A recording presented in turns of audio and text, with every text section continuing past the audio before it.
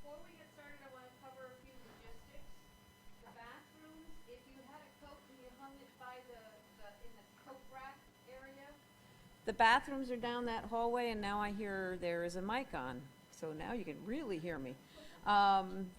So that's where the bathrooms are. We're going to have breaks along the way where we will get an opportunity to hear from some of our sponsors, and we'll hear more about that soon. We have evaluation forms out on the registration desk. Please be sure to get an evaluation form and fill it out before you leave.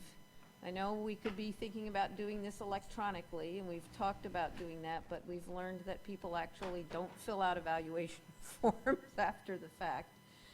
So we want to capture your thoughts while they're fresh on your mind. We were going to have videotaping, weren't we, Charlie? We are. Are they videotaping right now? Holy smokes. All right, I didn't even know it. So, yes, we are actually videotaping these sessions today, and we are planning to post the sessions on our website once the seminar is over, so we can share with others who weren't able to make it tonight or today. And also, we will have copies of the presentations. So, parking validations, if you came in a car and parked in the garage, make sure you pick up a parking validation from the registration desk, and that way your parking should be free. Last year we had a slight snafu on the way out, but they've assured us we will not have a snafu this year. We're going to have door prizes. So and we're going to have that at the third break of the day, so it gives you an incentive to stay for the whole wonderful program. And besides, Patrick Cunningham is going to be giving us a wonderful wrap-up at the end of the program. You won't want to miss it. So our sponsors have provided door prizes, and I should have brought them with me. Next time we have come back from a break, I'll bring the sample door prizes with me, and you'll see some of the wonderful things you can get. It includes a Kindle, as I understand, correct? And some other great door prizes. So I want to real briefly introduce our board of directors. In addition to myself, we have Rebecca Connor at the back of the room. Say hello, Rebecca. Carolyn Offit, who's at the front of the room. She is, so I should say Rebecca is our vice president. Carolyn is our past president and our chairman of the board. Stephen DeBelius, our secretary, is not with us today. Mary Rawlings Milton couldn't make it. She's our treasurer. Our membership director is Jack Frost. You've seen Charlie is at the back of the room. Charlie Herbick is our marketing director. Our director at large is John Creasa. He wasn't able to make it. Elizabeth Butler is our webmaster. She's personing the registration desk. Justin Isaac, our newsletter editor. Tim Schinkel, our education director, who's going to talk a little bit about our speakers in a few minutes. His hospitality chair is Suzanne Swenton, and public relations is George Darnell, and I'm really surprised he's not here yet. George has been a member and a leader of our chapter for quite some time. Okay, I also want to recognize our sponsors. We have a number of really great sponsors. Our chapter this year is operating on a pricing model wherein we take a loss on each event that we host, so that we can keep it more affordable for our members. And the sponsors help us make up for that loss, and we really appreciate their sponsorship. So at the platinum level, we have CSC. Oh, how great that it showed up just as I was talking about it. We have CSC, Iron Mountain. Some of our sponsors didn't show up yet on this slide. Open Text, Zimmerman Associates, or ZAI, and ZL Technologies. At the gold level, we have Foster Soft and NetSmith. And at the silver level, we have Gimel and Concept Searching. So really wonderful. Thank you for your support. And the sponsors will be talking a little more later today. So now I'm going to turn it over to Tim Schinkel, and he will talk a little bit about upcoming events and get started with the program. Thank you. All right, thank you, Elizabeth. Good morning, everybody. Hope everybody's doing well on this cold morning here in Northern Virginia. So we do have some upcoming events that I'd like to announce. You'll see some slides flashing here as they go through. There's actually some slides that talk about our upcoming events.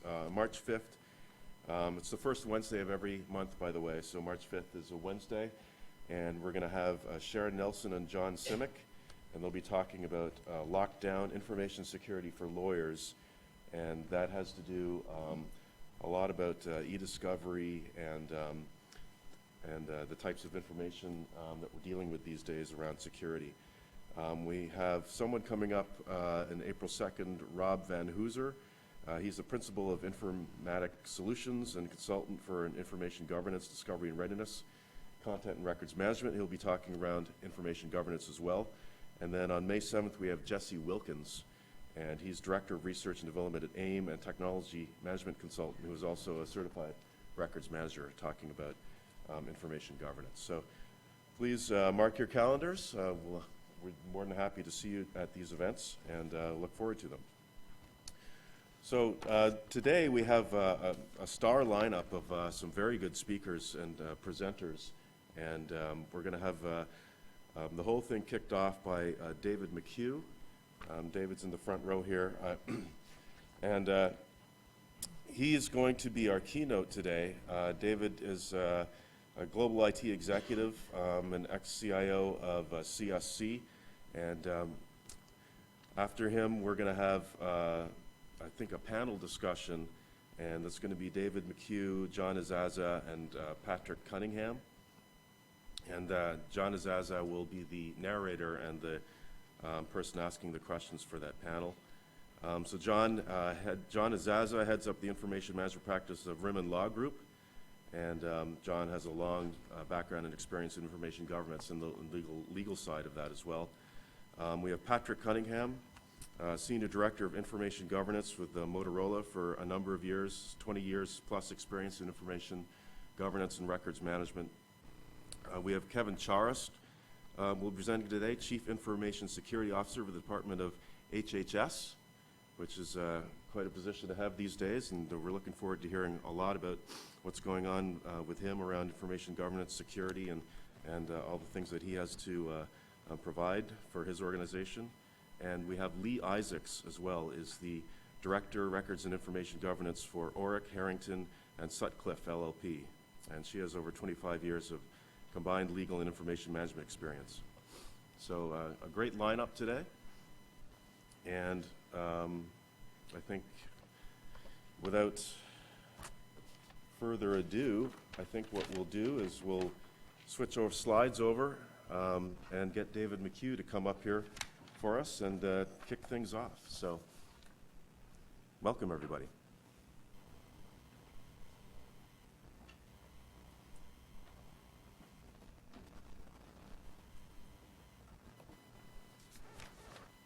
Thank you, Dave. Thank you very much.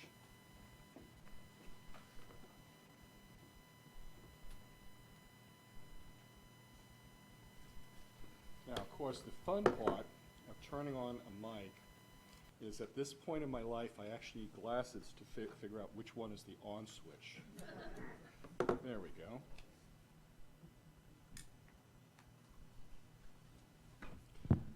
So, good morning. Good morning. Welcome. I got to get you warmed up, right?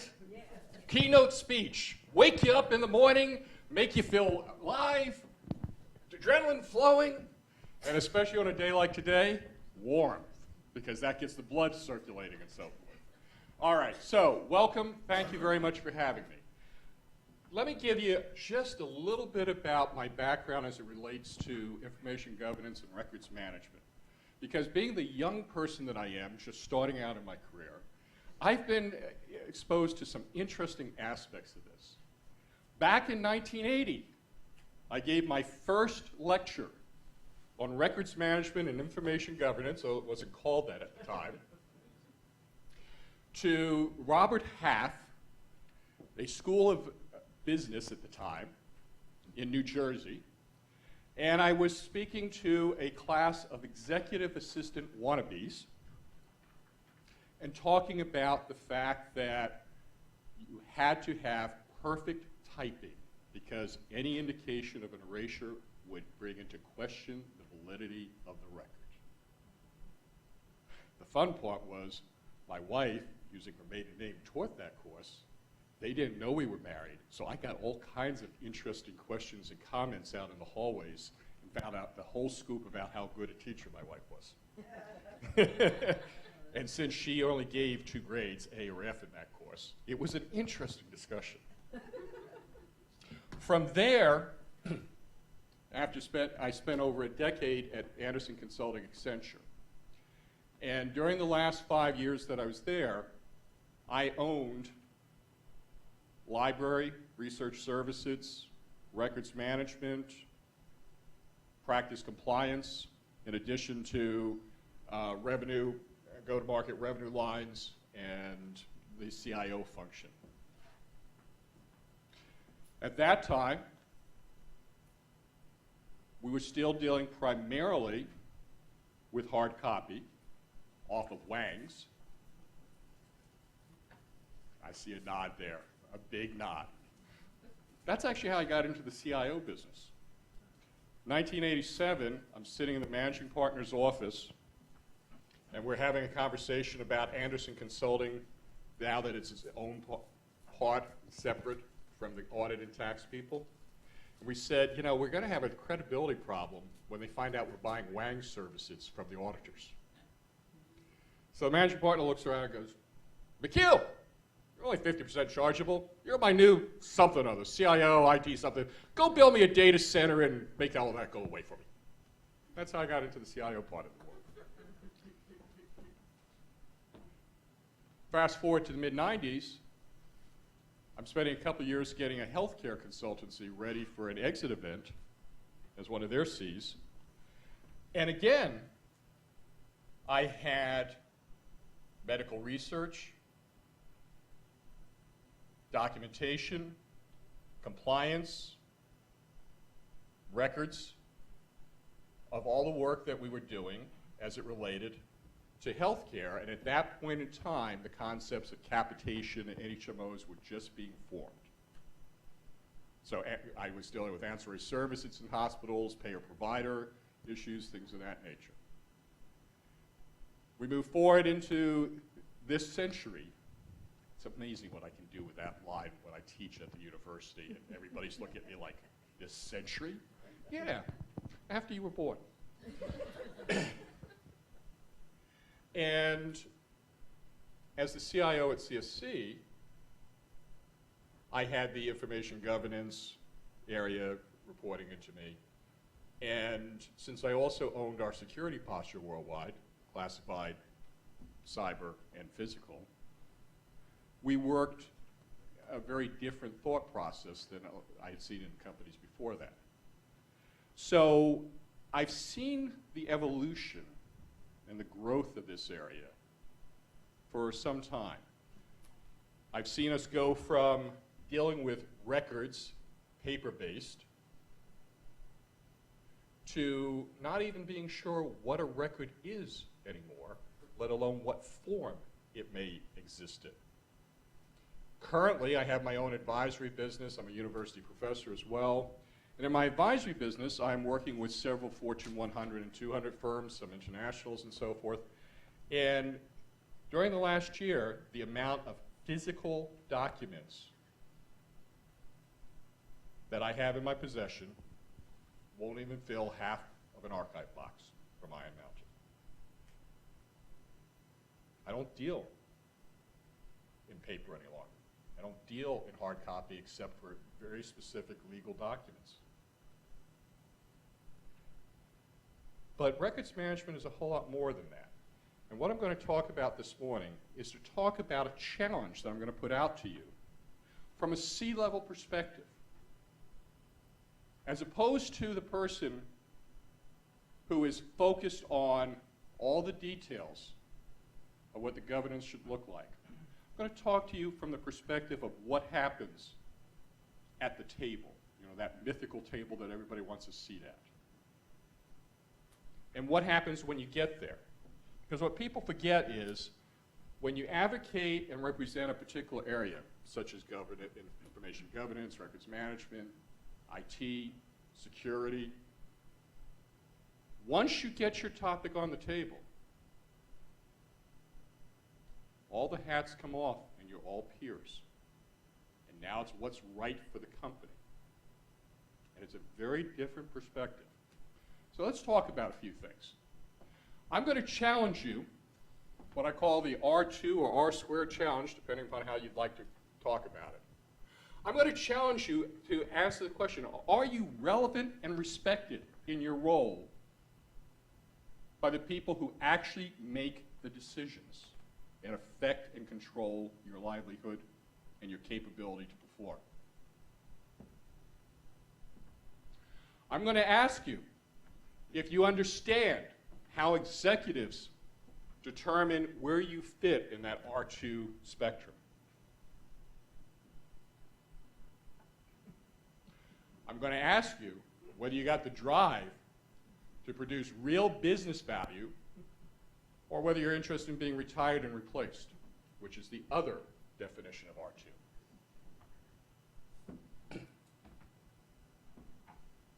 And believe it or not,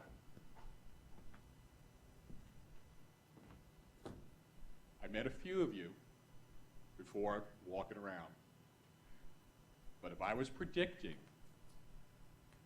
if there isn't a difference in how this function is operating in the next 3 years from what I've seen in the last 5 years, 25% of you will be doing something different 3 years from now. Or you will have seen your budgets dramatically change and your span of control shrink.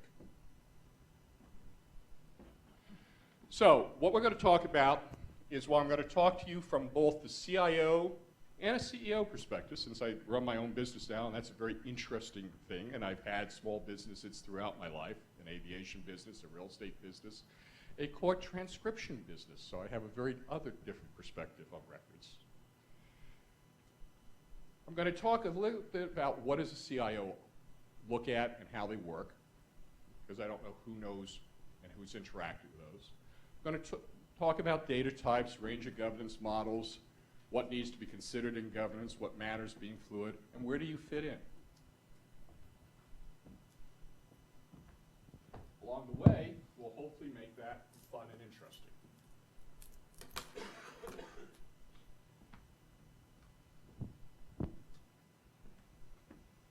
So the CIO role, and I'm not going to read this whole slide to you, you'll have copies of it, but fundamentally, the CIO role, any C, their job is to enable business success and growth. Compliance is not an objective. It's a part of the road trip.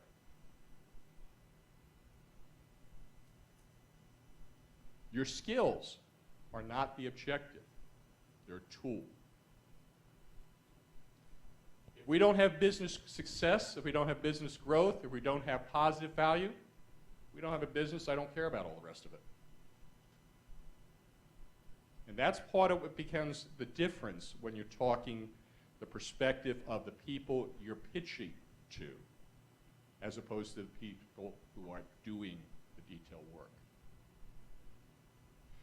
So a CIO organizes, synchronizes, orchestrates, delivers. They've got to put together vision, direction to enable success. They need to synchronize and work with the various stakeholders. They need to orchestrate how changes and trends are happening and lead investments, and they need to be a steward. I challenge you that while this is for a CIO, it's also for you. Because you are in a similar role that cuts across all the different functions and departments and areas. Your function, security, and the CIO function are probably the only ones that not only touch every aspect of a business, but actually have to understand something about every aspect of the business. Sorry, if you're at a part of General Counsel's office, you don't actually have to understand the sales process. You don't actually have to understand what happens in the engineering division. You have to represent them, you got to help them, but you don't actually have to know the operational details in most cases. Records management, IT, security, you got to know how they actually do things. If for no other reason, it's so you can find the stuff you're looking for, which can be a lot of fun. The days of simply having my admin come in and say, David, it's time to collect all the working papers from this year, and open up all the file cabinets outside my door and start boxing them and indexing them are long gone. Hell, we don't even know if all the information we're looking for exists within our company's walls any longer, as opposed to be on Dropbox, Box, or God knows where else. CIO is an integration point. As I've said, they touch the team, business units, execs, corporate functions, but also partners and clients.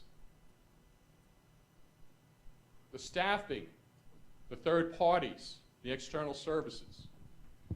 Now you, in your role, may not touch as many of these, but indirectly, you're going to be involved in dealing with all of them. You're setting governance policy. Well, what does that mean in terms of where data can be found? What does that mean in terms of how I tag or designate something? What does it mean in terms of how I protect it? Or just know about it,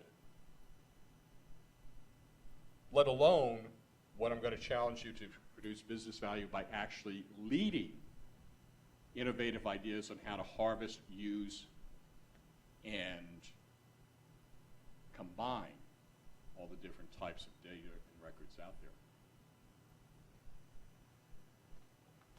The mission of a CIO is effective, efficient, protective, innovative. They need to deliver services that are effective, efficient, protected, cost appropriate. That doesn't mean the least costly, although I have quite a few peers that start with that as their starting point until I educate them otherwise.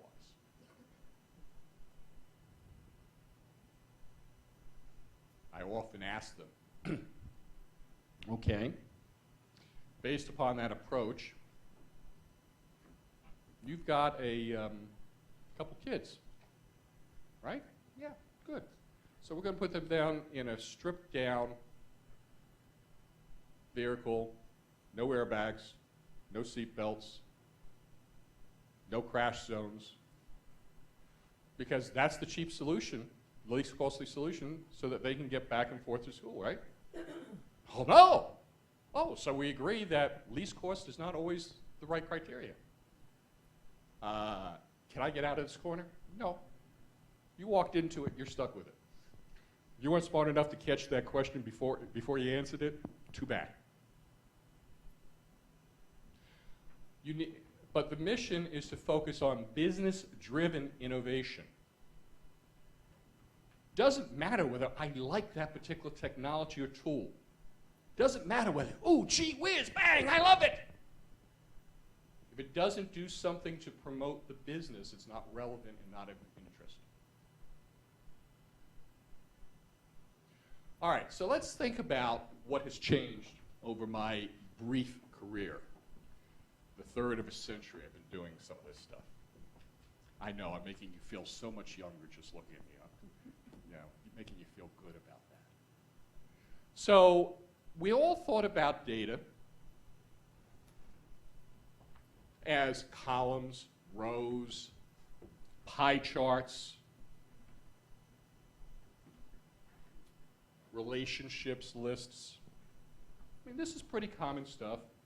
You know, we've seen these kinds of charts, these kinds of pictures for probably longer than I've been around. How we produce them. You know, back in the days where I used to do slides by punching out words on a tape and pasting them onto the transparency.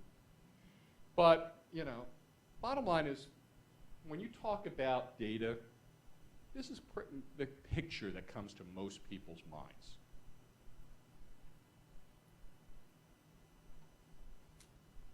But there's so much more to data. We now take data from all types of different sources and combine it and represent it in a variety of different means and modes. Some of them I can actually display visually like this. Others, the human eye cannot perceive because it's presented and displayed in forms that are not visible to the human eye. It may be based upon audio, a recording, sound only. It may be in the form of electronic pulses that can be interpreted by a machine, but not heard or felt by a human being.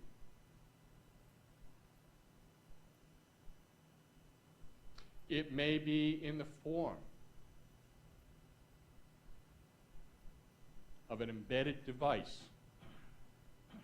that contains stuff within your body.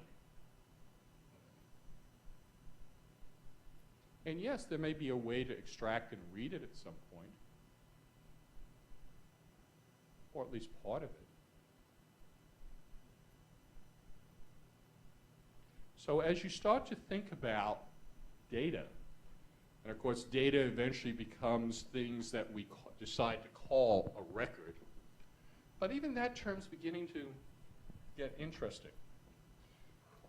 Most people think about the record as being an official designation. I need to track it, I need to be able to reproduce it, I need to be able to deliver it upon request. Yeah. True. But for me to be successful, to drive business growth, value creation, I have to be able to do that to a whole lot of things involving data and the interaction of different data types at the point of convergence,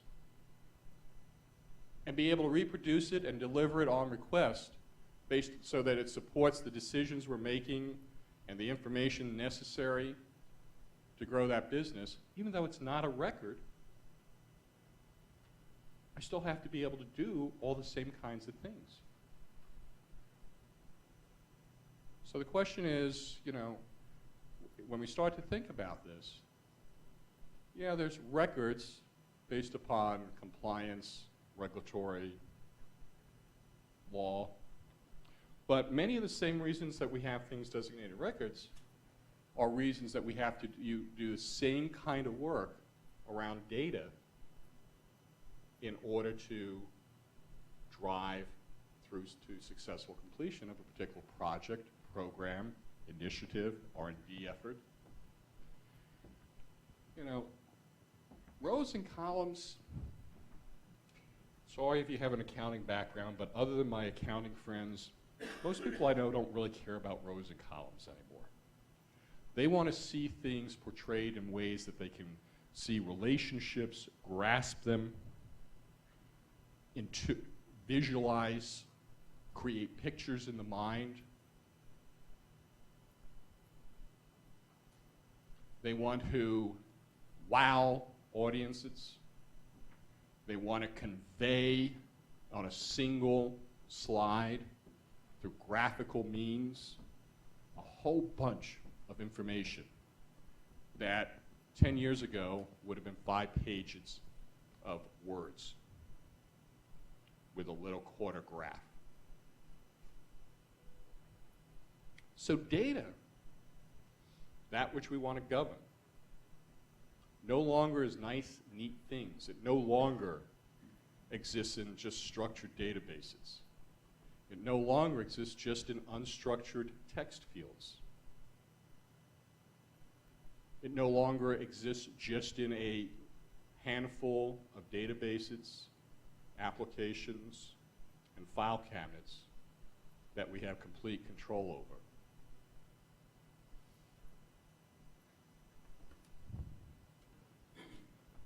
So when we look at governance, we have different people's views. We have the classic techie view.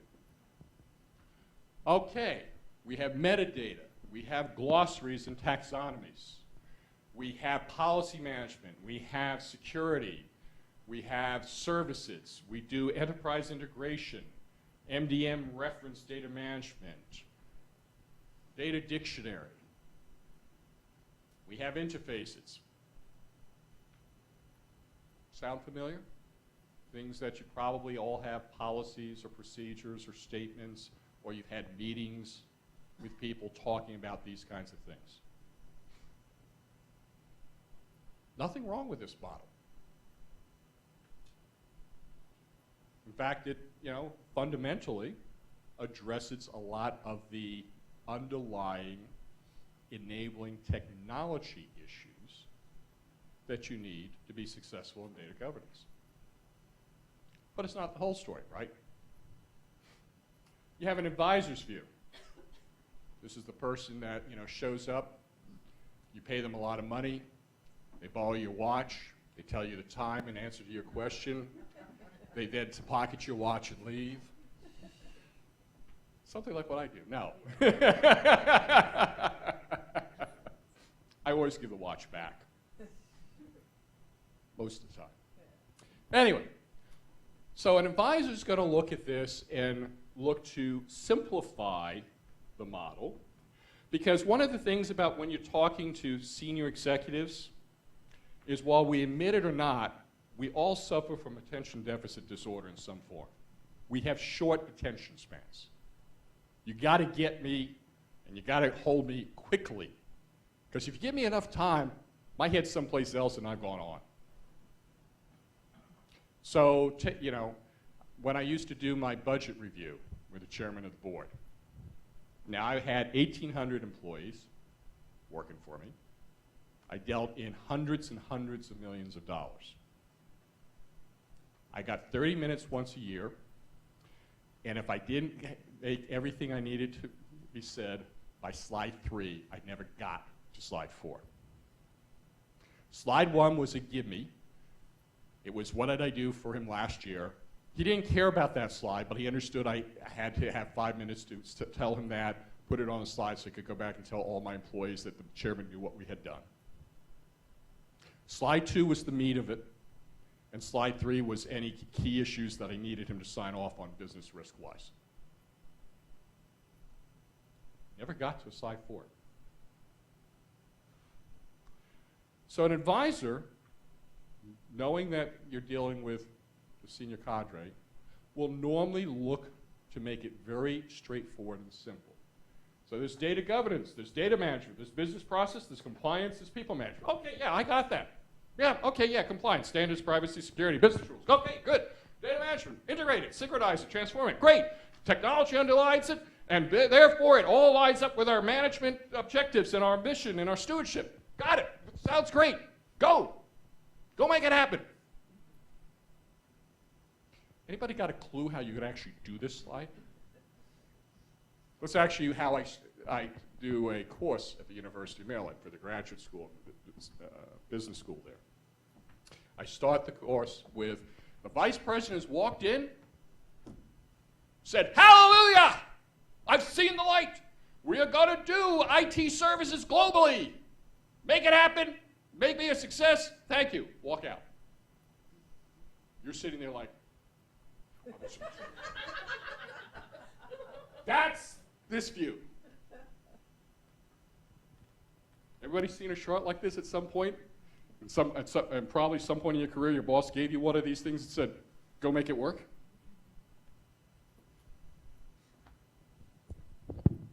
You're saying, "I just want 50% of what he spent for that so it could make it work." That would be nice.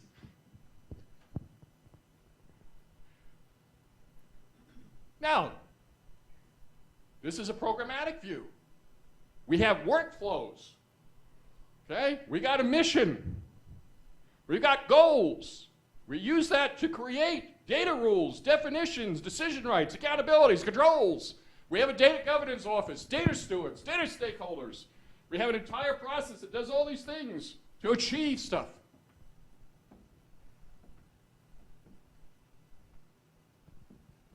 Better than the last one. Gives me some meat that I can work with.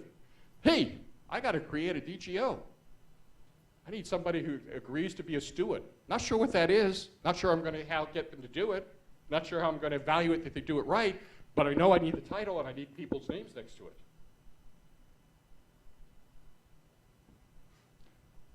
This is also a good model. All these three are good models. No one of them is sufficient to execute your accountabilities and responsibilities. You need all components of all these. So when you talk about data governance from an operational point of view, my executive perspective on it is if I'm going to go down a level or two, show me that you got a game plan that holds together. Show me that you got process. Show me that you have structure. Show me that it's aligned with what this company does for a living. Show me that you understand the tool strategy and the environment that you're going to operate in, and that you're blending those together. That's what I'm going to look for in evaluating a proposal. Show me what the key players' roles are going to be, and that you've thought about, does that actually work in this culture and business? You think about it, if I have a culture that is made up of revenue, entrepreneurial, sales types, and engineers, does anyone actually expect a revenue, entrepreneurial, sales type to be a good data steward?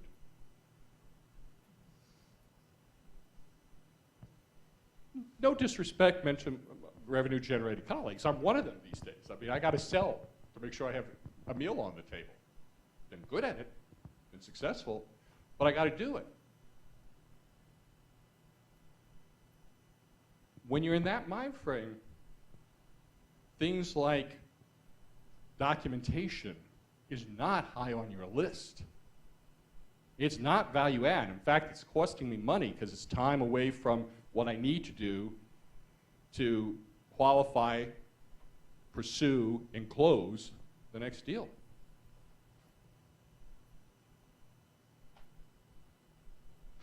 On the flip side,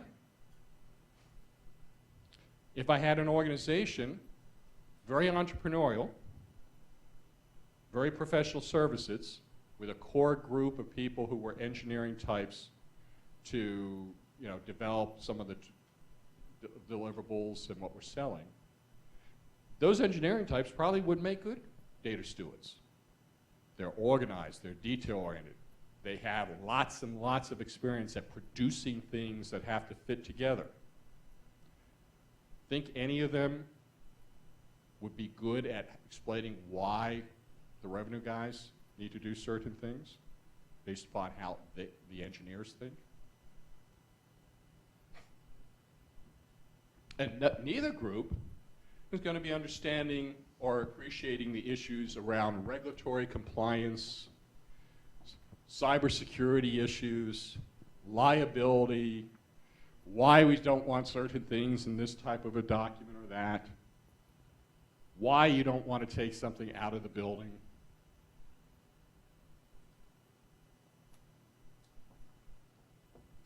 And then there's the maturity view. So when you look at governance and you blend those first three together, you then always asked the question of, well, how are we doing? Are we doing it well? Are we best in class, best in world? Are we doing best practices? So, there's the maturity of data governance, siloed, measured and monitored, manage data, data stewardship, optimize data management landscape.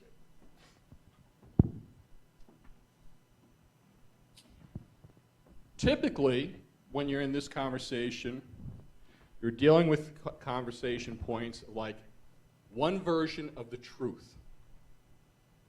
The boss is getting tired of being constantly told that whatever report she sees, well, yeah, but that doesn't include this, or they didn't get that, or that's not really the true picture. Or they want one version of the truth. They want to know that they can actually rely on what they're seeing.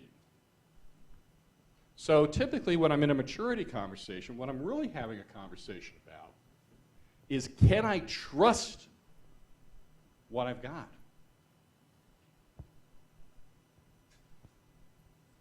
Americans, at least, though I find this true of several cultures, impart godlike belief in things that have 2, 3, and 4 decimal places. If I tell you that it's approximately $100 million, you start asking me questions. If I tell you it's $101.257 million, you figure I probably have this thing nailed, and I can talk to you for the next hour as to how I got there, and I probably got it pretty well nailed, so I move on.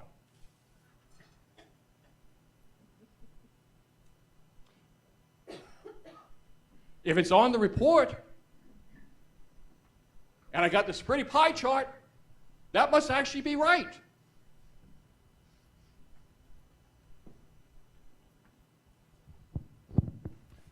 And then suddenly it blows up in my face, and at that point, I don't trust anything that any of my people give me. And you suddenly, along with the CIO and certain other people in the business, get these directives about, fix our data.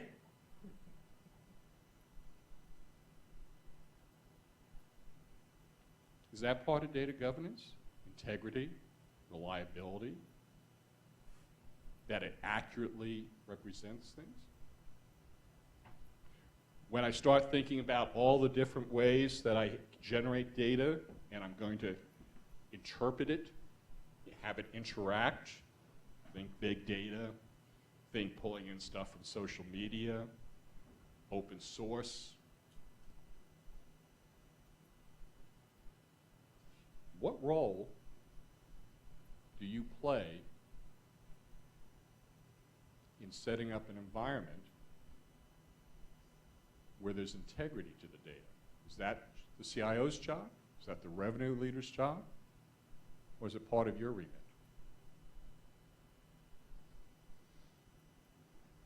So what matters? So let's stop thinking about records management. Let's think about data and what we do with data. And we can call that governance. And I'm not saying that you own every piece of this, but going back to that R2 challenge, if you want to be relevant and respected, you're going to get into this stuff. So first off, data is a portfolio. It does not simply exist as individual assets in a siloed, compartmentalized, independent world. It's part of a portfolio. There are aspects of the portfolio that are tangible assets and aspects that come into existence because of the interaction. So if you start thinking of data as a portfolio, you begin to immediately start thinking in a couple ways that you're actually familiar with from your personal life, but will help you start looking at some of the issues I'm bringing up here in the R2 challenge. So not all data is created equal. The data which is the evacuation route out of this room probably doesn't have the same value, except for one moment in time, as the data around how many things I'm going to close, pursue, and generate revenue so that we have money in the bag to make payroll this week. The value varies. It varies by data type and asset. It varies over time. It varies over circumstances and changes in situations, much like a portfolio of financial assets, if you like. Asset classes are more than just blue chips. Used to be, when we talked about governance and so forth, we were talking about records, the old-fashioned traditional definition of records. They were tangible. We knew what they were. We could index them easily. We could assign valuation to them. So they're blue chips. Structured data was pretty much all of it. Now it's just a part of the core of the portfolio. Value growth is in the new classes of data and their interactions. Think about all the things you read in the newspaper around startups, big data, analytics, how Twitter, Facebook, Google+, etc., are generating their value. They're generating their value because how they take and combine and interact, tease apart, break apart, recombine in unusual ways, unstructured, multi-spectrum, and basically blending the non-traditional data classes. Some assets redefine the term tangible. We used to talk about tangible data as meaning pieces of paper, signed originals.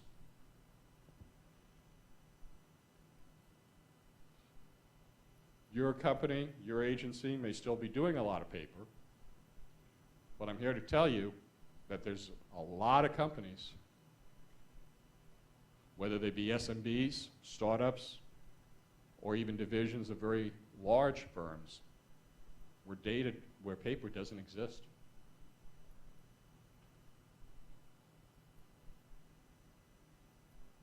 I watch people, my clients, have to figure out where to go find a printer to print something. But they only worry about that maybe once or twice a quarter. They don't print. Period. It's a PDF. It's an attachment to an electronic file. It's out on SharePoint. It's posted to the internal fill in the blank. People pull it up on their iPad, on their tablet.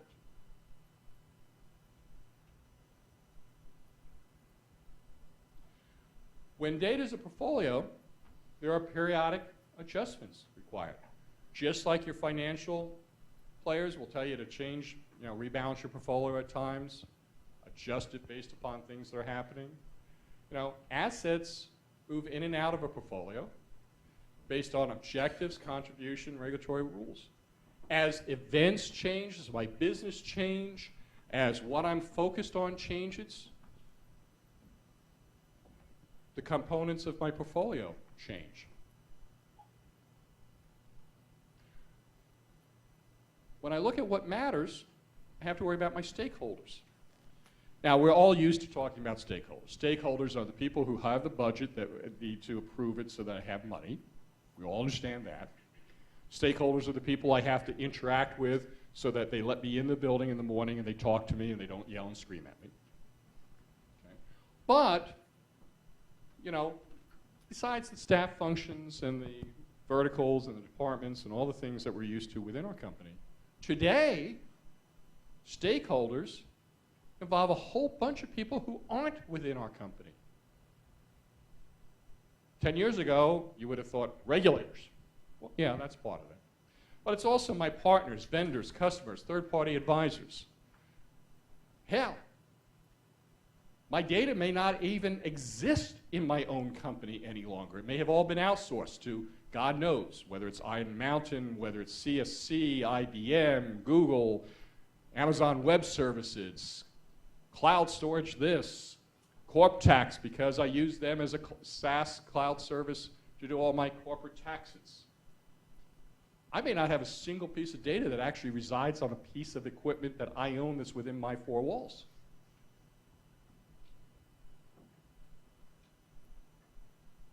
Think I'm kidding? There are companies, I actually use them in case studies in my course, that their entire IT department is 10% of one person whose job it is to manage all the contracts. They have no IT environment, storage, structure of their own. They buy it 100%. They're making anywhere from 100 million to 1.5 billion, and they've been in existence for more than 2 years, so they're doing something.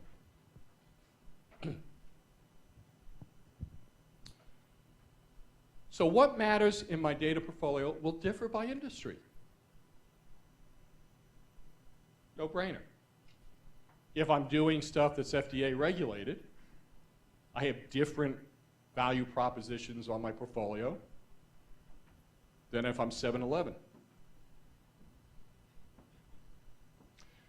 If I'm managing financial transactions, not just as a POS payment system, but for you in terms of your financial environment, I have other requirements. If I'm doing stuff for the federal government on a classified basis, I have other requirements. So data in my portfolio will be affected by industry differences. They'll also be affected by nation-state considerations. Depending upon what countries I do business in and have people, I have laws that I have to comply with there. I have differences in perspective. European definition of and perspective on personal privacy and PII versus the US, versus Russia, South Korea, Japan. I have sovereignty and location issues. He who can touch it gets to call a lot of shots. So if I'm dealing in multiple countries, I actually have to think about, do I allow any data to actually reside within those boundaries? When I first opened an office in Beijing, I'm CSC. I'm a top 10 US defense contractor. I'm a top defense contractor for several other countries in Western Europe and Australia. You think a whole bunch of people from three-letter agencies didn't come pay me a visit in a skiff to have a very interesting conversation with me about what the are you thinking and doing and how are you going to protect things? They weren't concerned about me being dumb enough to put the wrong things over there. They were concerned about the access and the vectors.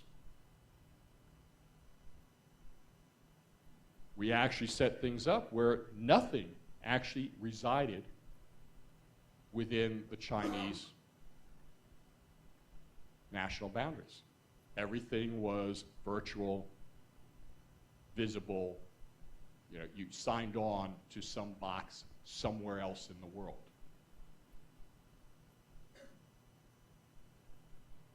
How many of you got a smartphone? How many of you have data that you do on that smartphone that is stored somewhere other than physically on the phone? How many of you actually know where it is geographically?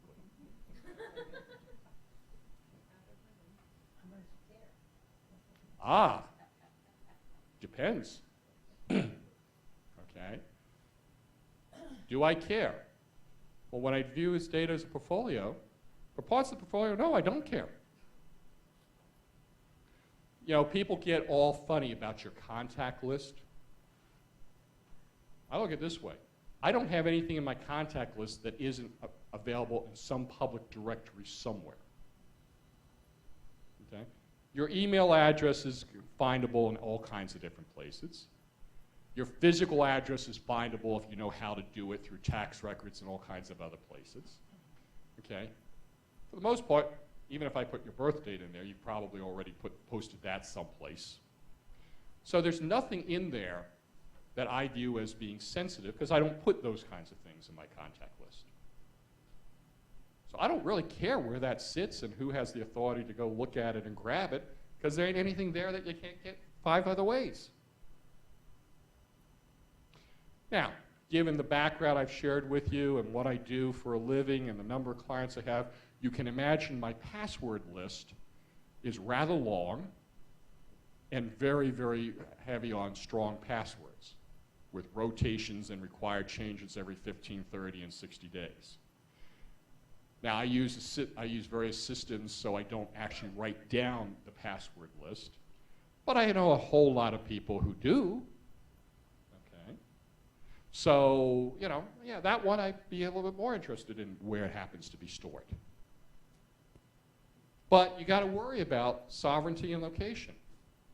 You've got to worry about whether you are, what countries you're dealing with. As part of data governance, part of your job is to understand when data has to be produced, right? Especially in response to an official request. So in the US, we're used to that as a concept around search warrants. In other countries, you don't have to show probable cause to get a warrant. You just have to go to the judge and say, I'm starting an investigation. And under their laws, that's all it takes. Done. Produce. Perfectly legal in their system. Depending upon what kind of business I am, I might not want my data to reside in that country. It also can trigger tax events. Several countries are moving that if the data exists on a box in their country, therefore you have a presence doing business there, you owe them business tax. Doesn't matter if it happens to be on a third party just stored there. It's presence, you owe me tax. External business events affect relative value of data, no question. Mergers, acquisitions, natural disasters. Think the construction diagrams for a nuclear facility in Japan suddenly had a much higher value after a certain day a year or so ago. Time, now longevity. You know, data in my portfolio, its value, what type of governance, what type of requirements, what I have to be able to do with it, how quickly do I need it, whether it has to be preserved, will vary over time and based upon longevity. So, when you do data governance from a C's perspective, you need to do a couple things. You need to blend these different concepts together and give a full scope answer. You need to understand all your stakeholders and the players you're dealing with. You need answers which are fluid. Bad things will happen, plan for it. With any portfolio, individual data assets are going to be compromised in ways that affect not only them, but ripple to others and require responses. It's a given. Doesn't have to be a breach. An impaired asset.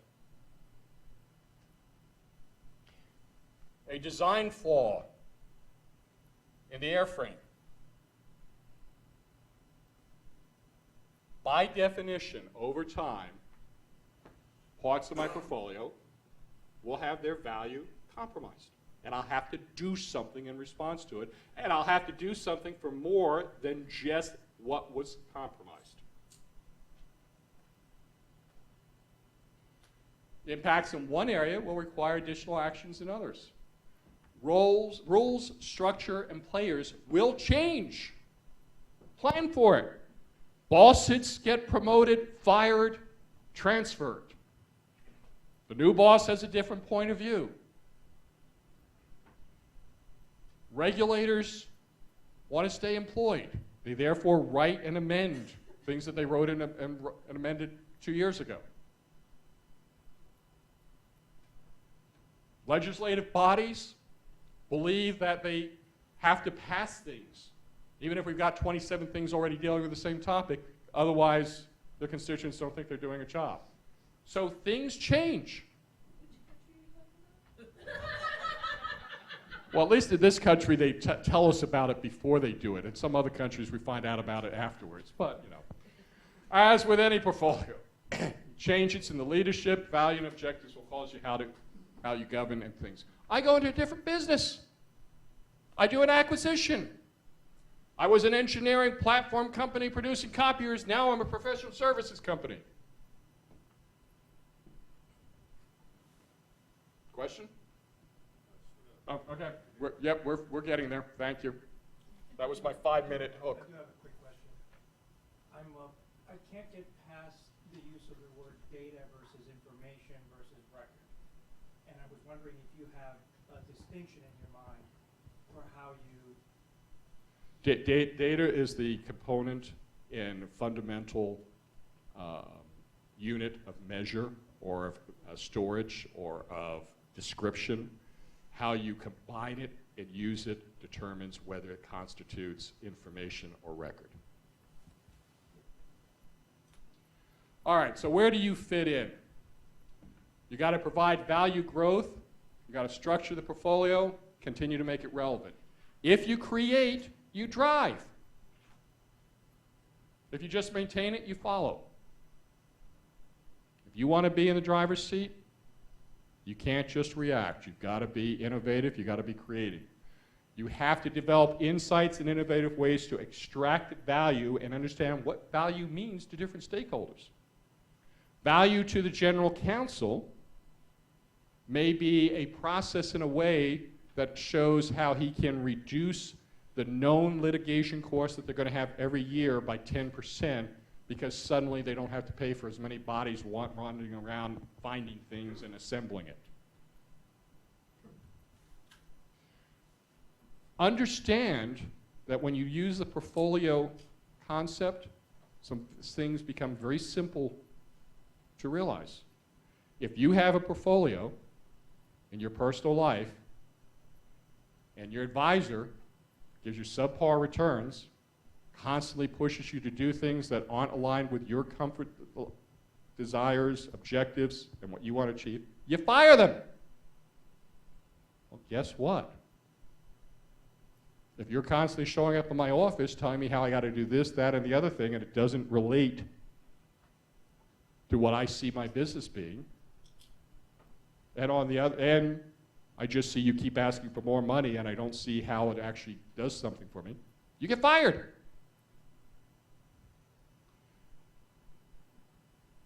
So fitting in, you got to lead as a business professional, enabling, supporting business growth and success. Okay, if you view yourself as a specialist, you're tasked with implementing. You don't set policy, you don't set direction. Specialists implement. Insurance and compliance are risk avoidance and not value adds. Coming into my office and telling me how this is going to avoid my spending certain money, okay, or that I'm in compliance with something,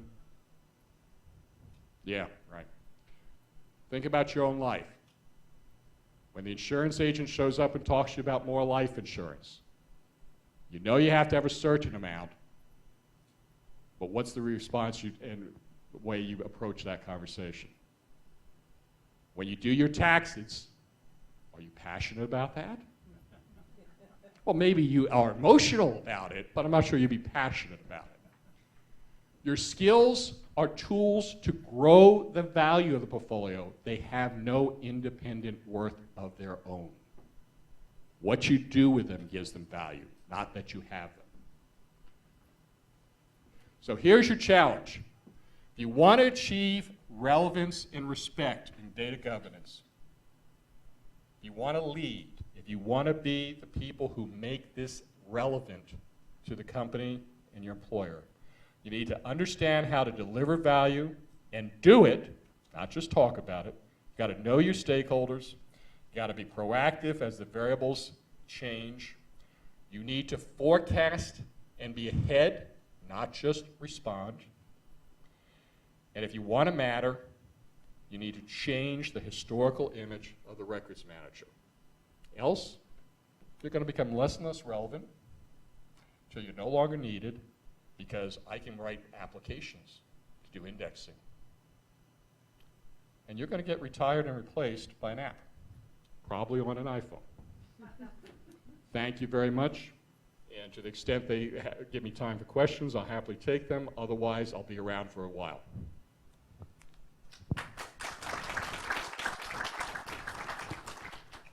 About 5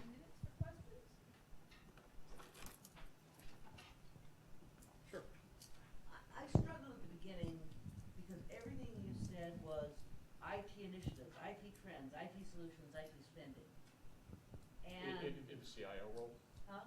You were talking about the CIO slide? Yeah, but it sounded like me like a CTO role, and not a CIO, picking up the idea of your data, information.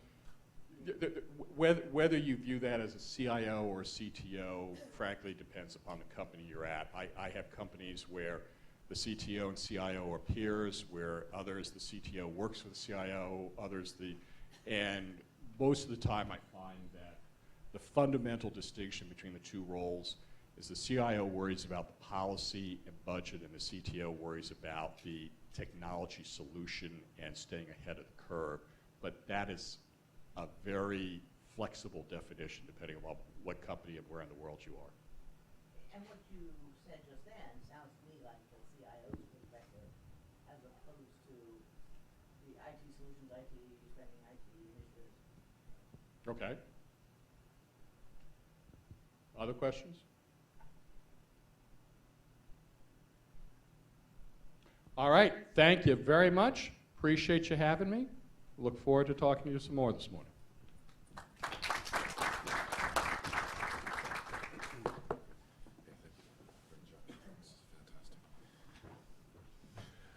All right, well, yeah, thanks again, David. That was excellent. Great keynote kickoff there. Just a side note, I want to apologize. Kevin Charest is on our panel as well. I failed to mention that this morning. Kevin's taken some very valuable time out of his day to be with us here today, so I appreciate it, and I apologize to Kevin. So without further ado, I think we want to set up our panel.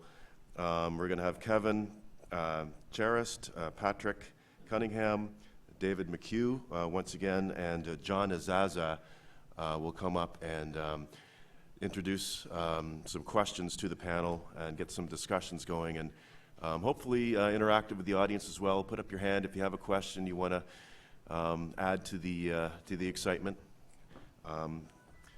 And then after this discussion, we'll go into a break. So we're running a few minutes behind, but I think we'll be able to catch up. So I'll ask that the panelists come up, and I'll pull up the slide deck, I think, with some questions. Or You wanna pull 'em up? yeah, we could put them up. We don't have to follow exactly to the script, but these are some suggested questions that we had come up with.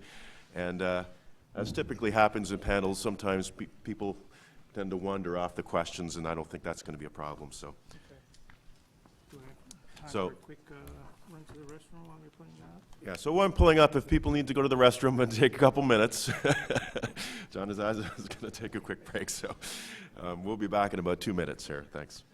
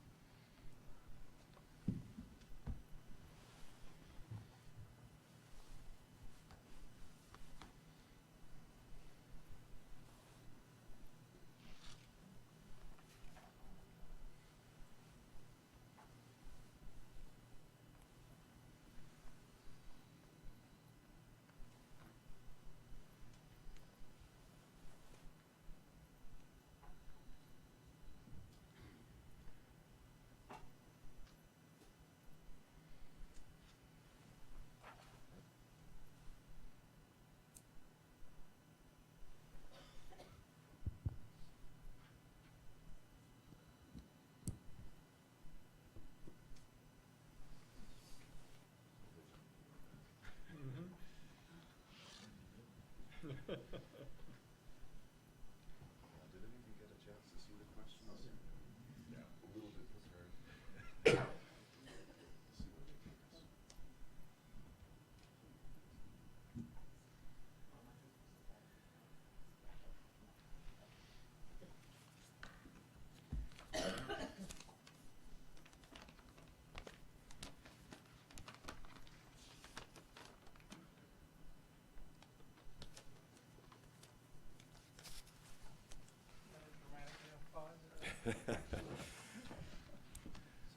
All right. So welcome, John Azaza. Okay, great. Thank you. Well, thank you very much. I have to tell you, my head is is kind of spinning. Yeah, I don't know if you guys ever saw The Spy Who Shagged Me, the fembots, when they go off and their heads start to spin. That's sort of how I felt this morning, listening to the presentation that David gave, because I'm confused, but at the same time energized and excited about what the future has in store for us. And I'm most excited about the empowerment that I think it can give the records and information managers if they rise to the occasion.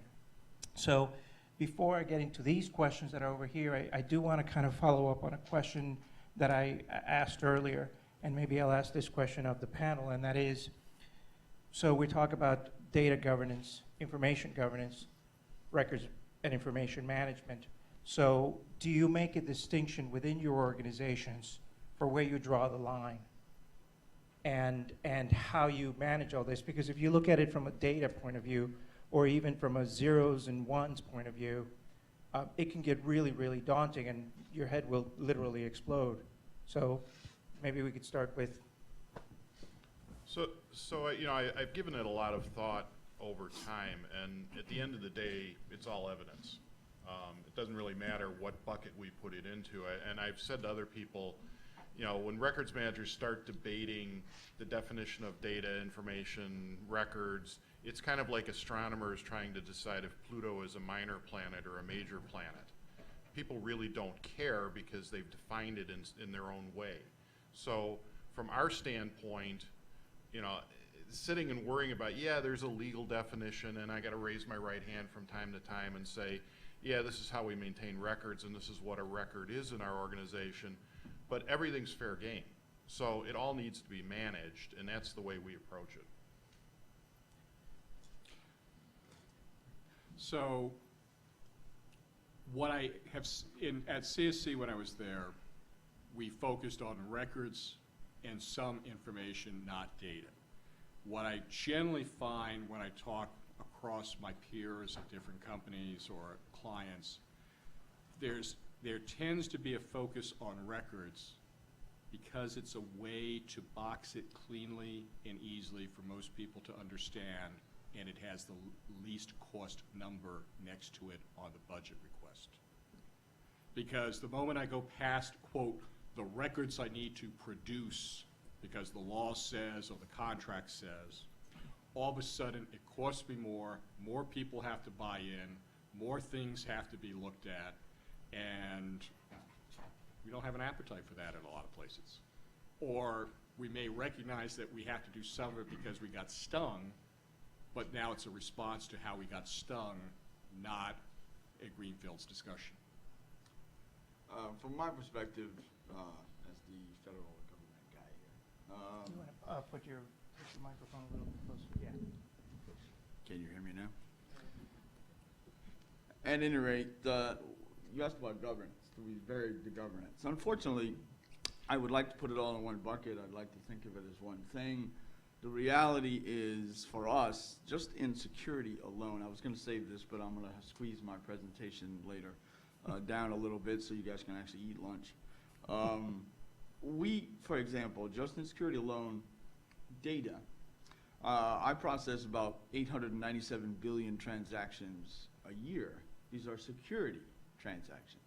That's one element of that great slide, by the way, I thought, with all the component parts. So you can imagine if we weren't doing some sort of data governance, there's no way in the world we'd figure out what was a record in there. Not to mention the fact that we've got to sort out what, in fact, we have to be able to put together when Congress calls, and they call often. I took this invitation, by the way, so I wouldn't have to testify yet again. Again.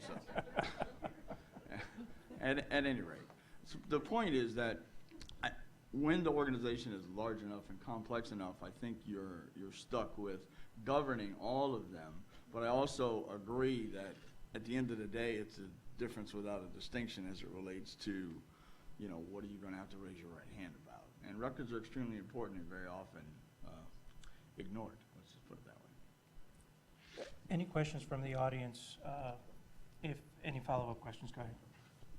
What percentage of the overall data that the organizations create or touch or responsible for do you think you have control over? A So I'm going to repeat the question for purposes of the recording. So what percentage of the data do we believe there's control of the life cycle? Right, whether you consider it a record or not, you know, do you know, are you touching it, can you control it, can you secure it?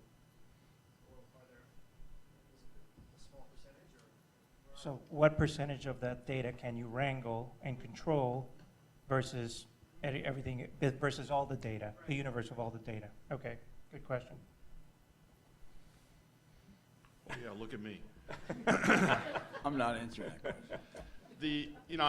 It's an interesting question, and you know, we've always heard, well, X% of all information is a record, and you know, that sort of thing. The reality is, you got to know what's out there. One of our mantras is you can't protect it if you don't know where it is. Now, are we managing it? Are we life cycling it? That's a different question. Do we know where it is? Do we know how it's being managed?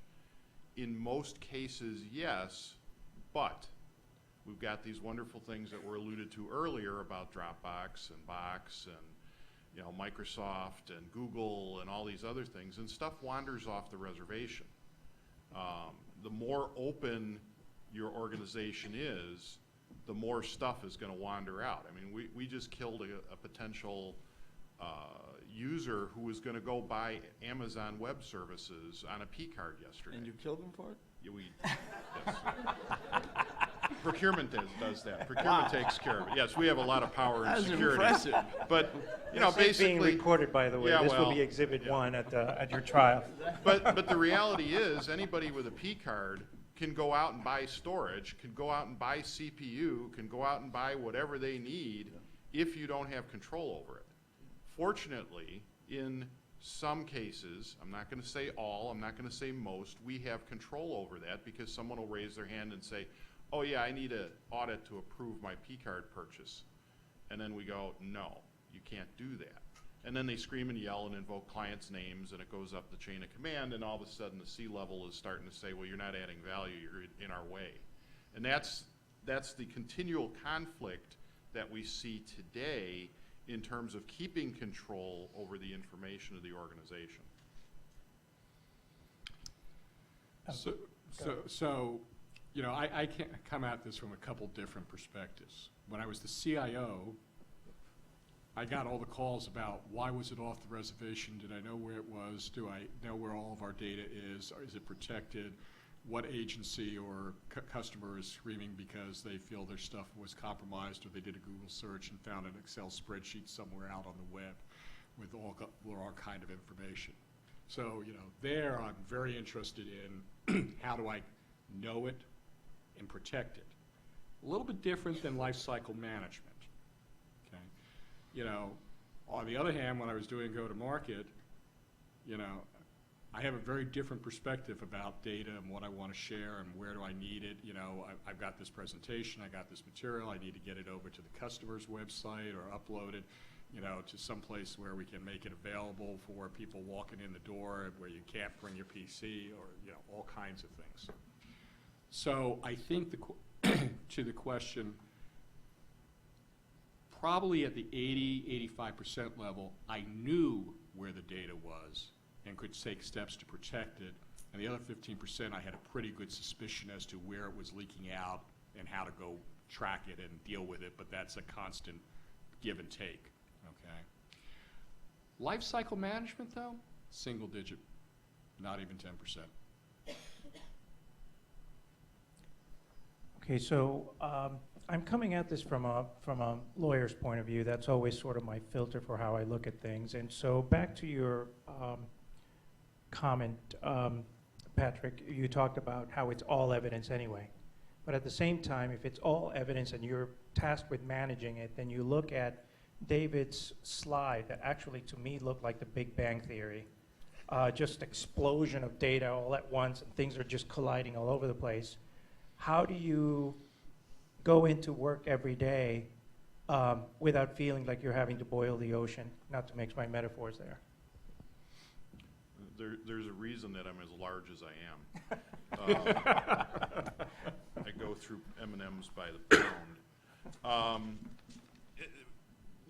maybe to turn it around a little bit, we had, and to kind of give a different perspective of maybe the same question.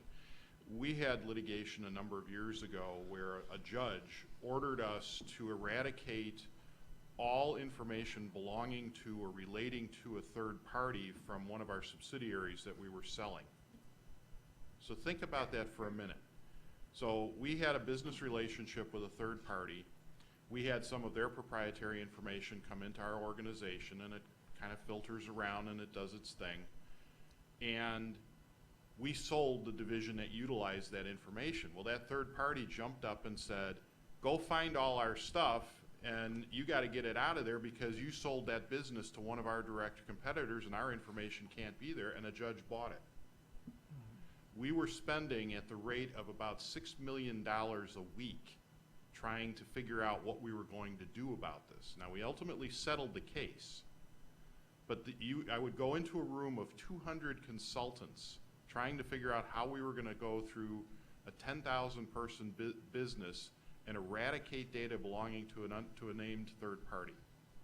That is the extent of how information gets around the organization and data gets around. I mean, this was literally a judge who was completely clueless about reality, placed us in this order, and we had to try to comply with it, okay? So to John's question of, well, let's try to sort this out, it really doesn't matter. It's all potentially evidence, it's all potentially rational, and there was no distinction. Is it proprietary or is it something that's public? If all they had to do is stamp on it XYZ proprietary, whether or not it actually was, and it was party to this matter, okay? So when you think about the scale of something like that, you start eating M&Ms by the pound, because it is something that you wake up with thinking about, how in the world am I going to deal with this issue, because this stuff is all over. So are you saying then that your role right now is more reactionary than proactive? We are the quick reaction force. I mean, that, we draw up the parameters. I mean, I've got controls and we audit to controls and all that, but at the end of the day, most of what we do is being the quick reaction force for a security event, for a litigation event, whatever it happens to be.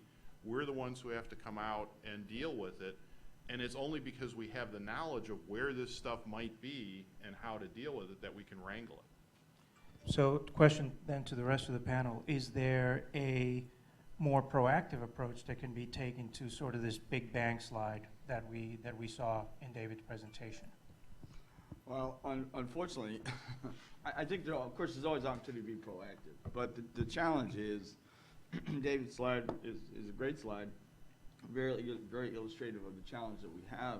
I would just multiply it times about 100, because the reality is, just look at some of the initiatives that we have going on in the federal government today. Cloud first, that's one, so we're supposed to move everything to the cloud. Then we have this other thing called continuous monitoring, where we're supposed to monitor everything on a continuous basis from a security standpoint, okay? And we have this other thing that says we're going to control all internet traffic that the federal government has. Now, I defy any of you to be able to pull that off and recognize the explosion of data. Oh, by the way, everybody wants to bring a tablet to work, and everybody, I pulled out my BlackBerry and I chuckled because, we're still using BlackBerries. But everybody wants an iPhone, and everybody wants a smartphone. The explosion. So where is your data? The old idea around security was, I'd build a moat, high walls, concertina wire, and I could protect everything inside the fence. The reality is there is no fence. Your data, so to your question about data and life cycle, I haven't the foggiest idea where all my data is, and it's impossible for me to know, which is why we need controls and audits and all those kinds of things. So being proactive, I think you have to recognize the challenges. I think you've got to educate your workforce. I think you've got to educate your senior leadership about why this is important. And hopefully it doesn't require an event of raising your right hand to get their attention. But sometimes it does. And if it does, I offer my version and just say don't let a good crisis go to waste. Well, yeah. Sometimes you need a failure in order to make a point. All the points are spot on and relevant. The slight twist I would give you is, you know the data explosion is happening. You know that it's constantly morphing. Look for opportunities to guide movement into it rather than react to the movement that has happened. So as a simple example, I had a meeting with a CMO of a billion-dollar company a few weeks ago, and this is a new entity, you know, spun off type of thing. So they, Chief Marketing Officer. By the way, our IT department reports to the chief marketing officer. Oh, wow. Yeah, that's an interesting that's a whole nother conference. Yeah. But it's not common, but it's not as rare as it used to be. But anyway, I was talking to the Chief Marketing Officer, and I said, so what's your strategy around social media and to promote your brand awareness, campaign management, things like that? He says, well, we haven't gotten there yet. I said, okay, fair enough. But the conversation we had there was, I said, you realize your revenue heads aren't going to wait for you. They're going to be out doing it one way or the other. So the question is, how do we give them some capability that they'll actually like and use, which therefore brings it into the reservation and into our processes or whatever we're going to develop. But the point is, if I'm up there in the leadership in the initial steps, helping, even if it's rough and raw, it's not a beautiful policy or anything else, but I'm enabling them to do something, and I do it reasonably well, they'll use what I give them. I mean, people don't go look for alternatives unless what they're using sucks and they don't like it and it's difficult. If it's something they enjoy, they use it. So let me figure out how to give them things that they'll like, which then makes these kinds of conversations, they're embedded in it. Any follow-up questions from the audience? David, yes. Bruce, sorry.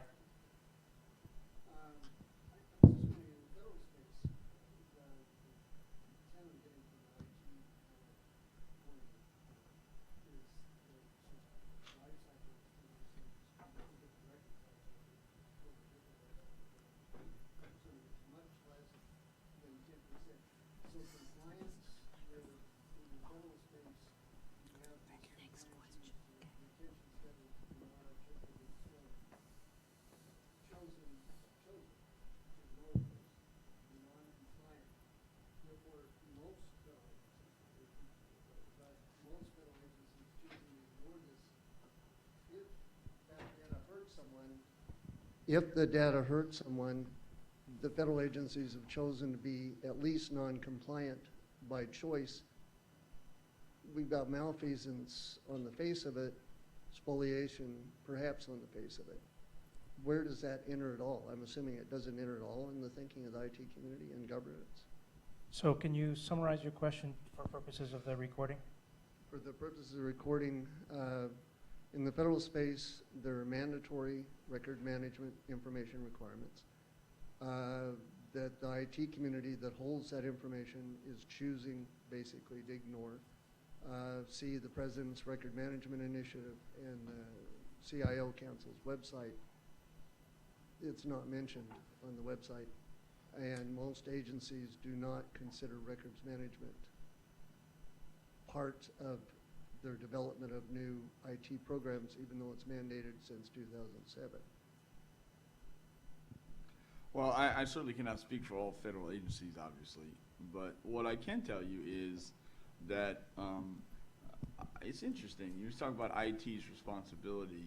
You know, one of the challenges, I think we should do more like the Air Force. You know, the Air Force had a reputation of building the golf course and the officers club first and running out of money, and then going back to appropriations and saying, well, we need to build this runway. So, you know, I'm not kidding, actually. And they would then build the runway. So you have a really nice officers club, nice golf course. So one of the challenges that IT has is folks want to talk about the application, they want to talk about what it wants to do, right? The sexy part, if you will. And And the perhaps not so sexy part is the records management piece and the storage and the retention and all those things.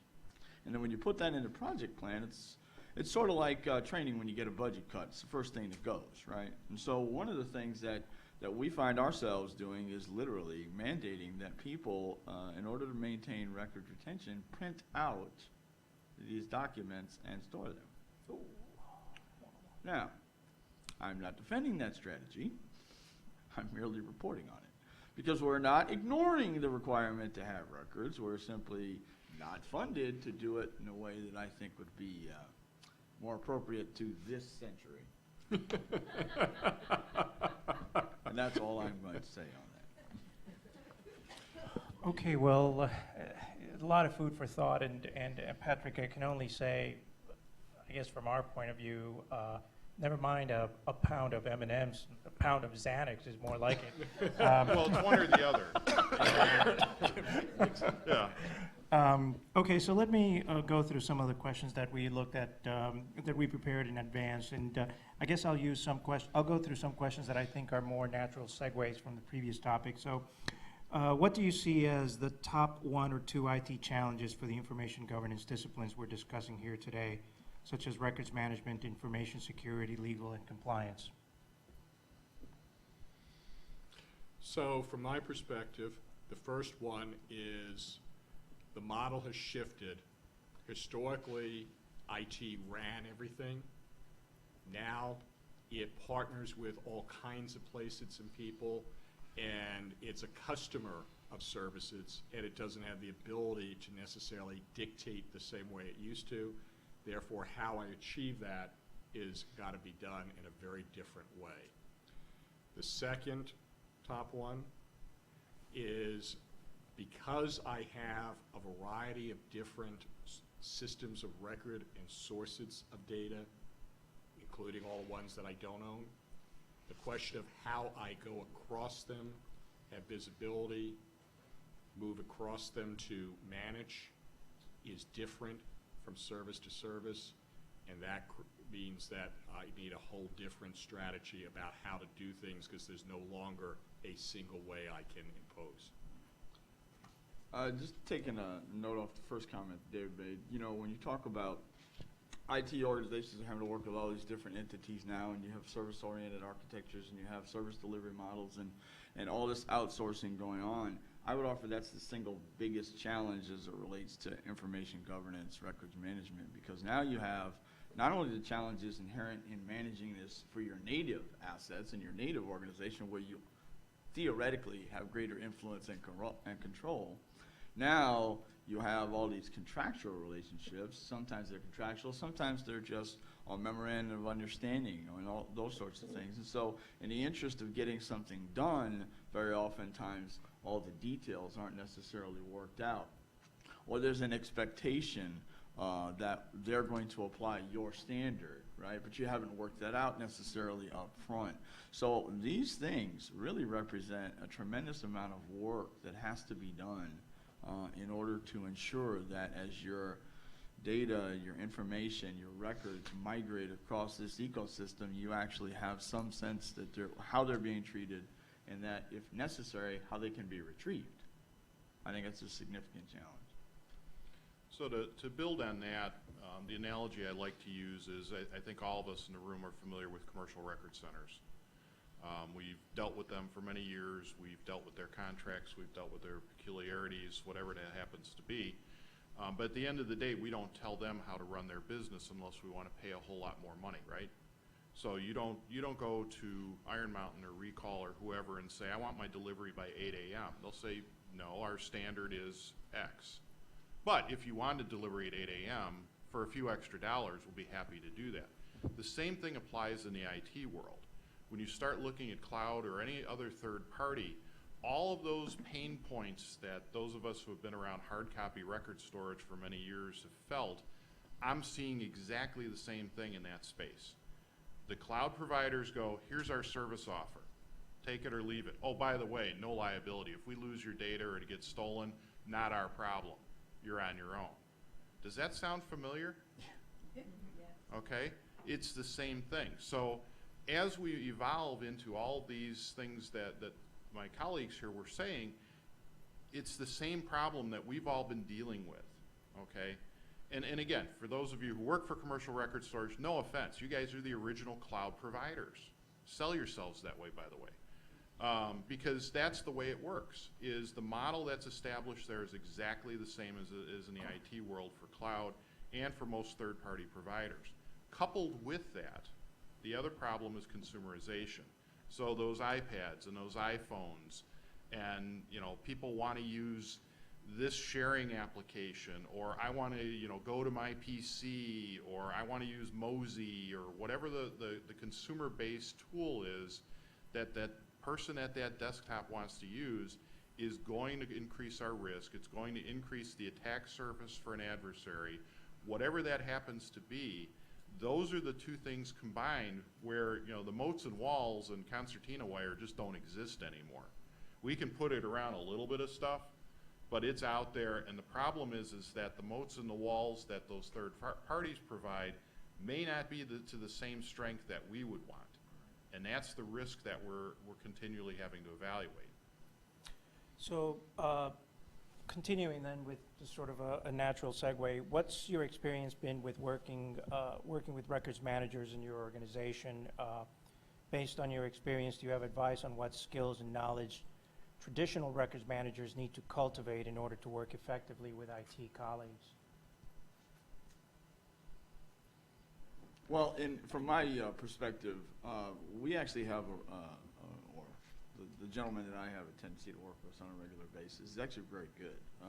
And he, I asked him, I guess it was maybe a couple weeks ago, sort of, what was his background, and how did he arrive at his position on records management?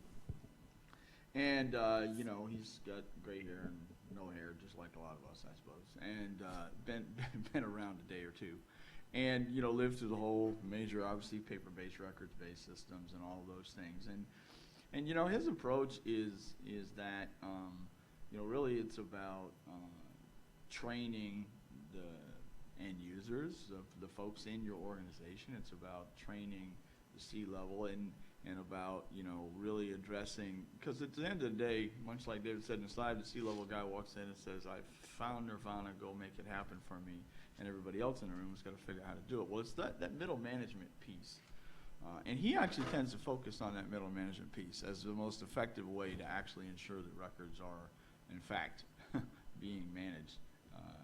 And to do that, I think he's part showman, he's part consoler, he's part flim-flam man, he's part intellectual, excuse me. I mean, he's really got a lot. I've seen him be a chameleon, is my point. And so I think you've got to be pretty versatile, and I think you've got to really be able to show the value of what you are doing. That is probably the most critical component part, I think. I would echo on that. I mean, the players that I've worked with in the past, and on a break you can talk to Elizabeth what she thinks, because she and I worked together on this in a past life, are the effective ones are those that understand how to make it relevant to the person they're talking to. So when they're talking to the sales and revenue guys, they're not talking about compliance, they're not talking about audit. They're talking about how it will make it easier and faster for them to close a deal and reduce the cost per transaction, in terms of the acquisition cost of a new account, because that's means a difference in that person's bonus at the end of the year. When they're talking to the attorney, it's, how to cut out a few late nights and weekends because they don't have to do as much work to assemble everything. That's value to that person.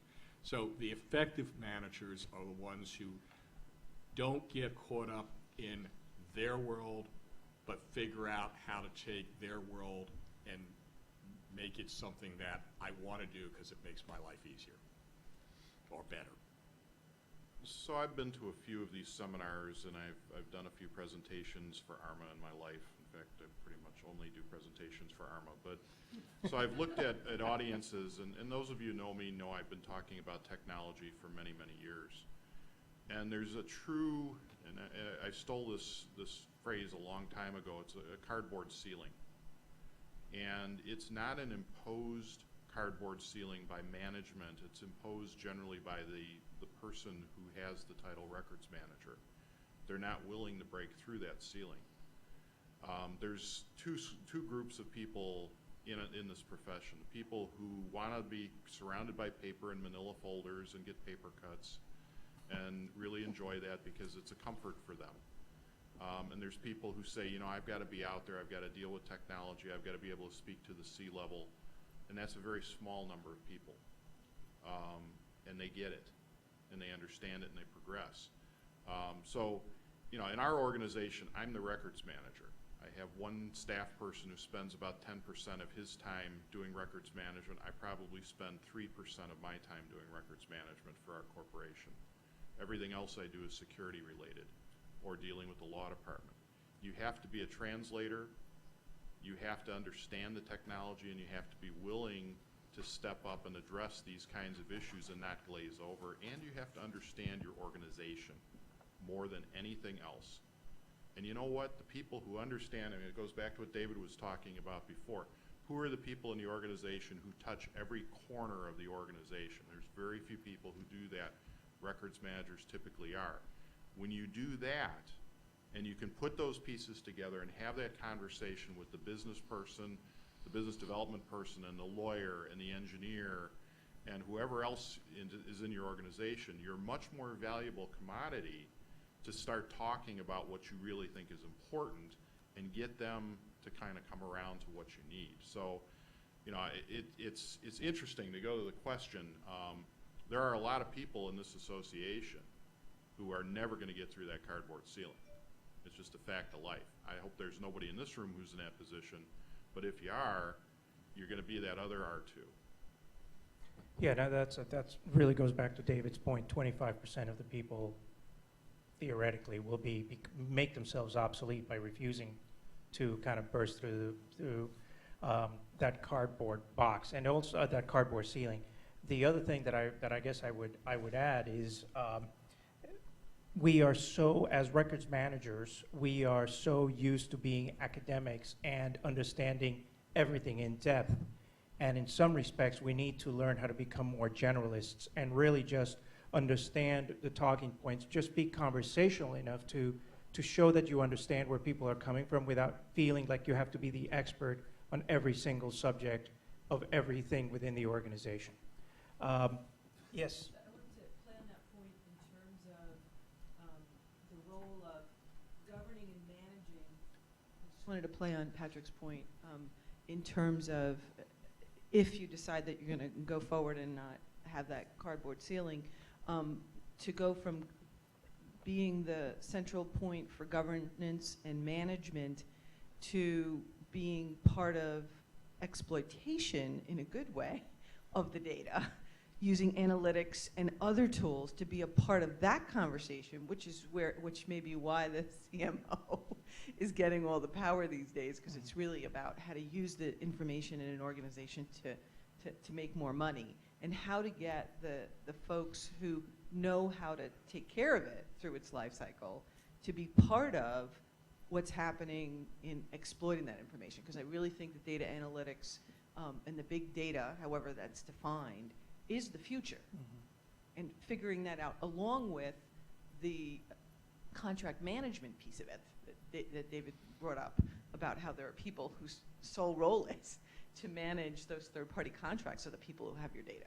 So it's a different skill set, and if you can.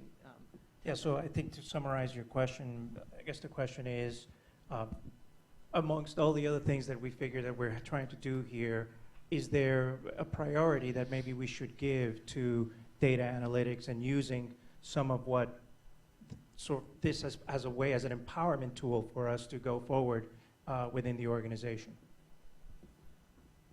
I'm an engineer by training, and you know, when I first heard the term records management, I have to be honest, I did not think of a cardboard box or records, like records. That's not what I thought of. I thought of, wow, if we could get at the data in those records, what could we do with it? And in my case, early days, I was a Lean Six Sigma, Master Black Belt, re-engineering kind of guy, and so I was very interested in the records. Because in those records, I could find the tale of how we got where we got, or why, you know, well, I won't tell you that story, it's too long. But the point is why we do things the way we do them, not necessarily the way we should do them. And so I really like that as a potential play. And it goes to David's earlier comment about adding value, right? It's esoteric, but it can add significant value if you have the time to do it. So I would add to that the challenge isn't that you as a records manager understand all the ins and outs of big data or analytics. It's how, if you understand what it is you've got and where it is, how do you facilitate those people who do that? Because very often, you'll know about something existing somewhere that they don't, and that's the key that makes their pitch to their boss successful to get the funding or to get the green light for the next deal or something like that. You make connections, okay? You know where lots of stuff are, and you're in a position to make connections to people who, based upon the nature of their business, they have no reason to know that this group over here happens to have this kind of data or information. Yeah, and that's a point well taken. I sit and I hear people talk about data mining and, oh, we're going to do all, okay, whatever. Just tell me what you want. You know, what information sources do you need? It is, to your point, it is exactly why we report to marketing. That is the chief marketing officer's goal, is to mine this data and to utilize this data. I think most of us have had the experience where we're going around doing records inventories. When I was just a wee little records manager with my little clipboard writing down stuff, and you go into a department and they're doing one thing and you go, you know what, a couple of weeks ago I was over here and they're doing something very similar. Have you guys started talking? And they go, no, I didn't know Joe was over there. Well, you're doing the same thing with the same data. Maybe you guys can leverage that. Those are the connections that we can make. And again, I think that's exactly right, is where we have that visibility and we have that awareness of what's out there, we can help people put it together. Let them figure out what they're going to do to make the pretty pictures. Yes, Elizabeth. So, just to follow up on that, there's been a lot of hype about big data, and there are some technologists who actually don't want you to be getting rid of data, because you might be getting rid of something that would be useful for them to mine. I mean, do you think that's a good point of view? Has it shifted, maybe this emphasis that records managers have always had of getting rid of extraneous information? Is that still valid? I'm going to play off of my panelist colleagues' conversation earlier of $6 million a week. Anybody who thinks you're eradicating the existence of data today, you're 20 years out of sync. You're never going to eliminate data. You may eliminate records, but the underlying components in data, it's out there someplace. You didn't get rid of it. I'll find it if I really want to. So if that's your mindset, you're in trouble already. Start planning your retirement. Oh, big data gets talked about a lot. There's lots. I just came back. Sorry if I have a little jet lag. I was in West Coast earlier this week. And a big conference, security conference, and with a bunch of colleagues talking about big data and other sorts of things. And so one of the challenges is, I think it's a risk-reward conversation, like so many other things, is storage, contrary to, it's like one of the questions here, I'm going to answer it. From my perspective, storage is not as cheap as you think it is. And so the idea that you can just store everything forever and ever, amen, is challenging. How much do you store, and who decides what may be of value? Who's got a better crystal ball?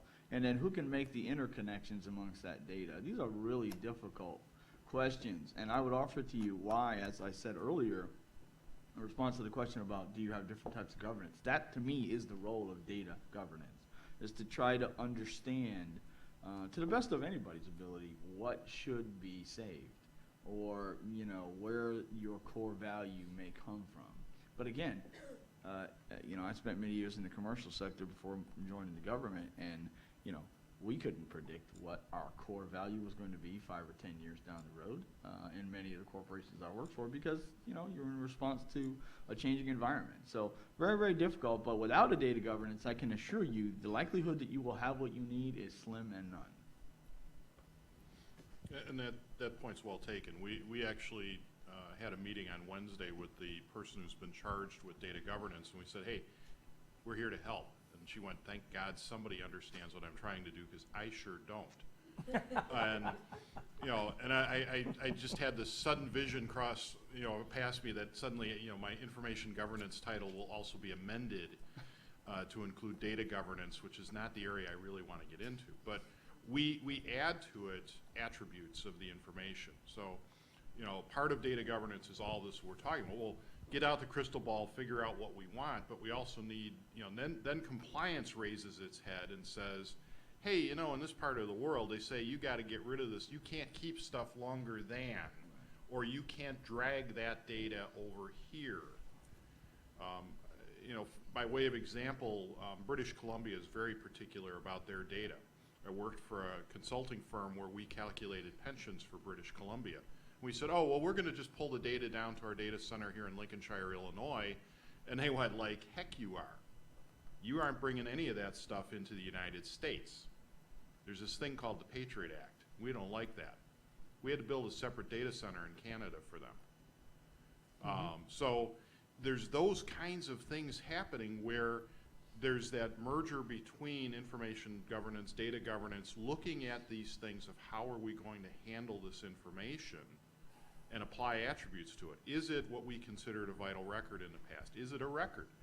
Does it have a retention value? When do we get rid of it?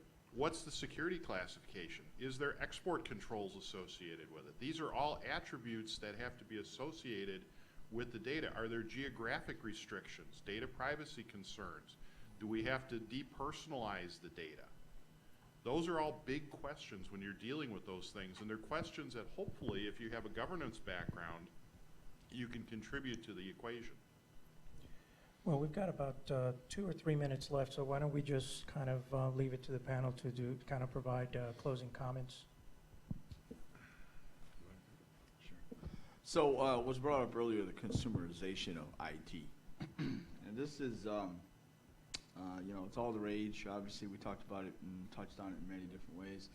I think it's sort of representative of the overarching challenge that we all have, and that is that I don't think anybody thought we would be doing the things we're doing on our telephones that we are today.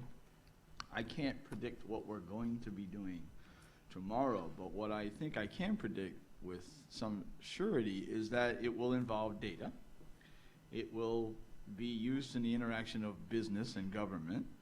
It will therefore create records, and we'll have no idea how to fix them. Oh, no, I'm kidding. We've got to think about we've got to think about what we're going to do when, I don't know, we're all wearing, I guess, what is it, Google glasses, or we're doing something, or I don't even know where all that's going. But at any rate, that is coming, and it's coming faster and faster and faster. So I would offer to you that this field, this profession is going to have to move faster. I don't know that records management, with no disrespect to any of you, has the reputation as speedy and highly flexible. And so that's the world you're moving, that where you're in, and I think only going to have to move to with even greater rapidity. So strap in. So you live in interesting times. In the Chinese curse sort of way? Oh, definitely. You live in interesting times. The world is changing rapidly. Globalization, location have different meanings. Even the words that we're talking about today have changed and morphed over the last few years. Do you use this as something you embrace and you use it to enrich your lives and to move forward and find new, interesting, fun ways to enjoy your job? Or do you see it as an overwhelming tsunami that you try and hold back or feel that you can't address or deal with, and you get swamped? The question is up to you. How do you approach it, and what do you want your day to look like, and how much fun do you want to have? So do you ride the wave? It's a big wave. For the last 7 years working for the major corporation I do, I've had the opportunity to walk into my boss's office and have my boss say, "Pat, I have an opportunity for you." Did you run? I wanted to, in some cases, but each time my business card title got a little longer, I got a couple of people, I got a new challenge. I got some more interesting things to do in the Chinese curse sort of way. I spoke to people at 3-letter government agencies that I never spoke to before. I've had interesting conversations with the FBI. I've been to various lawyers' offices and raised my right hand. I worry a lot more. I have less hair. I have more around the middle. But at the end of the day, I'm still employed. I like my job. I like the people I work with. And I get to talk about some of the things I do. And it's a cool thing. And that's what I'm going to impart with you a little later today as well. So stick around. Thank you. Thank you very much, everybody. Appreciate it. Thanks, John. Thanks, Patrick. Thanks, David. Thanks, Kevin. So now on our agenda, we actually have a break, and we're actually back on course, I think, for time. We have a 15-minute break. Thank you, gentlemen. Back at 10:30. The next presenter is Kevin. Kevin's back up on stage here, Kevin Charest, and that's at 10:30. So thanks, everybody. We'll see you back in about 15 minutes.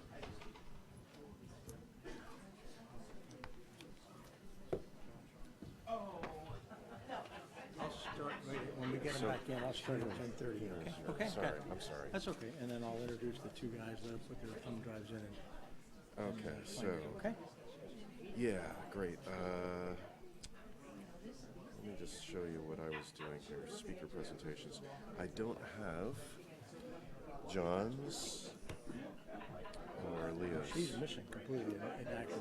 Okay, so do we have a backup? Do we have Rebecca's trying to find her. George? Okay, does George, if we can maybe find out if George Darnell has I thought he was going to do something, co-present or something at some point. Okay, I think between. Or what we might do is just boot to see if Patrick's willing to move up and drop her out. I don't know. I'll ask Elizabeth, I guess. But Kevin's is here, and I can pull that up.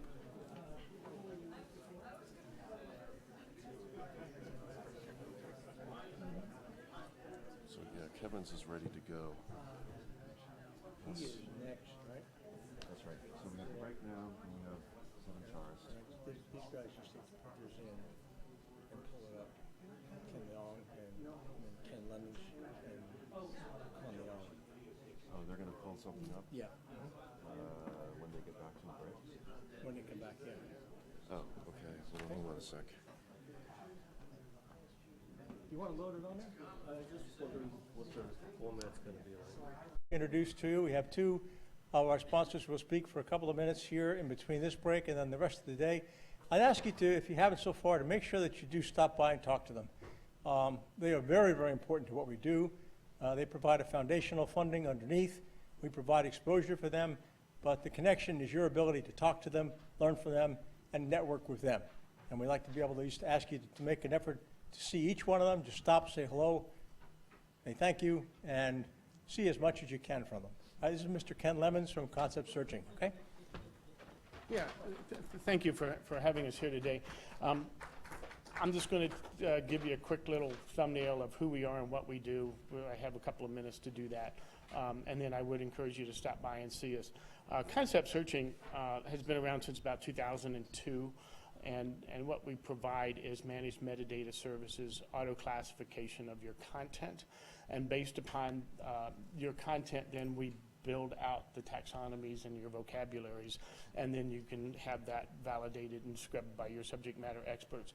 But once we have the metadata, because it's all about the data at the end of the day, then we can go ahead and apply business rules and templates and security constructs and workflows and so forth.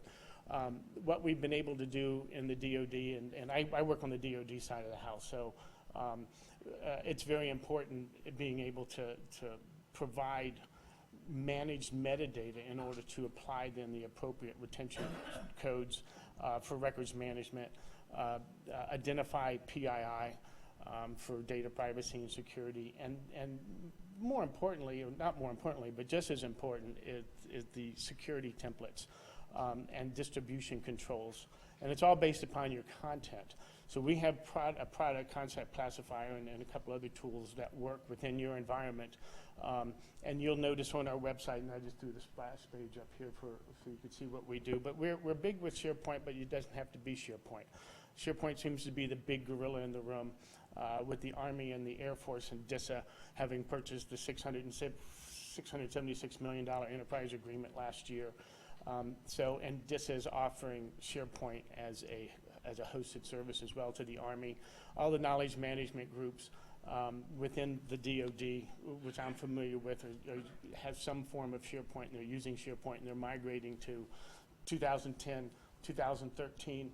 And the question that I ask people is, well, what are you doing to take advantage of the term store and the managed metadata services that are inherent within SharePoint 2010 and 2013? And you get a lot of blank faces. And so what you can do is quite frankly, is amazing. And we've been able to demonstrate this across the Air Force Medical Service and across the Army Medical Service, which both have enterprise agreements with us. And the technology is fairly inexpensive, actually. It's licensed by Front-End Web Server. And I know that records management is very near and dear to your heart. And one of the things that we can actually show you is how we've taken all the tables and rules. And in the Air Force, we have over 5,300 retention codes that we have to deal with. And so there's no way you're going to be able to get a human being to be able to apply all the correct retention codes and so forth. And so that's what we do. We take the human being out of the equation, and we let technology address the issue. So in a nutshell, that's what we do. And please feel free to go out to our website and stop by and see us. And that's kind of just what I want to tell you. Okay? Thanks.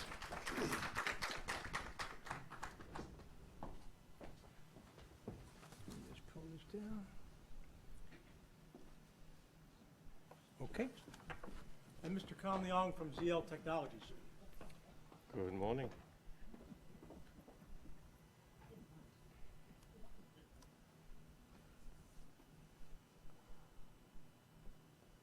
We are ZL Technologies, and we help very large organizations manage pretty much all of their information. We're up to about maybe 90% of the way in terms of all of the information. The remaining 10% will come shortly.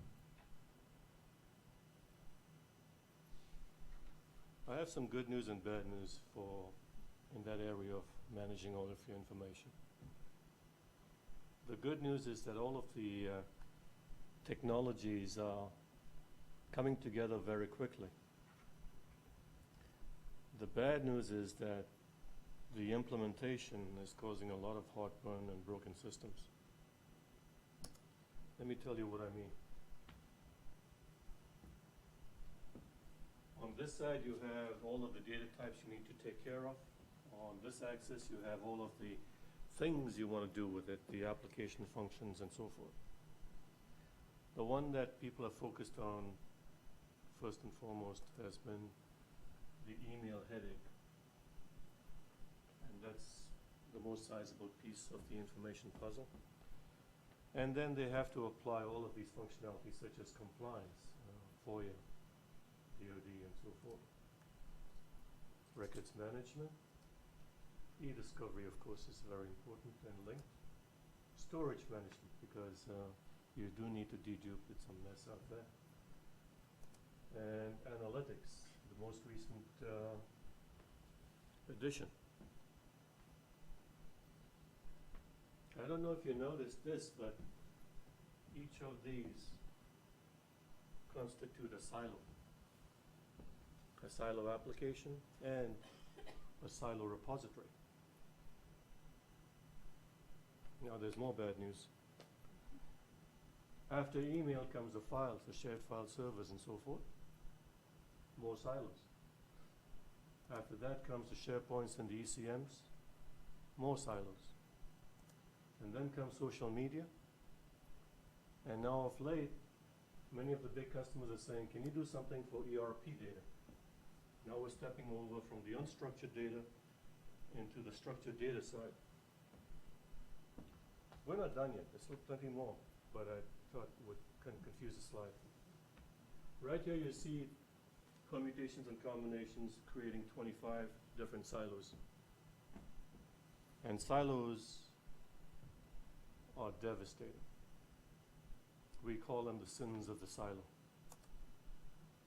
First sin of the silo is that because of the nature of email, which is vulnerable to duplicates and so forth, you will have plenty of duplicates across, which not only takes up storage, but also churns up your management resources, because you have to dedupe every time you do a discovery or you have to dedupe through a ton of them. The second sin of the silo is inconsistent search, because each one of them will have its own little search engine. And not all of them are the same. In fact, some will be really primitive, some will be sophisticated, some will be in between. The same search command will return different results on the same data set, which is anathema to e-discovery.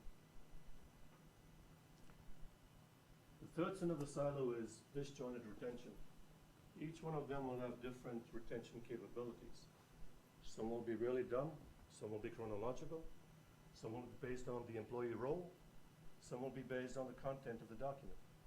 The same document in different silos will have different lives. Basically, if you add all of this, you've got a loss of data control. And that's what's causing a lot of heartburn. The only proven way to solve this issue is to put it all together under one system, so that you have one data copy across, one policy control point, one search, one view, one version of the truth. So it ends up looking something like this instead of that hodgepodge. One contiguous mass of data organized by one system. That's the overall 30,000-foot view of the issues facing us. I'd like to conclude by sharing with you some views I saw as it affects records managers. We look at this mess, we typically focus from the records manager's viewpoint. Just a small little record site. It's a business record, it's been well defined, and so on and so forth. This is maybe 5% of the corpus. But as you know, in the last few years, especially with all of the e-discovery cases out there, there's a huge amount of data that needs to be accounted for. At the moment, we just call it non-records. They make a huge impact on litigation. Companies have been known to lose billions of dollars in judgments. You can't really say that's not relevant. What's even more interesting and kind of branches off from what I heard earlier today is, what do you do about this stuff? Is it e-trash? Or is it more like e-treasure?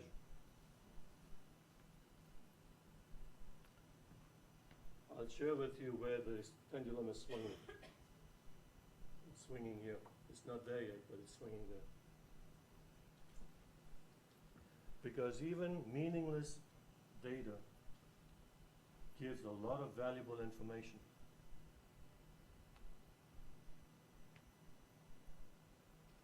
One very simple example. With all of the meaningless data, you can potentially rank the productivity of all your employees in the organization. Let that sink in a little bit. It's all there. And throwing it out is like throwing the baby out with the bathwater. What's perhaps more relevant is what will be the responsibility of the rickets manager going forward. That's TBD. I'll let you know on our next session. That's all I got. If you have any questions.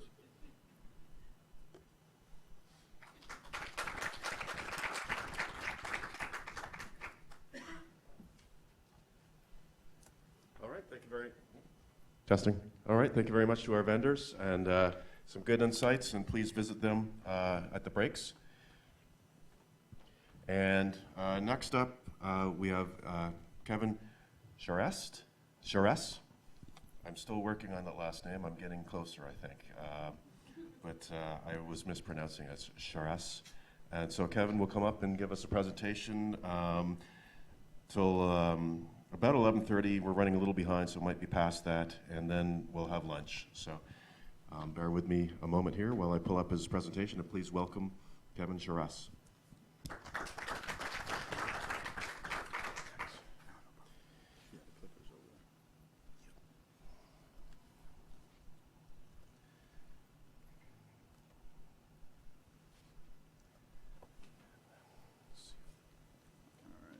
Give you 1 second to get some notes out here. I don't know, did you turn it on, off? Testing. Delayed reaction. All right, give me 1 second. So I'm between you and lunch, is that what I'm to understand? Well, I've only got 40 slides.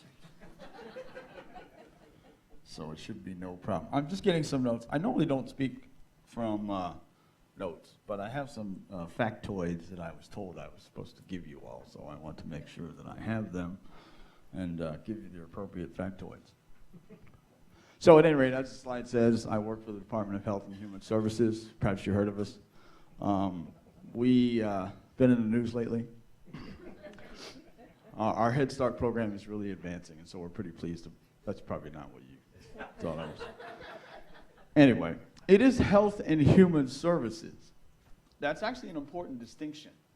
Most people don't realize, or a lot of folks don't realize, all of the missions that exist within the Department of Health and Human Services. It's actually quite vast. And part of this, I'm going to show you what those variety of missions are and sort of how we deal with governance.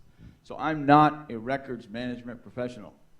I apologize. I'm not worthy to be here, but I am going to, at the end of the day, try to give you a perspective of a security professional and sort of how all this governance stuff comes together. And I hope you'll have some value in what I'm about to share with you. So this is it. All government slides must have an agenda. I don't know why, but they're always there. The old military thing. I was a military guy, you know, so the old 3 things. I'm going to tell you what I'm going to tell you. I'm going to tell you what I told you. And I'm going to tell you again, so you get it, right?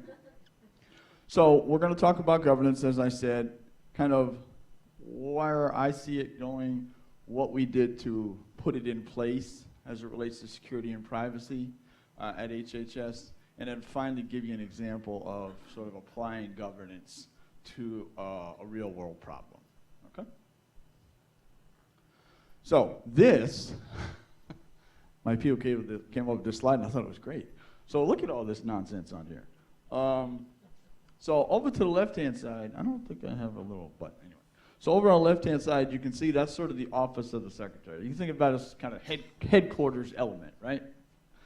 So there's a few things going on in there. You know, I'm actually over there. You know, I exist, where's my, the star, of course. So at the very top left-hand corner. Now, over here, we have what we call operating divisions. Other government agencies call them bureaus. Some call them components. Some call them, well, we can't say what they call them, but you know they're there, right? So you can see, well, I'm going to show you in just a second a wide range of missions, but a lot of these were put together when HEW was changed back when it used to be education was a component part. So this is what we ended up with. So it's really a huge, not only do we have a wide variety of mission here, but even within the headquarters element, we have a huge variety of mission. So you can start to think about the kinds of data, the perspectives. I like that last slide on silos. If I made a silo slide just out of what you see here, I can't even imagine how many boxes I would end up with. But it would be tremendous, and that's obviously the challenge that we're all faced with. So I thought it was important to tell you a little bit about each one of these folks, just because I think it's relevant to governance. And see, I already screwed up. I never talked from notes. I was supposed to give you the factoid. So give me just a second here, and I'll give you these so that my people who dug them up for me don't feel bad. So HHS, it says here that it's highly federated in nature. You can obviously see that. So we have about 85,000 actual employees. When you add contractors and support folks and other things, we're somewhere around 130,000 or so, right? We're a $1 trillion organization. Obviously, the Medicaid and Medicare folks are the 800 billion pound gorilla, if you will. And then, obviously, we've got a wide range of missions. So just one thing, something I thought here I didn't even realize. So we have 2,980 buildings. We lease another 1,003 buildings for a total square footage of 51,864,431. By the way, part of that's our record storage. We operate 1,240 locations throughout the United States, 12 internationally. We're actually in 54 separate countries, too. A lot of folks don't necessarily realize that our mission pushes us international. When you think about the Centers for Disease Control, emerging diseases, at-risk populations, I can't tell you what it's like to try to secure the surveillance of, and this is true, of underage prostitutes in Bangladesh. But we actually survey that population for an emerging disease component. So just think about securing it, retaining it, the data associated, the research value, and on and on and on. So it's certainly a challenge. We have, yeah, like I said, our fiscal budget's just under $1 trillion, something like that, give or take. Really, what's 50 billion at that point? So, I know it sounds ridiculous, but it's true, right? Yes, I pay taxes too. All right. So at any rate, so you can see we have the Administration of Children and Family, right? That is actually where the Head Start program is that I was kidding about earlier. Oh, you know, one thing I was going to mention too, I apologize. I really was on the West Coast, was at the RSA Security Conference. I tried to avoid jet lag by going to bed at 9 and getting up at 3 every night, and I felt great until this morning when I got up and thought, wow, I've got jet lag. So it didn't work, but I tried to be prepared. And the opening there, I actually talked to him to see if he'd come with me here. William Shatner opened up that conference. My bucket list moment was getting to meet him. And he opened, for those of you with gray hair like me, he had an album. Does anybody remember this album? Yeah, okay. He had an album and he sang, well, euphemistically speaking, he sang Lucy in the Sky with Diamonds. You guys remember? But it wasn't a sing, it was like Lucy in the Sky, you know, there was no singing involved, right? Well, he got up there and he did it in front of 27,000 people again at this conference, except he changed all the words to security stuff because we're all complete geeks. So can you imagine it's Captain Kirk doing his sing-song thing about security? I think about 8,000 or 9,000 people passed out. But nobody saw me pass out, so I wasn't one of them. But no, all kidding aside, so yeah, that's my funny opening stealing his stuff, but at any rate. So a lot of stuff going on here, obviously, and actually I got to give a shout out to my colleagues in the back there from one of these divisions that are here. which is HRSA, which is Health Resources and Services Administration. So I just want to, again, point out, for example, does anybody know that we provide health care to 385 sovereign nations? Did you know that? You pay for it. You ought to know about it. Why? We have treaties. These are Native American tribes, right? Part of those treaties where we will provide health care. We still do, and we will. Just an example of the varied mission. You've got substance abuse and mental health. I mean, it's just a whole wide spectrum of things that we do, not just Obamacare, contrary to popular belief. So, although I have testified, I am actually glad to be here because I've testified 10 times in the last 8 weeks. And I'm really glad. As I said to Chairman, he said it to me at the last one. He said, you know, Dr. Shrez, thank you again for coming in for another 8-hour session. And I said, well, yes, sir, glad to do it, you know. And he said, we really don't want to see you again. And I said, well, with all due respect, Congressman, I don't want to see you either. And he said, no, I'm serious. And I said, so am I. So actually, it was all good-natured fun. But the point is, obviously, what we do is very important. It's very important to the American people. It's very important to you as individuals. At least I would hope that it would be. You know, so my mission, the vision and mission here is what we in security are doing in support of the mission and vision of the department, which is the protection of health care for all individuals. And really, we, to some component, think of that as a worldwide mission when you think about emerging disease threats and those sorts of things. Obviously, primarily focused on the American people. So we have transparency, economic growth, and scientific collaboration. So security kind of gets a bad rap, honestly, a lot like records management, I think, right? Does anybody ever walk in your office and say, I want to do record management today? They do? Wow. So they were. They say, I want you to do record. Oh, I was about to say, they don't say, I want to do it, right? I was thinking maybe they had taken a stop through Colorado on the way to work that day. But at any rate, they don't walk into my office saying, gosh, I want to add some more security to my application. Can we add an extra password? That'd be fantastic. It doesn't happen, right? So we kind of sit in the same boat. One of the challenges that I had, I've been the Chief Information Security Officer for the department since October of 2012. And when I got there, as Sharon will attest, when I got there really was no governance body for security and for all the information, the record. We actually have lots of things we are required.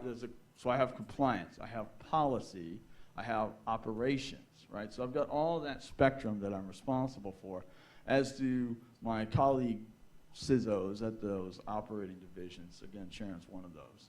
So, you know, we all have this need, but we were not, frankly, working together in, I would say, the most optimal way.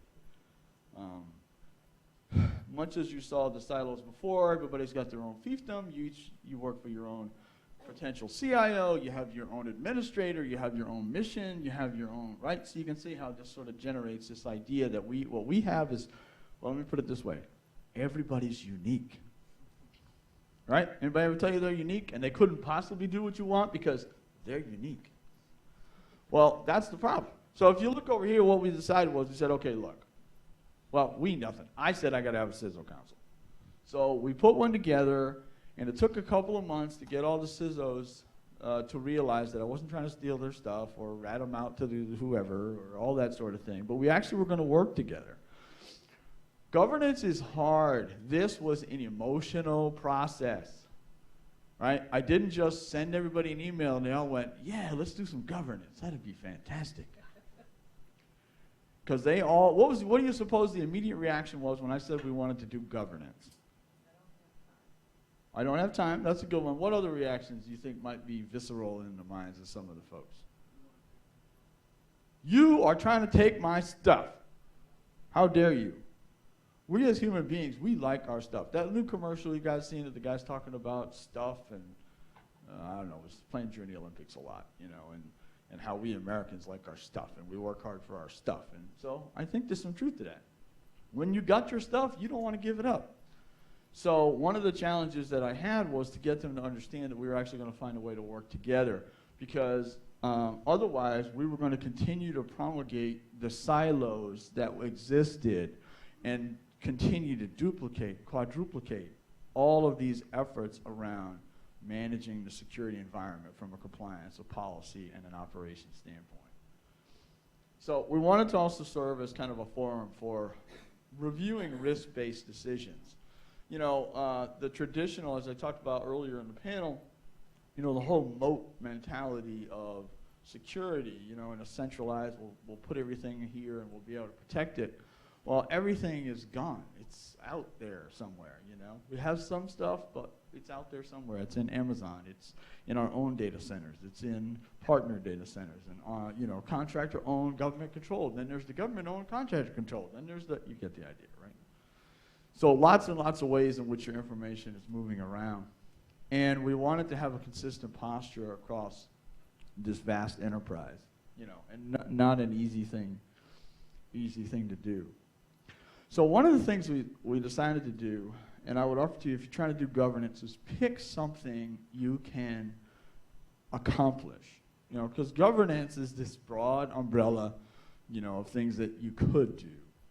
But I'm a big believer in showing some value early, right? Find some low-hanging fruit. Take a process that everybody must do or maybe isn't working particularly well. In this case, I chose policy. And so we had a problem where my predecessor had an approach of, you know, really completely sort of headquarters push-out driven kind of an approach to policy development. So one of the things that I decided to do was said, okay, look, we're going to have a collaborative approach to policy. Contrary to what my people that work for me say, I don't know everything. And so I want to get everybody else's opinion and involvement, right? And I want to make sure that they are, well, let me put it another way. I'm a firm believer that I'd rather do something with you than to you, right? I think that's important. If people have skin in the game, if they have some sense of ownership, some sense of influence on the outcome to which they have to live with, then I think they'll be more involved in what you're trying to accomplish. So one of the things we decided to do, as I said, was just do policy, build consensus, and then accelerate the whole policy review. When I got there, and well, shoot, take a guess. How long do you think a department of our size would push out a security policy? How long do you think it would take me to do that? That's not bad. 18 months is a good guess. Sometimes, if it was a small policy. So let's not get overzealous now, okay? No, all kidding aside, there were some that they could do in 6, 8, 10 months, and then there were others that would take a couple of years. To me, that's completely ridiculous. And how, because by the time we got that policy out, the underlying requirement has changed. And so I have to either do an addendum to the policy, and so maybe it doesn't take 2 years, it takes 1 year to do the addendum, you get the idea. So this process is, so you're never current in your policy, and then when you start building systems and looking at underlying infrastructures and procedures and interconnections, they're all wrong because the current standard is different than the policy. So real benefit, right? Again, I don't know how many folks walk into your office talking about, gosh, let's do policy today, but they all live with it, whether you're in private sector or public sector. The fact is policy governs what we do in a lot of ways, whether even when ignored. Can I ask you a question? Yeah, absolutely. So you started with policy because you thought policy was a low-hanging fruit. Correct. As I read in your slide. But how does policy then translate into what you are required to do? Like, how did you say this policy will then lead to action? Okay. Well, I'm lucky in the sense that when I write policy, it is because of something we have to do. Okay? I'm the security guy. So I've got a big, giant hammer. Most people that write policy don't have that hammer. And so I'm really it's kind of a luxury, really. So, for example, the National Institute of Standards and Technology, NIST, creates a standard. We then have to incorporate that new standard into what we are doing. We're given a certain amount of time to do so. So that hammer is the impetus for change. But, like we were talking about, other things that are not complied with, you know, well, how soon do you do it? Well, how often do you make your changes? So I decided to use policy because it generally represents the things that we had to do. We needed to do it more quickly, and we needed to involve more of my colleagues in that process. Okay? And so we actually started with a really simple one, talking about an encryption change. This policy was only 4 pages long. I think it's the shortest policy we've ever written, actually. But our masterpiece policy, which is undergoing rewrite right now, is, I think, 180 pages long, something like that. Not counting all the appendices, mind you. So at any rate, so we started with that, and we pushed that out to my colleagues, right, and got them to think about it. Now, at first, 1 or 2 would comment. Not everybody's commenting. Everybody's kind of waiting and seeing what else other folks are going to do, how, you know, this process is different. So anytime there's change, right, you've got all that issue of change management. So I would offer to you that when you start down this road of governance and formalizing your governance structure, you've got to recognize the change management piece has to overlay that, okay? You know, don't expect you to write this pithy, fantastic document about why we're going to do this, and, you know, all of a sudden they read it and there's this, you know, epiphany for all, and they walk in ready to go. No, they walk in with their human frailties and their own concerns and their fears that even though you got them to sign the charter, they still think you're trying to take their stuff. So you've got to deal with that. So we went through this process, you know, and really accelerated it to the point where we have been able to generate policy now, which was on average probably in the 8 to 10 months range. We can actually generate policy and get it out within 3 to 4 months, which is a tremendous improvement and can give us a lot more effectiveness as it relates to compliance, right? All these policies generally also generate records, artifacts, which is the vernacular that we have a tendency to call, but that's all it is. It's a record, right? You have to prove to me, or you have to prove to the OIG, or you have to prove to the GAO auditor that you've done these things, right? That's the world we live in. Audit on top of audit on top of audit. So you got this governance program, governance procedure or process, right? How do you bring that into your program? So I started with the governance around the CISO role, okay, the Chief Information Security Officer role. Now, one thing that we have across the department is we have some variation about where privacy lives, okay?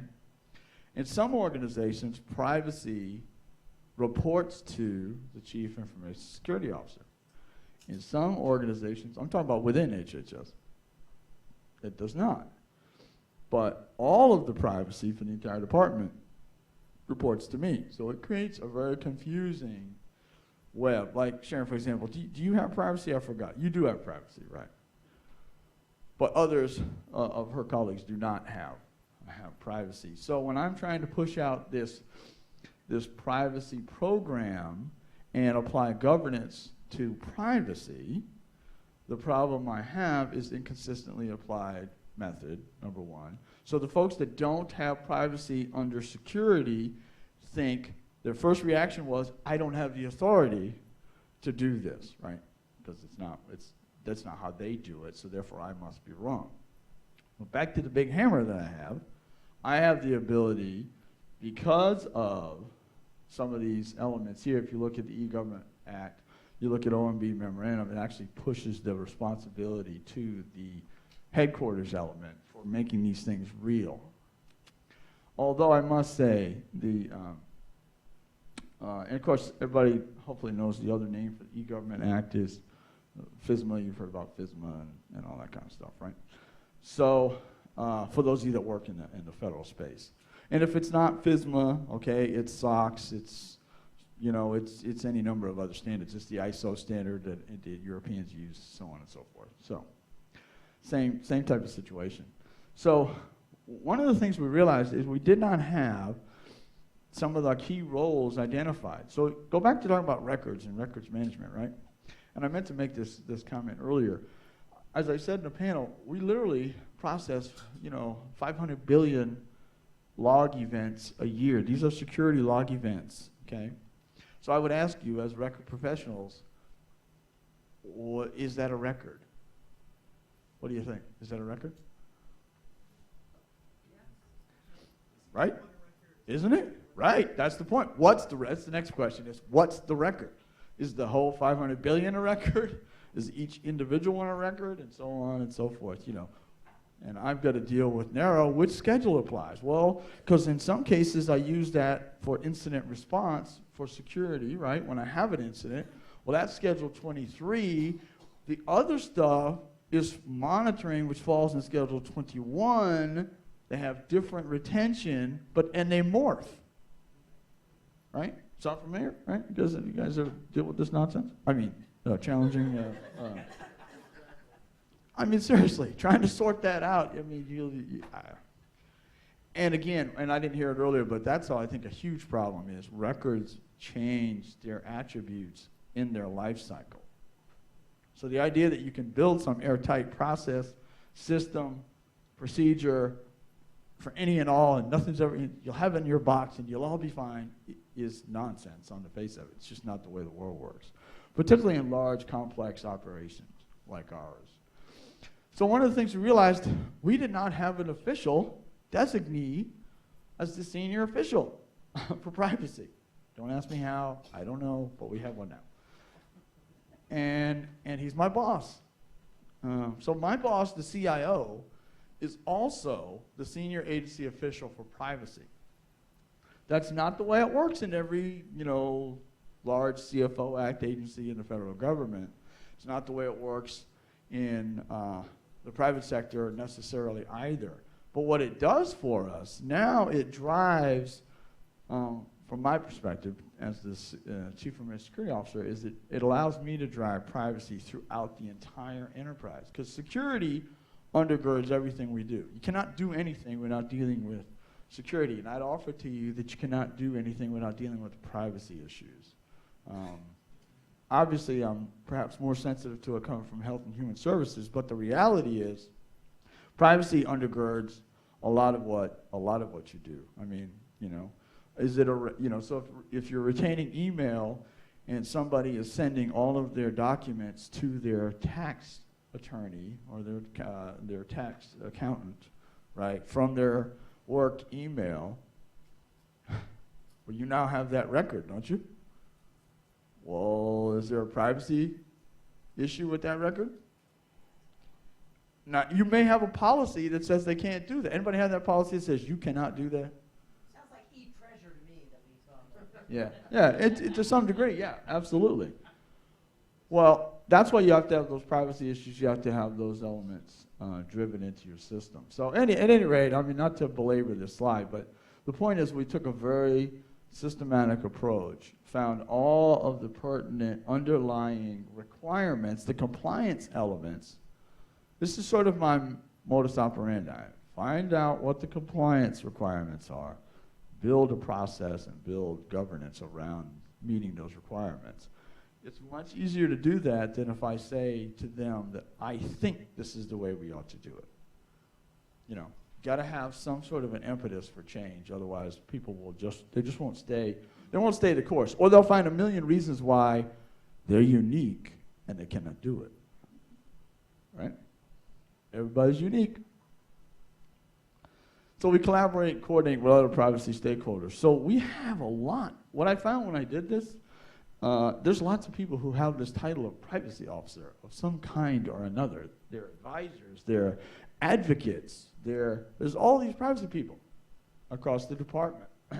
But none of them have actual responsibility for the privacy program, which I thought was interesting. But you have a lot of constituents. You have a lot of voices out there telling you how to do something. Does that sound familiar?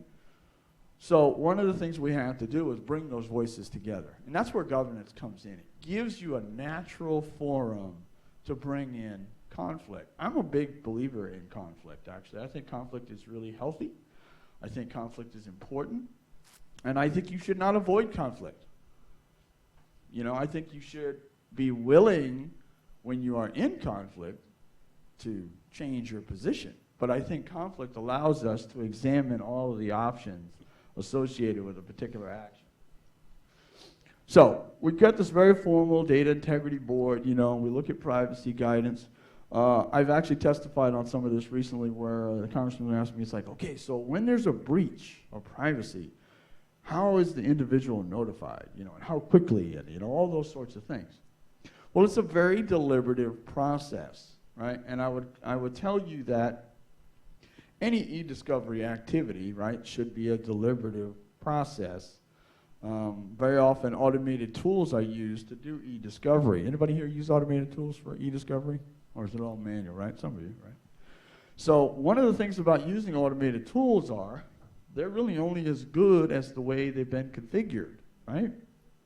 So if you just carte blanche use this e-discovery tool, whether it's, well, there's lots of them, but you know, any one of those, and it's really a function of how well you've configured the tool as to what you get back. You may just bundle it up and send it off as your response to e-discovery, and you may find later on to your horror that you have not responded to it, you've responded to the next 4 that you're going to get because now you've given them, you know, all this additional information that you really didn't intend to. So it's important to have a process. You cannot just expect these things or give one person a tool and say, this is our e-discovery person, right? Any e-discovery will be handled by Frank, okay? Well, the problem is, without a process, without an ability to actually see it as a component part of the whole, you run the risk of always getting Frank's interpretation, which may put your organization at risk in ways that you did not realize.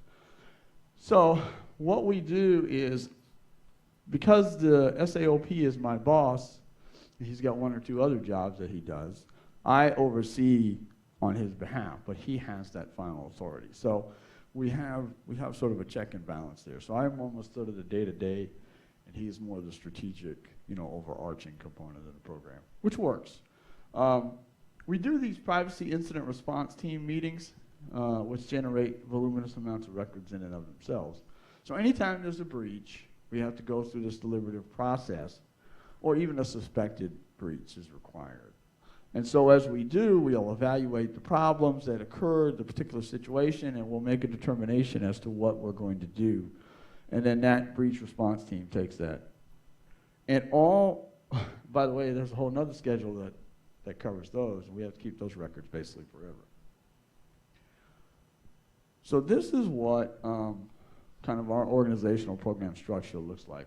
I put all the names in there, but I'm not sure why, but I didn't take them out. You cannot hire any of these people, and you don't need to anyway. But these gray folks here are this is a kind of an ad hoc team that comes together when there's a response, so it's not a permanent job. These gray box areas are some of the advisors. We have something that President Bush established at HHS during his, I think it was his first term. Something called the Office of National Coordinator. Anybody have any idea what the Office of National Coordinator does at the Department of Health and Human Services? Well, that is an excellent assumption. It's wrong, of course, but it is an excellent assumption. No, seriously, their job is to promote electronic medical record adoption among providers. You got that from the Office of National Coordinator, right? I say that because they got a privacy component. You would think, right, privacy, electronic medical records, right?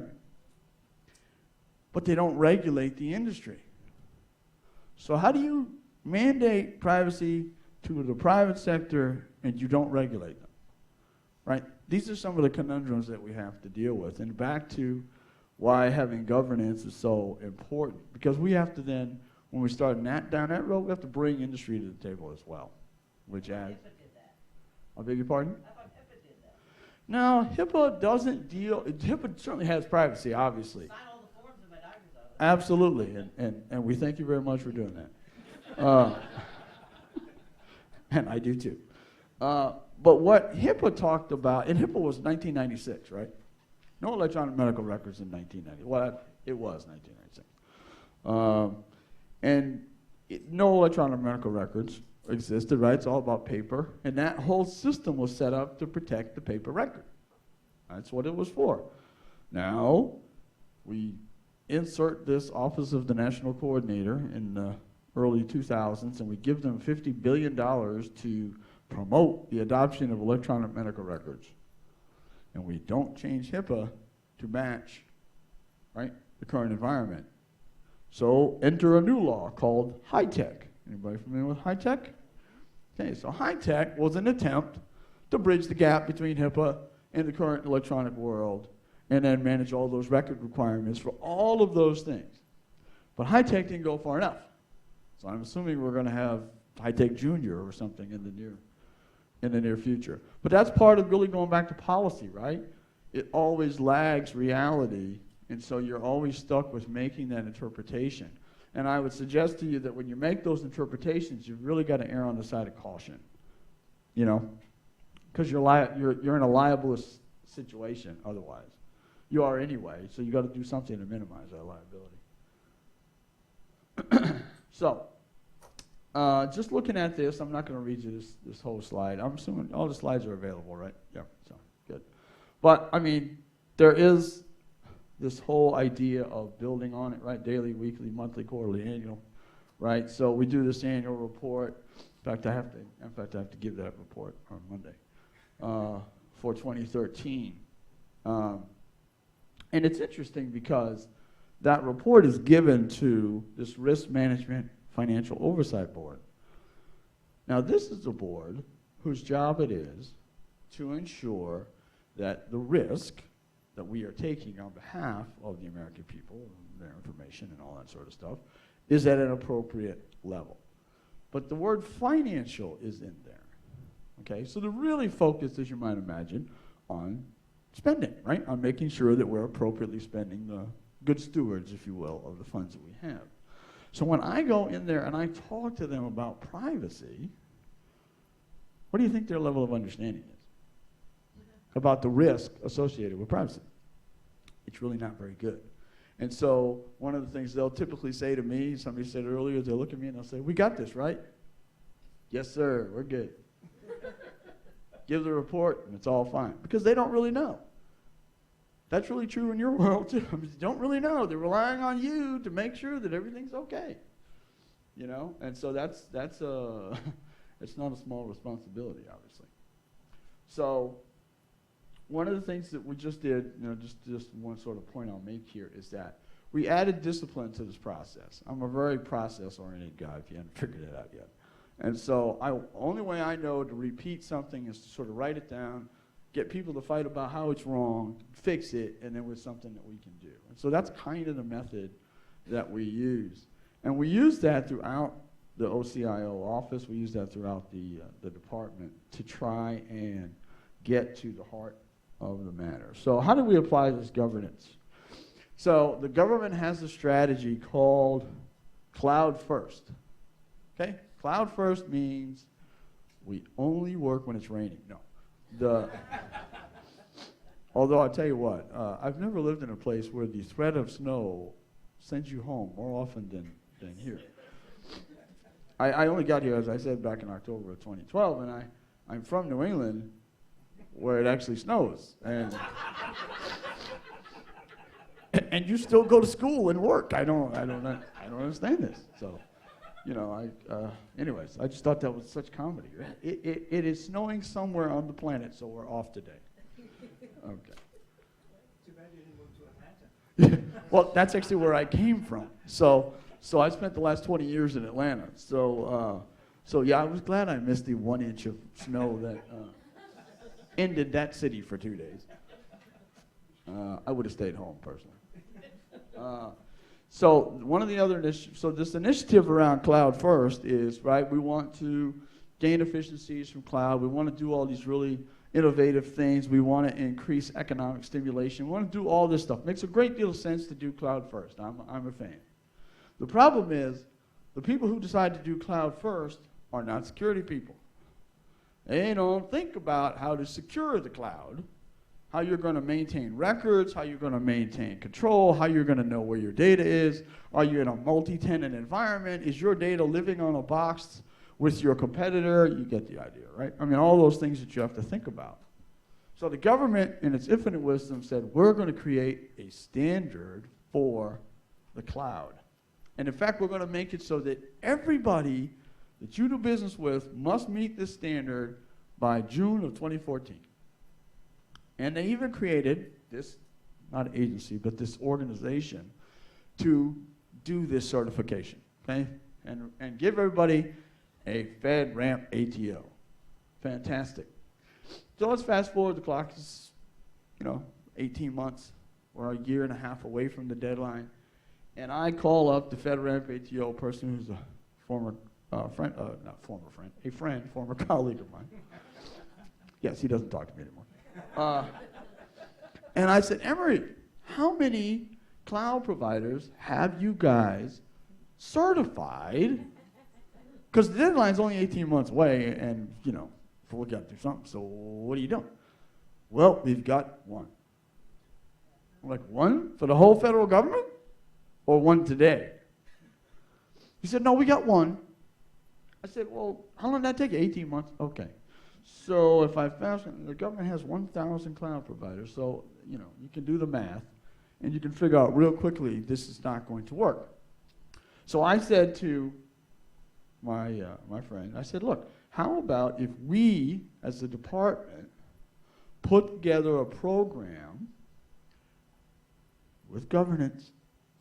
We'll utilize your folks, your process. We'll modify it slightly in recognition of the resources that we have. I will then go to my constituent organizations, folks like Sharon and others, and say, we're going to do this internally ourselves. We're not going to do it the way this monolithic organization is doing it. We're going to be nimble, okay? But we're going to have to include not just HHS, but we may in fact have to include other outside agencies as well. Well, Emery laughed heartily into the phone and said, sure, if you can do that, go for it, right? Okay, good. So that was one down. And then I went and I talked to the folks in HHS, my other colleagues, and they said, well, we don't have any time, money, or resource for this. And I said, well, but we're all faced with the same challenge, right? So what are we going to do? So I said, all right, I hear you. Then I went out to some other folks out in the government. I said, look, you've all got this problem. Give me a couple of bodies. So I literally did that. And I got one from here and one from there. And then once the internal folks saw that I was getting some folks from outside, they gave me a person. Before you know it, we had a 20-person team to do this. Okay? And it was other duties as assigned. We developed an entire program, the governance around it. We put the processes and procedures in place. We got the FedRAMP folks to sign off on it. And when we were done, we put one through the process. Well, we were the first federal agency to do so, and to do so successfully. Well, now we got 6 in the queue. Fast forward the clock, they've got 8 total so far completed for the entire federal government. The deadline is June of 2014. So we have 5 in the queue right now, and my goal is to have more done by the time June 2014 comes up than the organization. It's not bragging, it's just sort of showing the power. When governance works and people see that it works, I now have colleagues from GSA, from USDA, from DHS coming to me and saying, hey, we'll give you bodies. You seem to have a process that is getting this done, so we'll give you bodies. And I say, well, why don't you let me, I'd rather teach a man to fish than give him a fish, right? So I was like, why don't I show you how to do it, and then we can all do it and get, 100 of these things done, right? But thus far, I haven't been very successful with that. So we're going to keep doing it. As long as they give me resources, well, I'll do it. Somebody has to be first. But the point of all this is to simply say that, we're meeting not only the needs of HHS, the needs of the entire federal government by what we're doing. And we're doing it in a way that incorporates all of the underlying, principles that are required. So we feel pretty good about it. And we feel pretty successful in the model that we've used throughout to solve privacy issues, to solve cybersecurity operational issues, and now to solve kind of the whole cloud first. Again, this cloud first strategy was dreamed up by some people at the White House who don't have any idea how to do this stuff. And I'm not knocking them. That's how initiatives get handed down. I'm quite sure that that's true. It was certainly true when I was in the private sector. You know, made a conversation with the CEO going, you know that's not possible, right? So, at any rate. That is my time. I'm only a few minutes over and into your lunch. If you have any questions, I'm happy to take them. If you don't, that's okay. You won't offend me. I'll probably stay around and eat with you guys and then take off. So whatever you need me to do.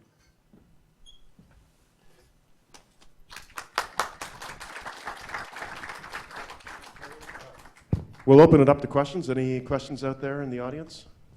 Fantastic presentation, by the way. Really appreciate it. I'm practicing my stand-up comedy. Hold on. Is the HHS FedRAMP, the one that you've set up, is that available to only within HHS or other agents? I know you said you're getting bodies from other agencies and such, but how does that work? Can you help me? Sure. I work with other federal agencies, and I'm just curious. Yeah, absolutely. Well, one of the things I wanted to do, and if I was going to use bodies from other agencies, I felt like it was important that they'd be able to use what we did, right? So that was part of going to the FedRAMP folks and getting them to sign off on the process. So we are following their process, modified to our method, if you will, but it counts as an official FedRAMP ATO, so anybody, whether they helped me or not, can use it, which is great, right? I mean, the whole point is, you know, we're all in this together, and so I'm happy to help. So a vendor having your accreditation is the same as having a FedRAMP accreditation? The only difference between it is a FedRAMP accreditation, to your point, and the only difference between the two is the monitoring method at the end. The way we do it's a little bit different than the way the JAB does it, which is the folks that do the official FedRAMP ATO. But anybody that's a cloud provider to the government is going to have to deal with the standard for you vendors out there. So, you know, you might as well figure out a partner and start trying to sort it out. Anybody else? All right. Great. Well, thank you very much, Kevin. Very, very good presentation. Excellent. All right, so we're going to take a break for lunch now. I haven't checked to make sure that it's available yet, but that's what's on the schedule. Right after lunch, we'll have John Azaza back up to do another great presentation coming up, and then Patrick Cunningham later on, another presentation, and Lee Isaacs, if hopefully will present as well. And oh, just one quick note. So I've seen a lot of. I've been watching these presentations this morning. I'm learning a heck of a lot. But two little old sayings stuck in my head now since I've seen the vendors talk and I've seen the presentations. And one is, in computer science, we were always taught garbage in, garbage out. But then there's also an old saying that says, one person's garbage is another person's treasure. And it's really hard to navigate those, isn't it? But anyway, have a great lunch, everybody. Hope to see you afterward.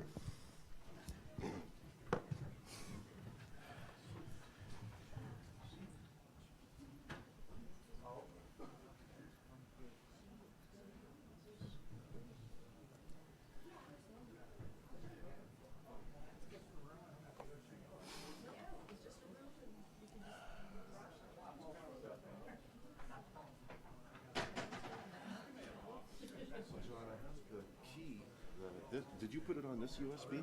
I put it on the blue one. Yeah, so it's on here, right? Yep. Cunningham, okay, let me just go back. There it is, 21st. 21st, got it, okay. So we'll just cue that up. Excellent. Excellent. Thanks. Oh, I see you got the Yes. water. The first thing I went looking for this morning was water.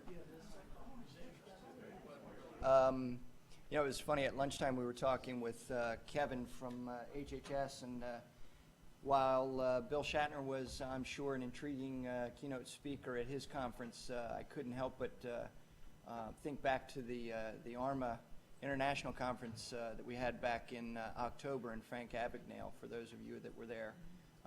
Pretty cool and dynamic speaker, especially from an information security standpoint. Anyway, ZAI, we are an information records management services provider. We focus on records and information as a science. And what we do is pride ourselves on working in partnership with organizations and our customers to develop a plan and a program and build from the ground up a plan, a records plan to make sure that, one, you're in compliance with the presidential directive.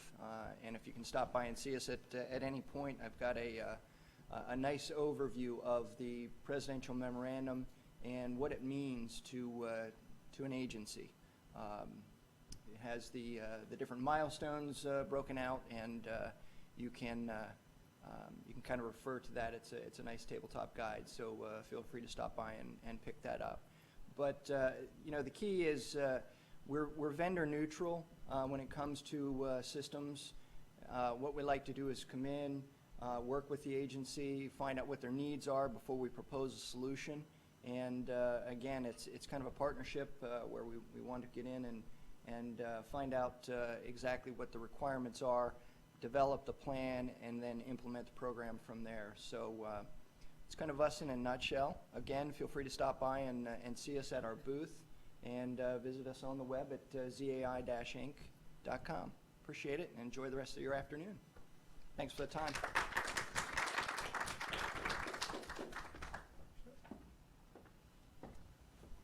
Next is Ms. Cheryl Smith from MetSmith. Okay.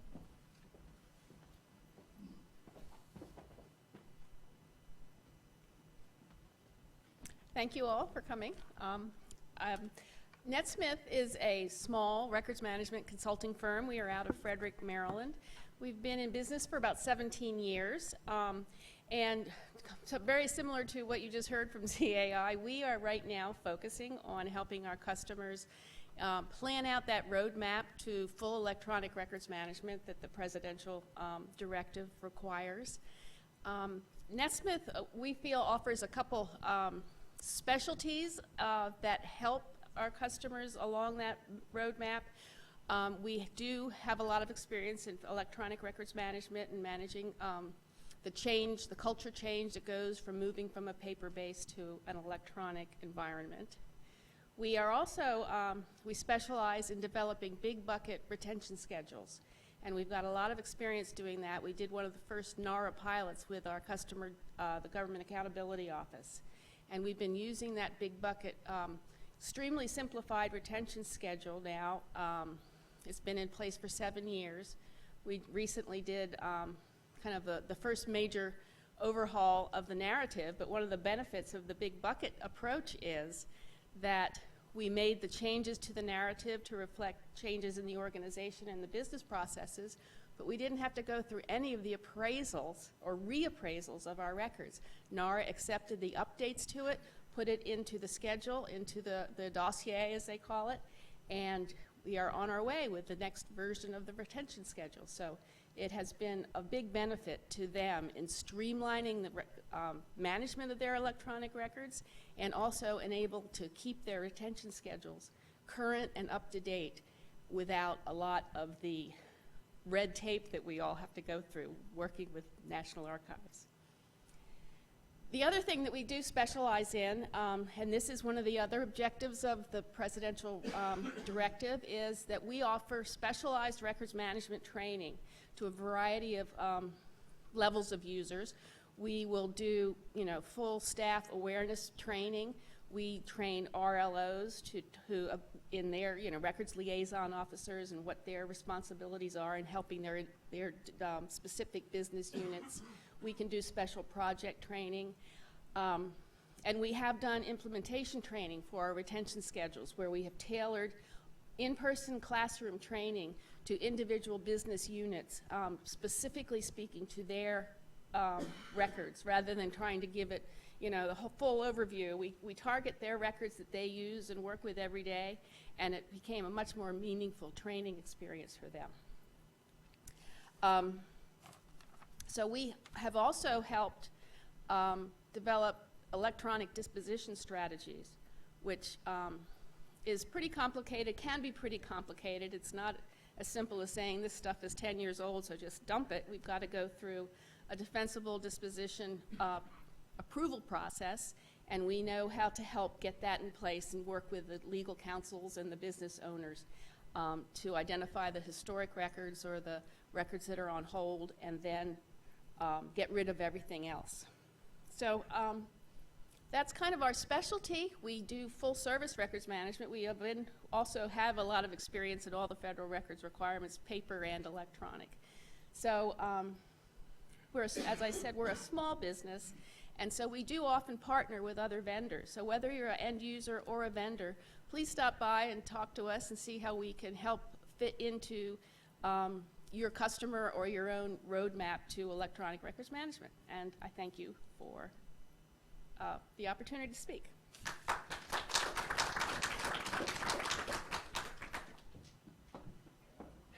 Cheryl, thank you very much. And now Mr. Devin Coate from Iron Mountain.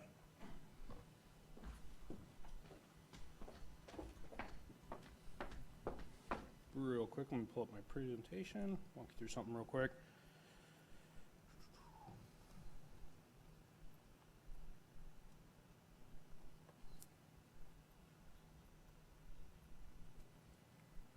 All right, so good afternoon. My name is Devin Coate.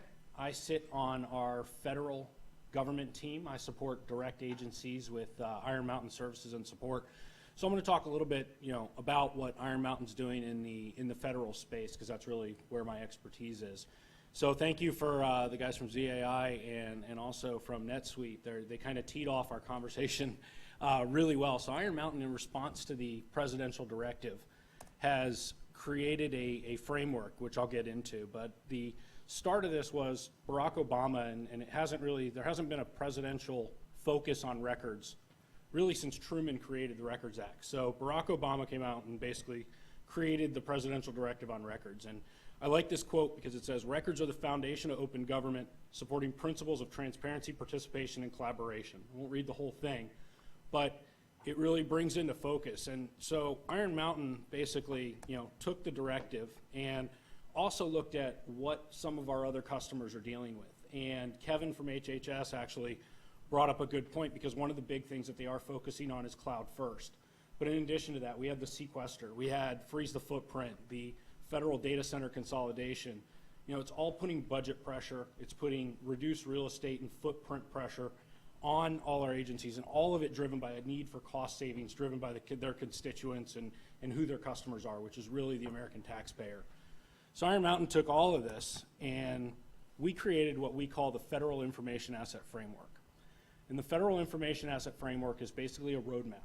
It's a guide to our agencies and our customers about how to meet the presidential directive, but also how to move any real program that they have into a cloud or keeping it a paper-based system, whichever makes the most cost-effective and efficient sense. We focus on it from a consultative standpoint. So the components, obviously, of a framework. We start with, I'll blaze over this one real quick, but basically we start with a current state assessment. We want to work with our customers, and we want to work with where they are, go into a planning phase with them about what steps do they need to meet, where do they need to go. Digitization is also a key area of the presidential directive, but it really talks about, we focus on intelligent digitization.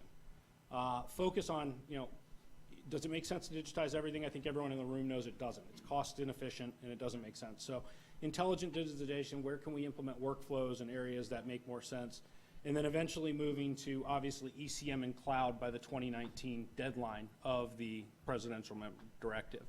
And obviously underlying the entire thing with product management and integration support at needed during the various stages.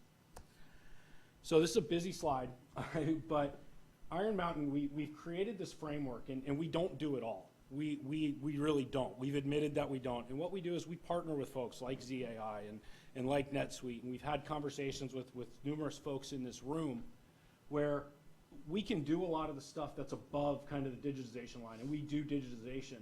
But when we get into the ECM and cloud storage and things like that, we're agnostic. We want to work with the best of breed partners. We want to bring in whatever makes the most sense for our customers. So like the folks before me said, we do a lot, but we don't do it all. And there is a solution that we can present together to go in front of our customers. So again, if you're with an agency or if you're with a commercial company, we'd love to talk to you about partnering, about how you fit into the framework and what we can do.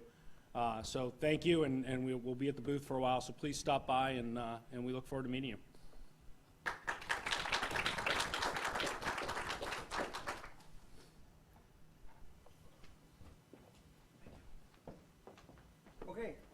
thank you very much. Please, also during the afternoon, spend some time with the remainder of the sponsors. They are very important, and you can see there's a synergy just by their very presence. And now we'll begin with the rest of the program, okay?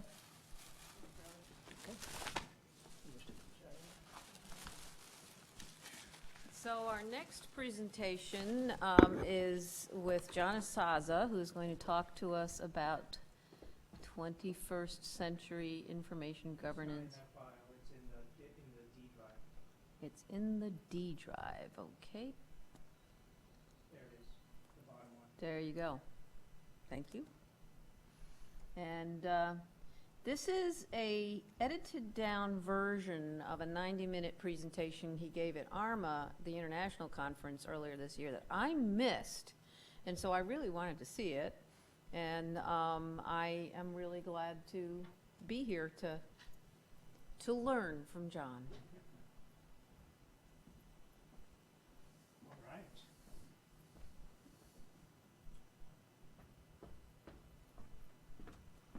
So, for those of you that don't know me, I'm the CEO of Information Governance Solutions, and so basically what we do with our flagship product is we have a database, global regulatory database, 135 different countries where we map regulatory requirements to records and information within any size of organization.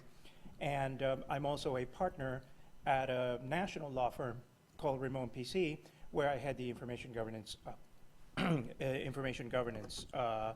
practice. I've been kind of, ever since this morning, I've been thinking, gosh, you know, how am I going to present 21st century practices for information governance, having heard that everything that we're basically creating as a practice is practically obsolete as we speak. And so I appreciate your perspective, and I appreciate your keeping me honest, because I have to be very honest with you. This is evolving as we speak. Elizabeth, you were upset with me because I turned in my PowerPoint presentation last night at 11 p.m.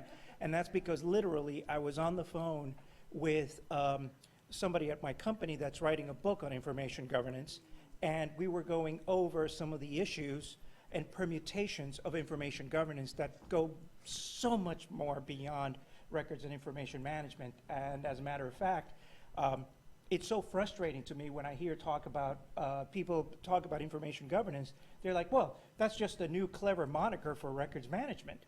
And that's just not the truth at all. Information governance is so much bigger and so much broader.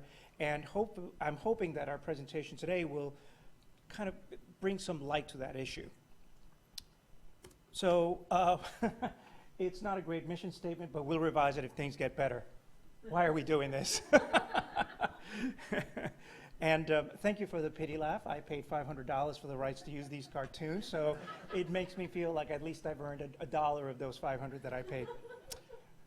So what we'll cover today, I love the way the gentleman from the Health and Human Services says, well, everybody has to have an agenda. Well, I like having an agenda because it makes it easier for you to kind of deal with the presentation. It doesn't feel like we're just rambling. So my agenda is I'm going to talk about why we're updating policies. We're going to talk about the old paradigm, 21st century policies, and other policies that are affected. Now, mind you, I'm focusing on policies, which goes back to the question I asked the gentleman earlier today, why are you starting with policies? Well, you got to start somewhere. And a policy at least sets a vision, a direction for where you need to go. And of course, we have to harness these policies with the realities of, well, you know, that's what I was asking you, where do you draw the line? Where do you start? How do you get to work in the morning without feeling like you're trying to boil the ocean? So I'm going to start with grabbing a little grain of sand from the bottom of the ocean and see if we can't take it somewhere. So why are we updating our policies? Well, the cartoon says it all. Our biggest challenge is the time zone difference. In New York, it's 2:45, but at our headquarters, it's 1974. And so there we are. All right. First, let's talk about the changing role of records managers. Now, I'm going to talk now, we're going to go away from the IT, We're going to try to step away from the legal and really talk about the records managers, which is really what is it? Most of you in the room? Okay, good, good. And then IT? 1, 2, sort of, yeah. And legal? Legal, okay. Lawyers? No lawyers, okay, good. Now I'm in the clear.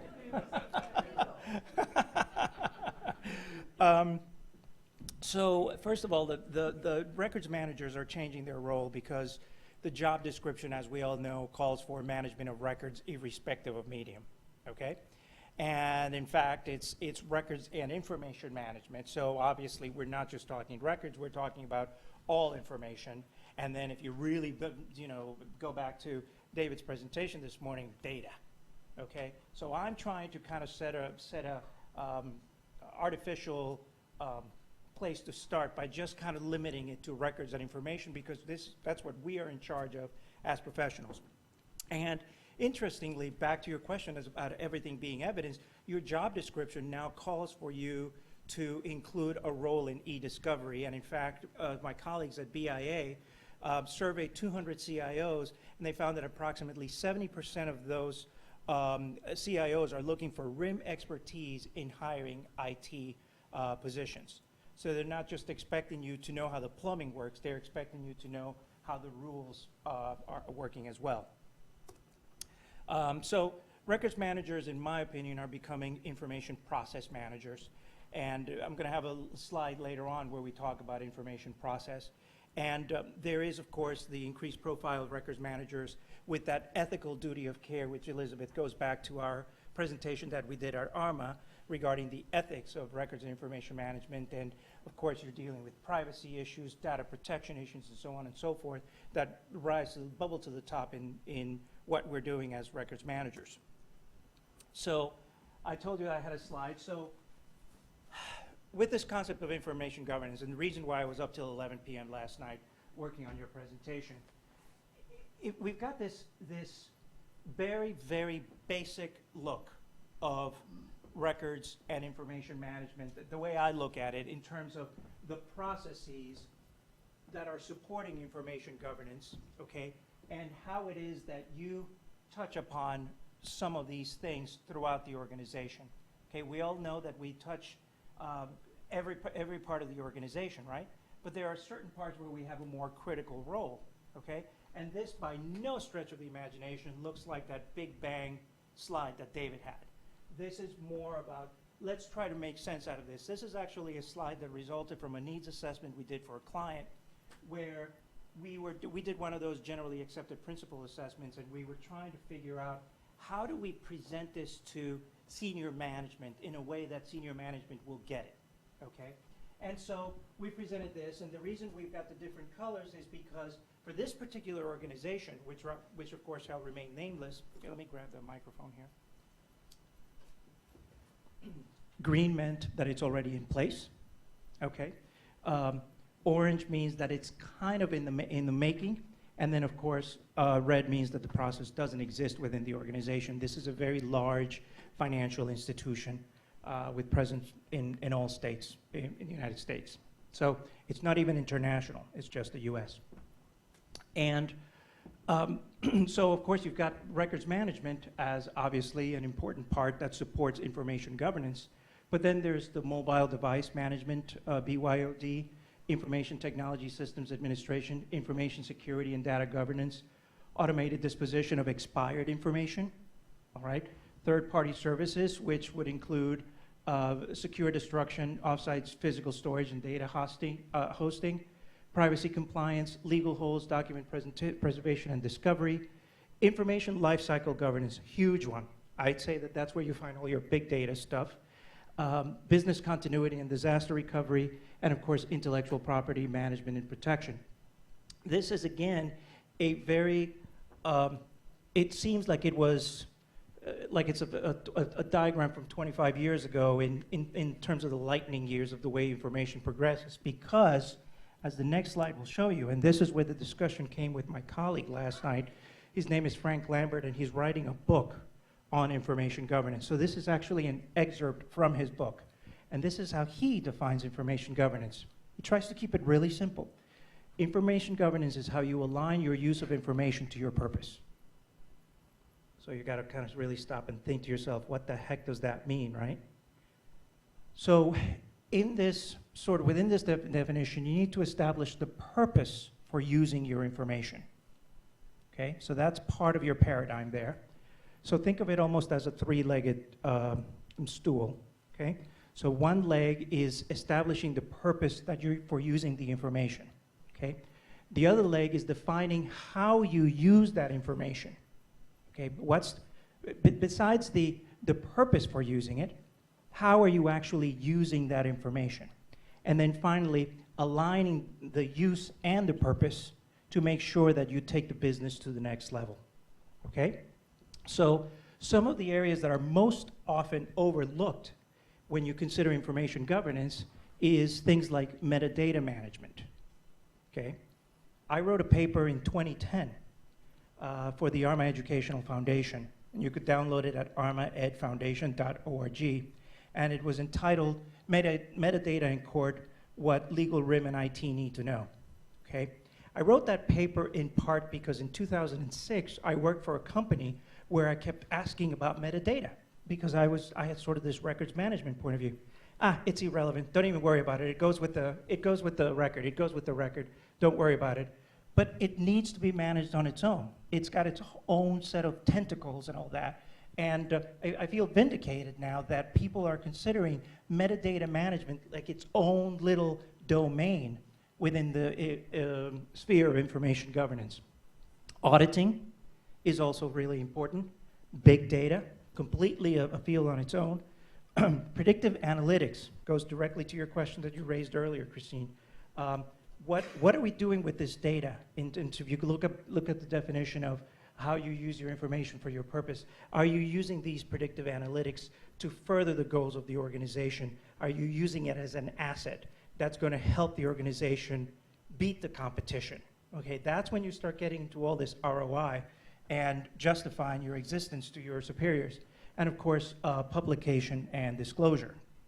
That is, of course, the next definition of what information governance is going to be.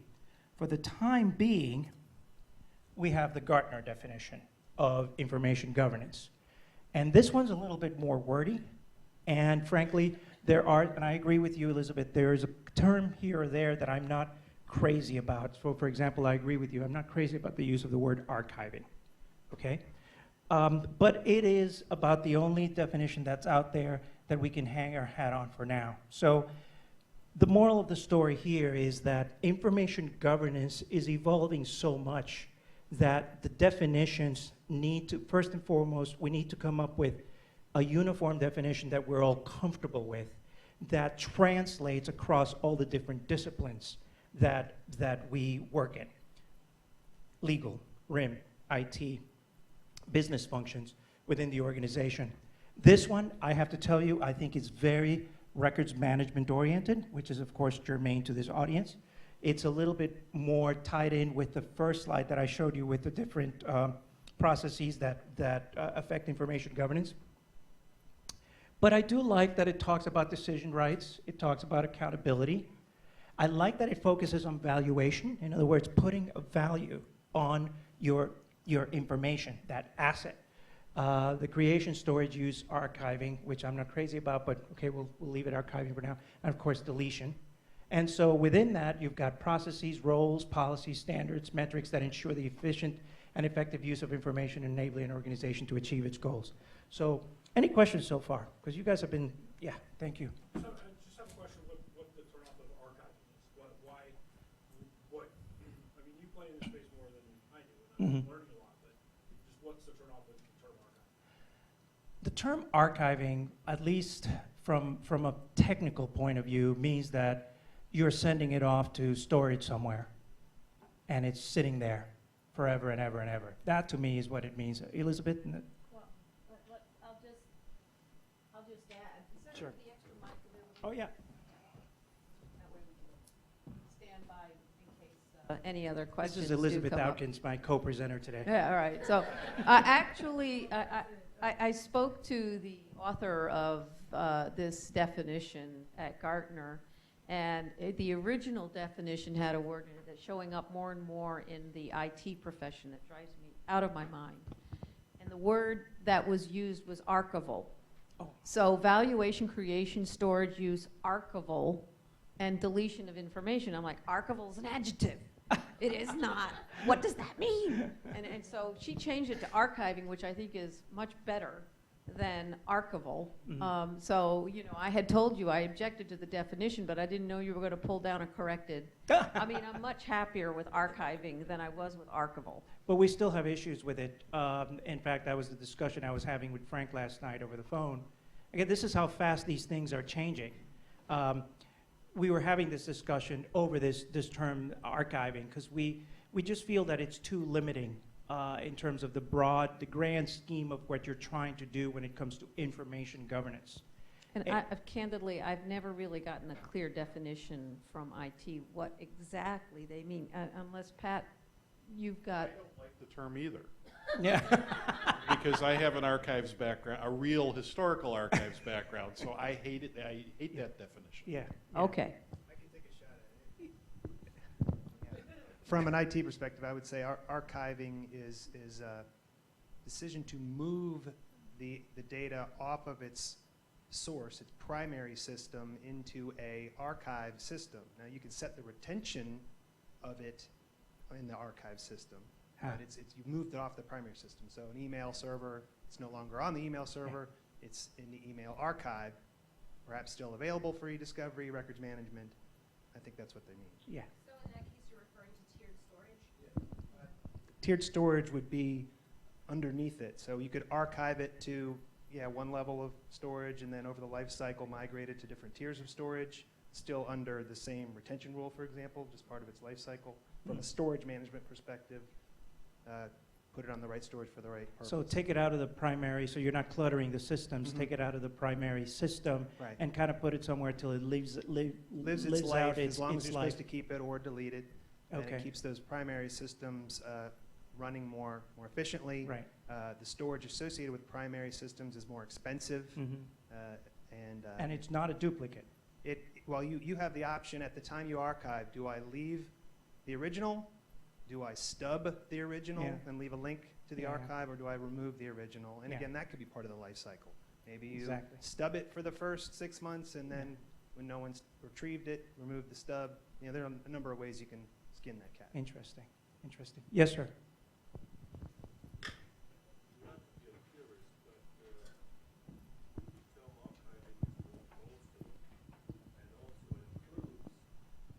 The term archiving also these days includes management in place. Therefore, the precise definition of not taking a copy out is a little bit muddy. So I don't know where it's going, but just thought I'd throw it. I agree. See, I'm not here to give you answers. I'll just tell you that we're screwed. Let me just say, my point is proven. What the heck does archiving mean? He's got a question there, Charlie. No, I'm the mic carrier. Oh, you're the mic guy now. Okay. All right. Catherine has a question. It's a burning question, I could tell. It was more of a comment. Okay. But I think, This is my co-presenter, Catherine have Goodwin, lots of over here. well, and doesn't it make sense? Part of the problem I have too is the traditional form of archives. I think those could also be part of information governance. And so it's problematic because the term now has two definitions. We lost that battle a long time ago. So do we prefer our definition? How you align your use of information to your purpose, or is it still clear as mud? John?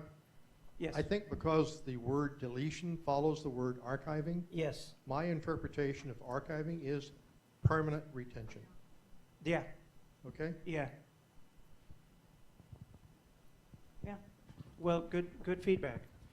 All right, let's go on. So obviously there's been technological changes. So obviously another reason to update our policies and make them 21st century is that we're not just talking about imaging boxes and tapes, you now have to include all the stuff we've been talking about all day today. And then there's the changing legal landscape. And here's the problem, Patrick. The problem with the legal landscape is that it's really the tail wagging the dog, okay? And unfortunately, it's a tail that's way behind the times, okay? The laws are there, and we have to comply with them. The technology is all the way, practically way past the 21st century. The laws are still in the 20th century, okay? But they are the laws, and we have to follow them. So we have to come up with some way to make sense out of this. We have to come up with some sort of a defensible program to make sense out of this. So going back to the question I asked Patrick this morning during our IT session, where do we start? How do we show up to work in the morning and feel like we're doing something, that we establish a methodology that we can defend in court? And so that's one of the reasons why the legal landscape, it needs to be kept in mind. I'm now working on a committee that's proposing revisions to the Federal Rules of Civil Procedure, okay? These proposed revisions are ambitious in a sense because we are trying to clarify what's considered within the scope of discovery.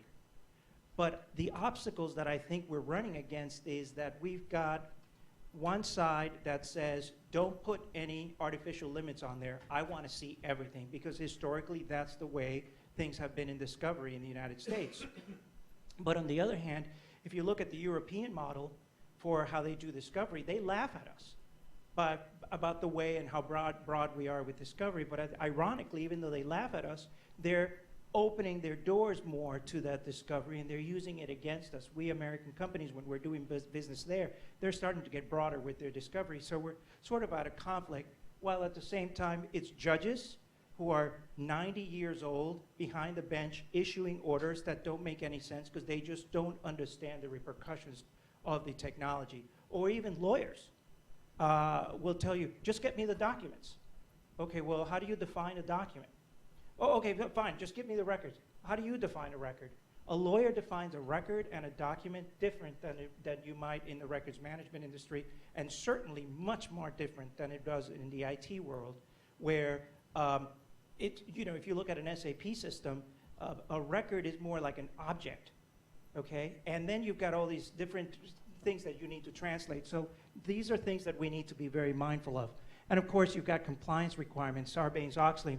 Under Sarbanes-Oxley, if you dispose of something that you should not have been disposing, that was the subject of a pending federal investigation, you can go to jail, okay? You don't have to be a publicly traded organization under that Sarbanes-Oxley provision. It can apply to any organization that's knowingly disposing of information that they shouldn't be destroying. And it applies to whether it's at the C level of the organization or the person in the file room or the IT person that purposefully didn't turn off that automatic delete button, okay? So the consequences are very serious. And of course, there are now, as we speak, thousands of regulations are coming out under Dodd-Frank, which are now regulating things that were not regulated before, particularly in the financial sector, but other aspects that touch upon the financial sector. And of course, believe it or not, Obamacare is resulting in hundreds of new regulations, even involving records retention. So speaking of Obamacare, data protection and privacy concerns, the US is a patchwork of regulations. You don't just have HIPAA and high-tech, you've got all the different state requirements, and it's a patchwork of regulations, whereas in Europe, there's sort of a presumption of privacy, okay? And this Forrester Global Heat Map, I think, is really very interesting because it shows where our data may be. And it's interesting that, like in Russia, the restrictions are minimal when it comes to this privacy and data protection, okay? The United States is kind of on the same page as the Russians, Brazil, but then some of the most strict requirements are over here in Northern Europe, and believe it or not, South America. Okay, a big chunk of South America. Some of the most strict restrictions are coming out of Argentina and Chile, okay? They're very closely tied with the Northern Europeans. So Just to make a long story short, that's our CIO. He's encrypted for security purposes.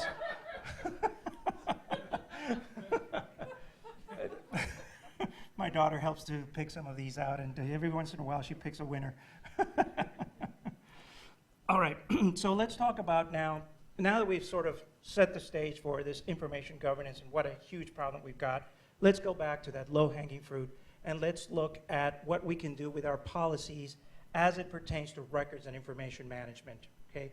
We're not gonna boil the ocean. We can't go and create a policy for information governance because it's just too daunting. But let's start with records and information management policy, and let's analyze the old paradigms versus the way 21st century policies are being written. Any questions before I proceed? Do a quick little time check. So, again, realizing that lawyers and legal is the tail wagging the dog here, some general counsel have taken the position that less is more, okay?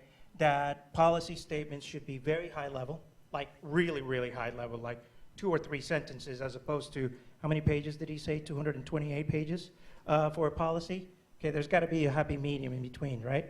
But to me, those high-level policies are nothing more than mission statements. And they don't give any real guidance. They don't really tell personnel and the people reading the policy what it is that they're supposed to do. So in my opinion, a policy shouldn't just be a mission statement. It actually needs to tell people what they need to be doing with the information. Other general counsel, and this is probably more the Department of Health Human Services approach, is they want it all in a single document, okay? They think that, if you just throw everything in there, that somehow people have nothing else to do all day but to pour through a 200-page document to find that policy provision that pertains to them. And unfortunately, at least in the private sector, policies that are that complicated, well, any policy is very, very difficult to change, okay? So you need to be able to have policies that adapt to change, okay? So the policy needs to be general enough so that it tells people what to do, but not so granular that it needs to be revised every 2 or 3 months, okay? So as I mentioned, too many details is too difficult to enforce. And then finally, and this is my favorite, which I have seen at many organizations, ignorance is bliss, okay? The approach that they would prefer to avoid the issue altogether, okay? Let's not even bother creating a policy around records and information management or anything that deals with this, because if we put it in writing, we're gonna be held to it, okay? My position on that is it's better to have something that you can say has been your roadmap than showing up in court and saying, Your Honor, we've just had our head buried in the sand this whole time. Mea culpa. The court is not going to take the head buried in the sand argument as a defense. This client, the one that I showed you before where we created that information governance sort of set of stars, I kid you not, during the needs assessment, one of their responses was, I said, what's your strategy around information governance? He replied, hope is our strategy. Okay, I hesitated whether or not I was going to put that in the report, but I did have to mention it because this was somebody in the IT department where they felt so helpless that they're relying on hope when it comes to compliance. So they've taken the position that, you know what, information governance is way too daunting. It is way too high profile for me to be sticking my nose in it. I just want to collect my paycheck, wait my 5 more years so I can retire and let this be somebody else's problem, okay?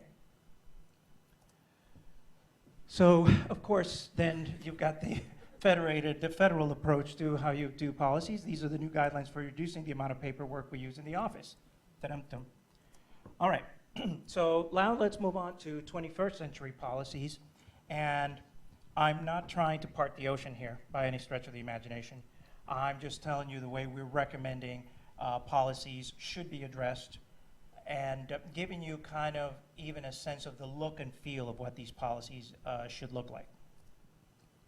So as I mentioned earlier, a best practice is that a policy document should say what to do, okay?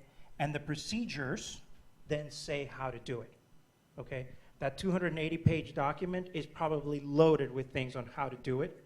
rather than just telling people this is what the initiative is, this is what needs to be done, rather than going into all the minute details of how you're going to do it. And this here is an example of when we draft a policy for an organization, this is an example of what it looks like. And the look and feel of this policy, to me, is almost as important as the content of the policy. And the reason being that you want the reader to understand it, because it is it's intent to keep your audience in mind. It's not just something that you're checking off on a box that says, check, it's done. It's something that needs to work, okay?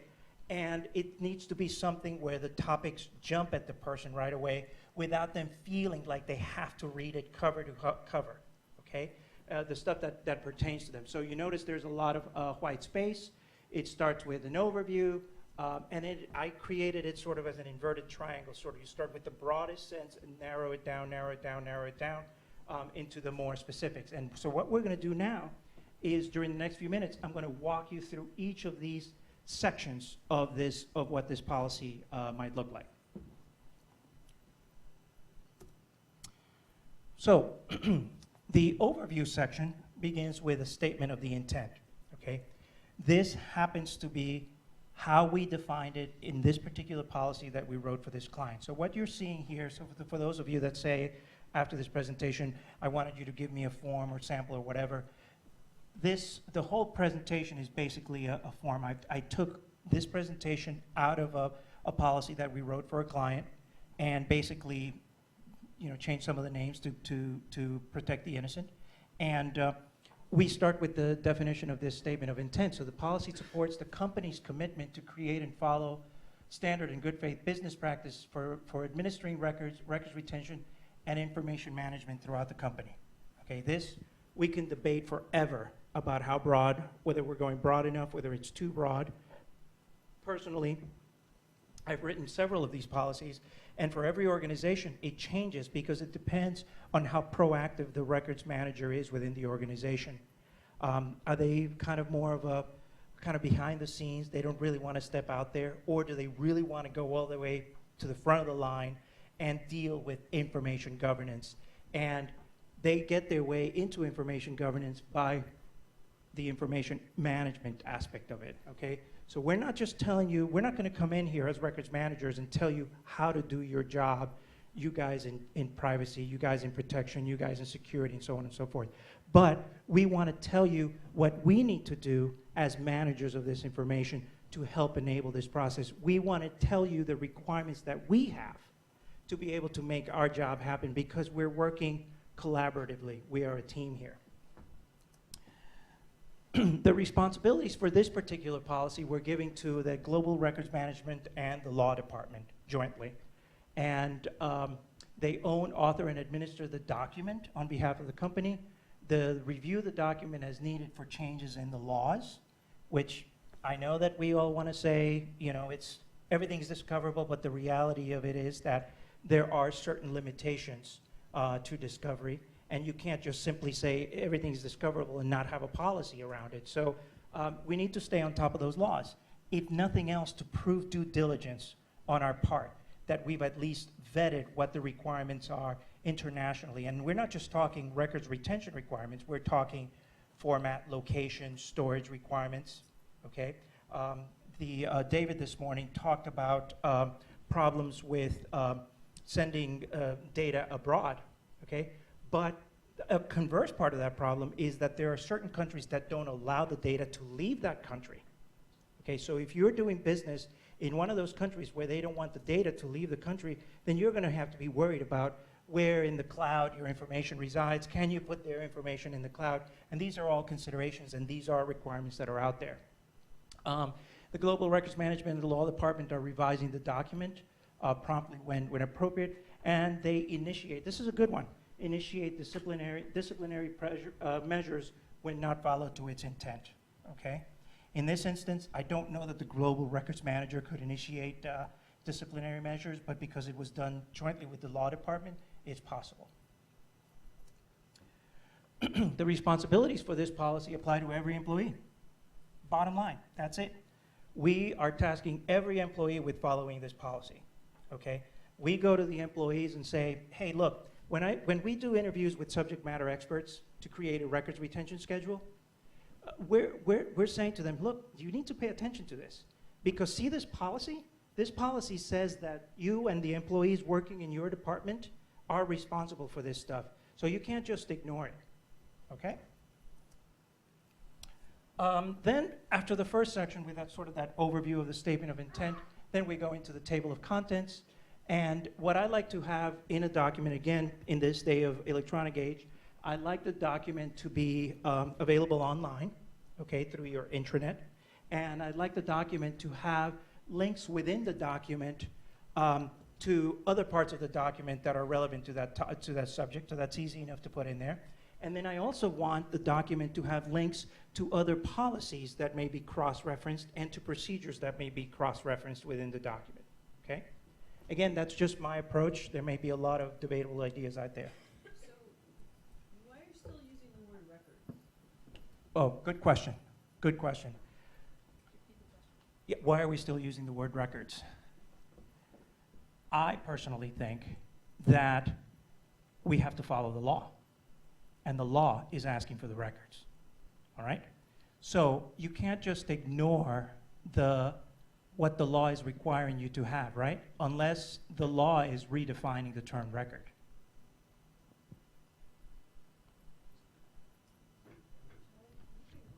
Yes, well, he's going to have to repeat what I said.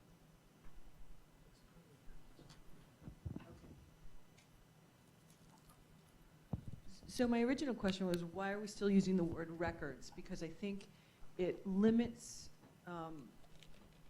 people's thinking about what's relevant in a lot of lawsuits and investigations. So if the law today requires you to preserve any potentially relevant information in any form and electronically stored information, and then you have this records thing over here, people get confused about what they're supposed to do.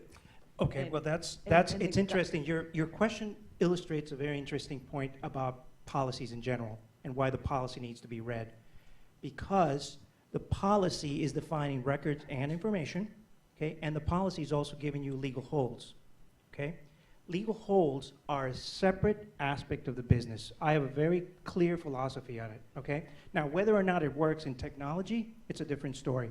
My philosophy is the record is what documents the business decisions of the business at the end of the day. That is the stuff that you're required to maintain in accordance with regulatory requirements, in accordance with business requirements, okay? That is it. That is what you're going after. That's the golden nugget at the end of the day, okay? Now, when discovery becomes anticipated or is pending, then everything within your systems that exists at the time of that pending or anticipated discovery or investigation could be subject to discovery.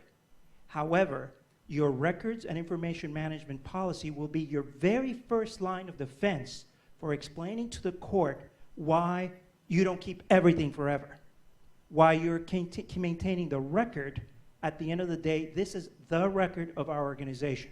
Now, if you got things like big data and things like that that are part of your analytics, then maybe that's a different bucket that you need to have in your retention schedule that could be treated differently or maybe put in a separate system, okay? But in my opinion, a record, at the end of the day, is your first line of defense. And there's just, you gotta start somewhere. You gotta be able to present something to the court that justifies why you're not just burying your head in the sand and trying to keep everything forever. And courts and judges will tell you, and I've sat on panels with judges where the judges have said to the entire audience, I am so sick of all this discovery. Why in the heck are you keeping all this stuff? And the judges will tell you. And that's Judge Peck, Judge Facciola, you name the judge, they'll be telling you that. Yeah, and everything you just said is something I would have said myself 8 years ago. Wow. But I just, no, but what I mean by that is, I just don't think, and just, let's look at Target as an example, because everyone knows what happened. Yep. the information around what happened and discovering what happened involves data within different systems to be able to fix. That stuff's not necessarily covered, and it's not necessarily what people are thinking about from a records retention schedule. And the insurance But you're mixing apples and oranges. You're mixing discovery with business practices. Are you not? Well, I'm not there yet. In terms of in saying She's asking that, the challenging questions. I can ask her challenging questions back. oh yeah, no. Well, I guess She's a good friend. By I'm the way. I've trying known her for to years. I'm trying to figure out. I just don't think that the model, which this is perpetuating, is a realistic model going forward for business. In the way business operates, the way they create information, the way information flows with all those different partners that David talked about, and what makes sense in a way that, I mean, I wish it were that, and you know, I'm always at risk of having my CRM revoked for my heretical notions.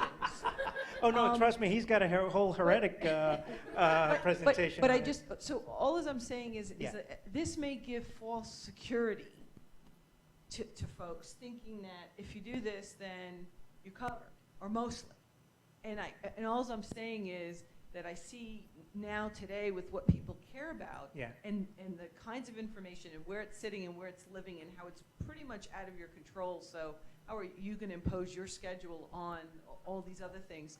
It's just, it's a luxury we no longer have, and I would like to So let see it me brought- kind of put this in perspective for you.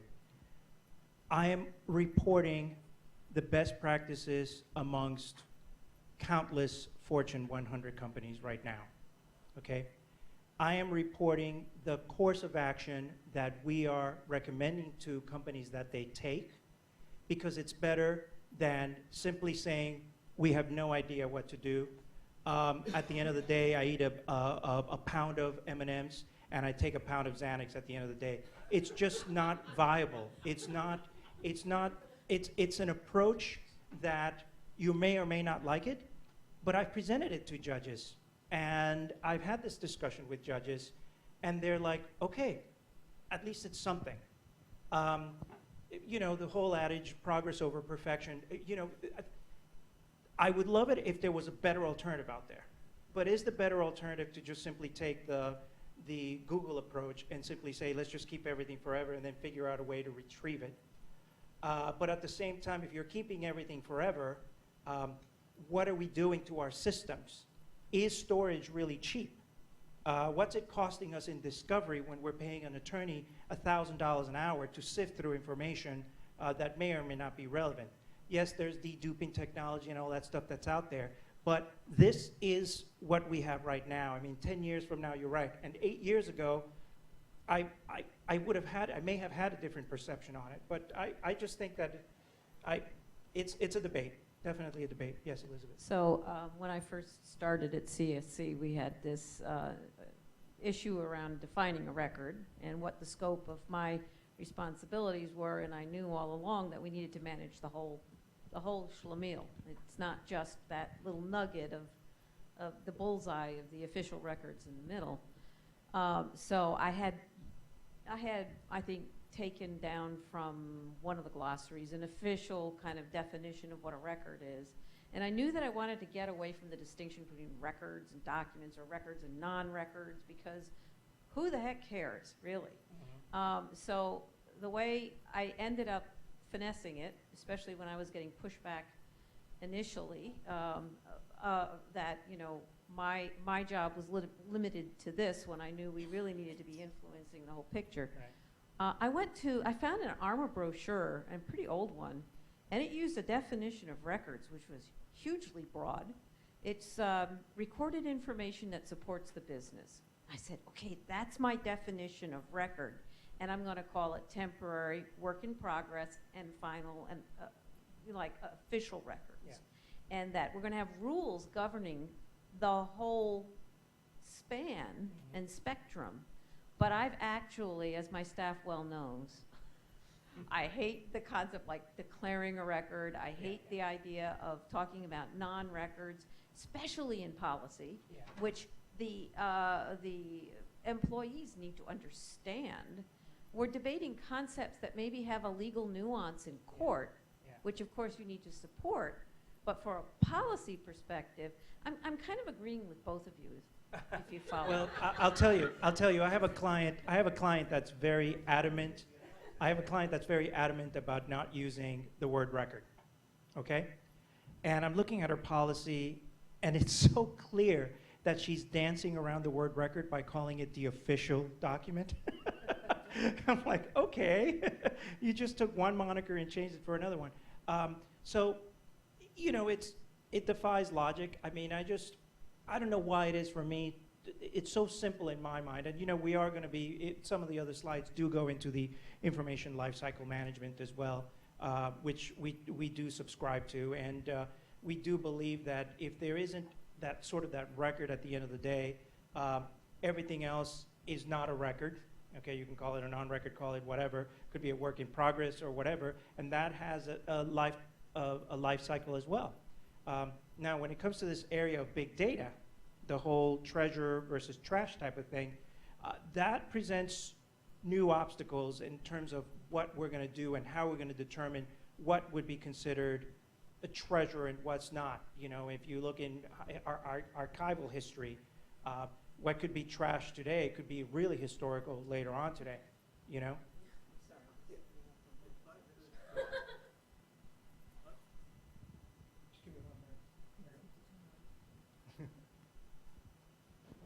Oh, my time's up.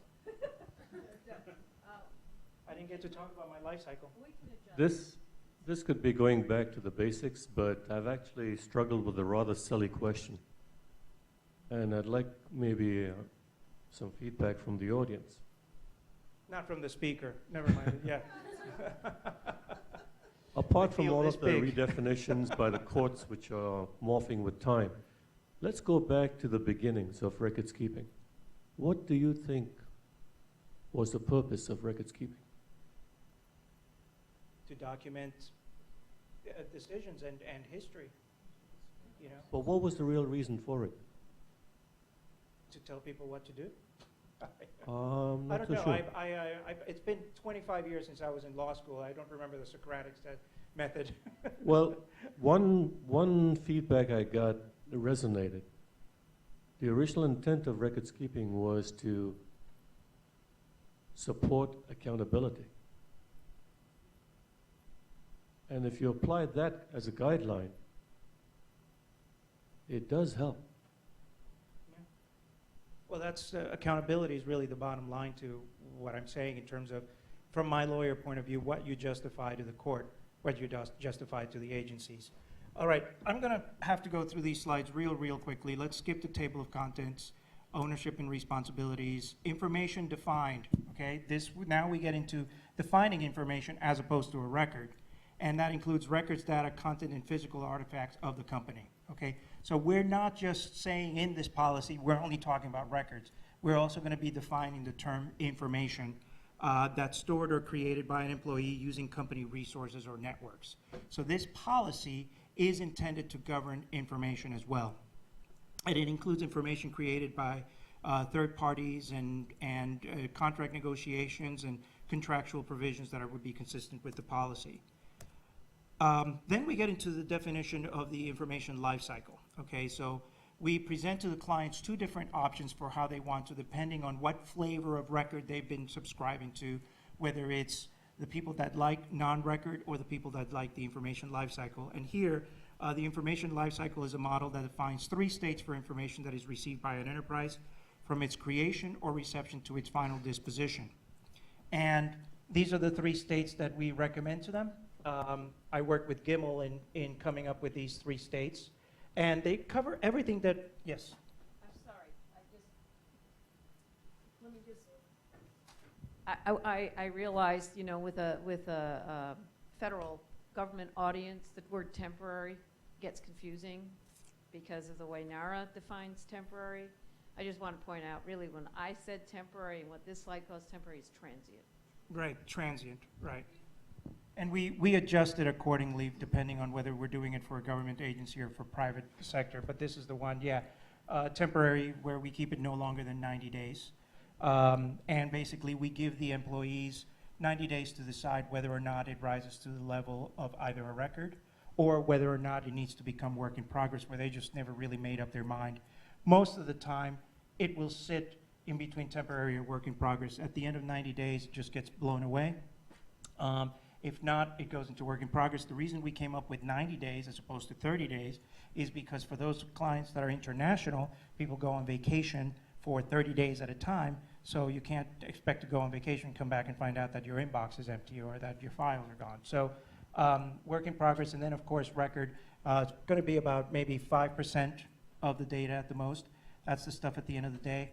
And then of course throughout that whole process is disposition, and overarching all of this, which is the point that I was making to Christine earlier, is that all of this, whether you're calling it temporary, transient, whatever you're calling it, all of this stuff is subject to discovery if it becomes the subject of pending or anticipated litigation. And of course, anticipated litigation being a whole bowl of, a Pandora's box when it comes to trying to determine whether or not something is being anticipated for potential discovery. Definition of non-record, we don't want to go into that. That'll open up another can of worms. The records retention schedule. Okay, so obviously then, Christine, we might as well make our, tell 50% of the room now to leave, because records retention schedules are the lifeblood of what we're trying to do to govern the information. You can't have a records retention schedule and then tell people, never mind, we keep everything forever. No, you misunderstand me. I expect the people who are doing records to broaden their area of responsibility to not only define how the information is, how well it's kept, but how it's managed, full life cycle, what the privacy issues, security. I'm trying to make their jobs more important. I'm trying to make them better in terms of not just, you're in a room, oh, you only deal with this piece. Then you got me all confused, because I thought you were just basically saying, why are we using the term records, and how is that relevant to anything? And basically we're saying, well, you got to start somewhere. So I'm confused by your comment. Because information governance is the term we've been using for a couple of years to broaden and make the people. Yes, that's what the rest of this policy is all about. It's about the rest of the information governance and the information management. And that previous slide shows you the universe of all the, not necessarily all the data, but definitely all the stuff that deals with your day-to-day business activities. It's not just records, and I would never tell people to go in and put all their eggs in the record basket and ignore everything else. I mean, it's so 8 years ago. I'm sorry. Yeah, so I can see your slides. thank you, because you've been writing in your iPad the whole time. So you're going to be talking about the records retention schedule, which I assume has different retention rules for different categories of records. Then you have your temporary transient category, your work in progress category. Are you defining retention rules outside your records retention schedule for the other information? Yes, we are.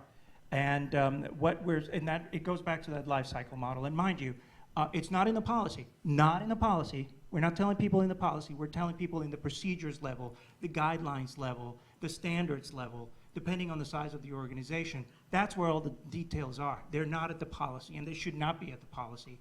What we're telling the people is there are certain rules, and there's going to be this records retention schedule, and the records retention schedule will tell you how long you need to keep the record. And if it's not in the records retention schedule, then it's not a record, and then it's subject to the other maximum retention requirements. But if it's not a record, can it be destroyed at any time anyone sees fit, or is there a rule? Therefore, if it's no longer here, well, why is some of it here and some of it not here? That's a good question. From a lawyer point of view, I would tell you that if it's not a record, then you can destroy it at any time up to the point that, the maximum amount of time. So it can be destroyed at any time if it doesn't rise to the level of being a record.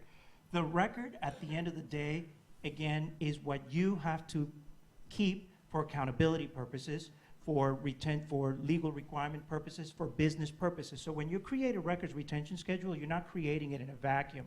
You're creating it with input from the subject matter experts that are telling you, okay, I know what the legal requirements are, okay? And I know that in Ohio, I have to keep it for 15 years, but we don't do enough business in Ohio to keep it for 15 years. So let's go with 10 years, but we've got something in writing that we can use to defend our position for why that's no longer there, okay? Everything else can be retained up to 90 days, up to, 2 years, 3 years, whatever you put in that sort of work in progress bucket. Yes? So if I don't declare it to be a record, I can throw it away anytime I want. Correct. Whose responsibility now? If, That's where it always sits. yeah, yeah. And that's why we say, from the very beginning, we say that the policy is the responsibility of the employee, okay? So the employee will have to be, at the end of the day, has to make that decision, okay? And and I know that we don't want to get into the system of declaring records. And by the way, we're putting aside the fact that there's a lot of technology out there that can now help us with classification and all that stuff that can already help us predetermine in advance certain things that are destined to be records irrespective. The tools are getting out there, okay? Now we're just, for the time being, unfortunately, the reality of what we have today is that we still have to rely on the end users to make that determination at the end of the day. So we're not offering a silver bullet, all right? So unfortunately, that's the reality. Again, it's something that you're going to be able to defend, okay? Something where you're going to say, we've trained our employees, we've audited our employees, we've looked for their compliance with these requirements, okay? The courts are not going to be very sympathetic if you're a company that has 100,000 employees and you're coming in and saying, well, Your Honor, we did the best we could. They're going to want to see that you've actually invested resources in making this happen, that you've audited, that you've tracked, that you've trained, and so on and so forth. Retention, conflicts between retention periods, you need to be very mindful of that. How the information is disposed of, you need to be mindful of that. Physical needs to be addressed, and of course, legal holds. This is what supersedes all of this. My very first book was not on how to create a record retention schedule. My very first book was on 7 steps for legal holds of electronically stored information, because that's where organizations get into trouble. That's where Patrick is going in early in the morning, realizing everything is evidence, because if it exists and it's relevant to the subject matter of that lawsuit, it's going to be discoverable, period. Other policies to consider, obviously, cloud computing. And then, of course, if you are trying to be completely paperless and you're trying to make the electronic record the official record, be very mindful of UCC, secure transaction exceptions, real estate deeds, titles, estate planning requirements, and, of course, international requirements. Other policies to consider, obviously, the termination of employees, their devices, and their data. Audit policies and procedures, which we talked about, data privacy, violation of policy, and other things that you need to be very mindful of. Recommended procedures, these are all procedures that should accompany your policy. I would not recommend that they be in your policy, and that would be things like your records retention schedule updates, your legal holds, information security classifications, voice and electronic mail, vital records, disaster recovery, storage and retrieval, historical archives, and the roles of department records coordinators and their responsibilities. All of that needs to be included. So again, I'm not abandoning. I'm hoping that I left you with the message that it's not just about the record, that it's so much broader than that. I'm also hoping that I'm leaving you with realizing that the policy was just the start, okay? Just a tip. While I was thinking outside the box, someone changed the password, and now I can't get back in. Thank you so much, and that's my...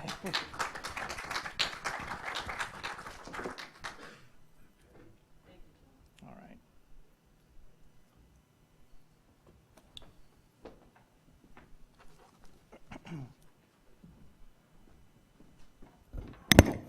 Great conversation, and I could have kept going, but we want to make sure that we don't fall too far behind on the schedule. We're just going to keep on the same schedule. We're going to give everybody an hour for their presentation. I have a half hour at the end to sum everything up. We can squeeze that down. If we're going to squeeze anything down, we'll squeeze that down. So Lee Isaacs is our next presenter. We're very excited to hear from her. She's going to talk about the old versus new records manager. Welcome, and we'll look forward to it. Presentation up here. I think we got a thumb drive already. Trying to see if there's yet another spot. I think there might be. I think there's a third.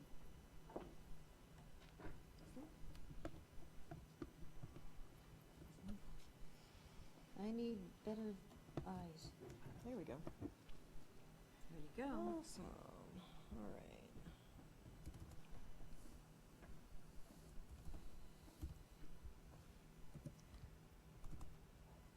Okay. Let me see here.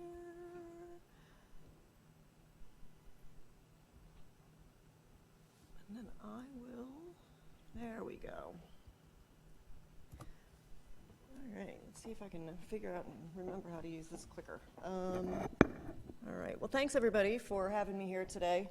I'm hoping you guys take it really easy on me. I saw what John was dealing with, and I'm a little scared.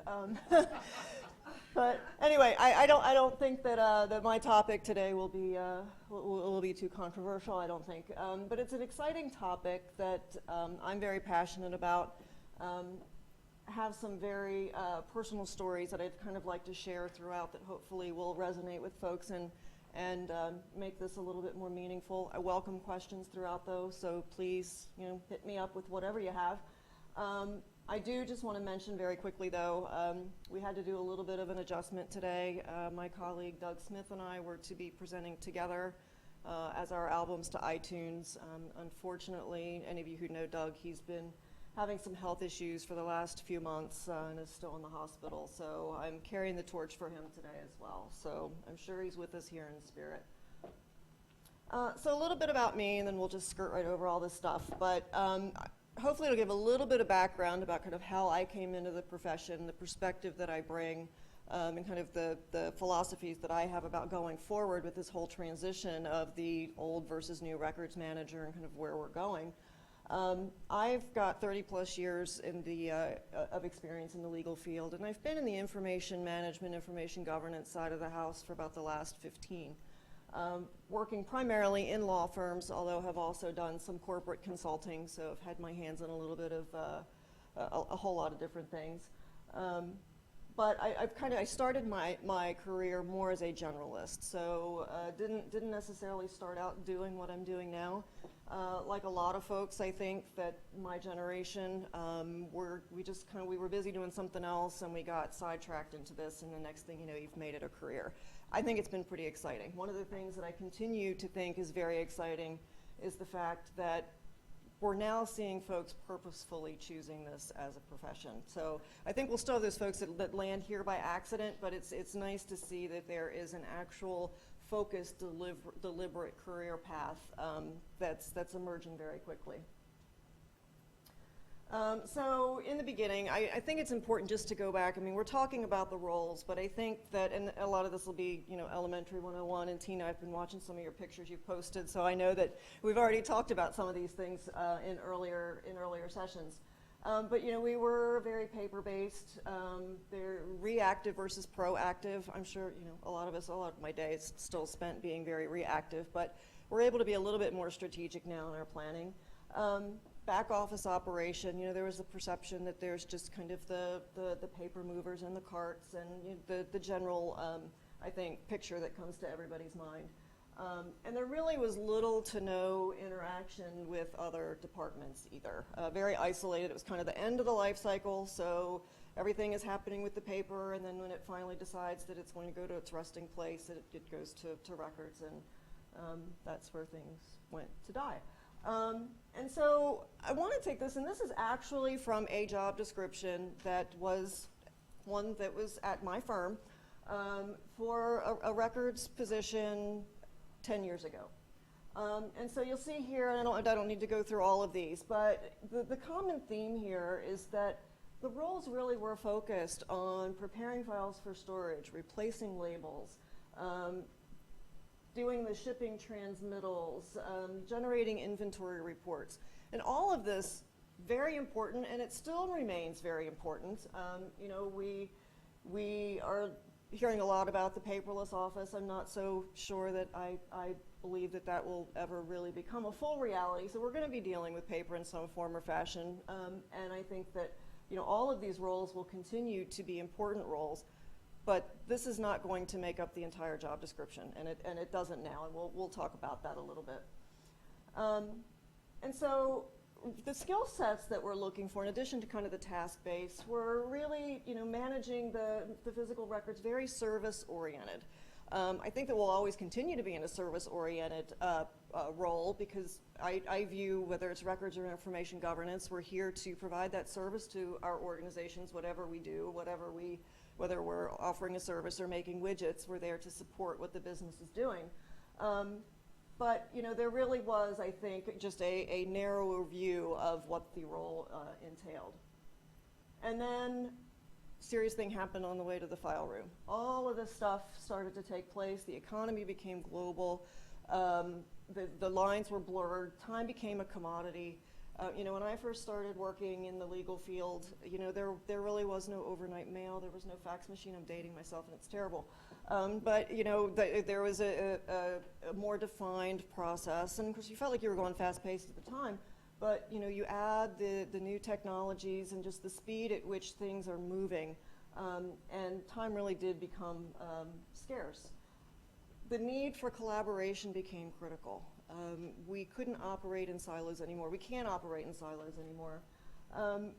The organizational knowledge was found to be a strategic advantage. So again, kind of being in that, from a records department standpoint, and I'm going to, you know, wear my records coordinator hat.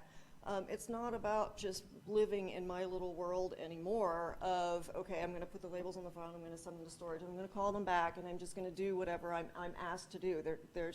We're starting to get to a point where we're having to be a little bit more strategic and a little bit more collaborative. And technology became a tool that enabled and empowered all users.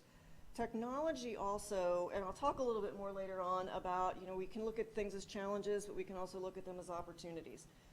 Technology made a real big mess out of everything, because that nice little workflow that everybody had, that the paper kind of went along its way and then it went into the file, no more. There's the duplication, there's the sharing, the lack of control, the security, I mean, all the things that we live and breathe every day. But at the same time, that became an opportunity. And we'll talk a little bit more in detail, too, about exactly how those opportunities can be translated and leveraged. And we still continue to see this. The compliance with legal regulatory demands just continues to increase, it feels like, by the day.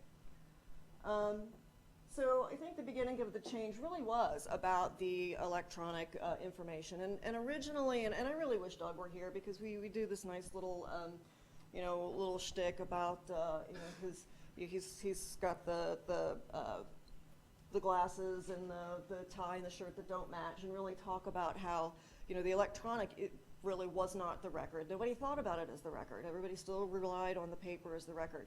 But then that started to change. Things that we were seeing in the courts started to change the perspective of how we were viewing records management. And it started to involve all of these things. So it's not about, and John, when you were mentioning one of your clients that is talking about, you know, the document retention policy, you know, it's one of my pet peeves, because it's so limiting. I mean, we're talking about records, we're talking about information. It doesn't need to be a document. It could be an email, it could be something on the website.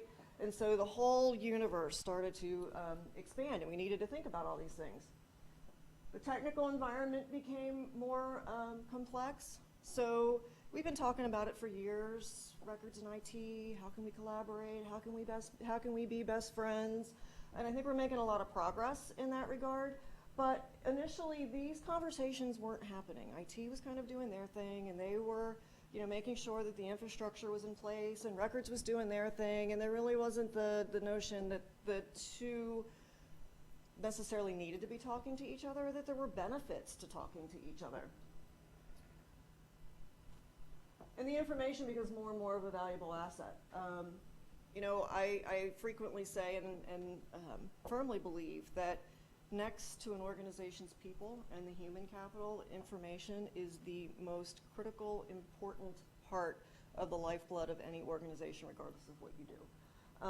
For all of the reasons about documenting the business decisions that are made, there's, you're also being able to leverage that for strategic reasons, business development, being able to do some analytics on the information, make some smart decisions about, your business strategy, things of that nature. And so it's starting to kind of shift the whole paradigm of how we're looking at our information.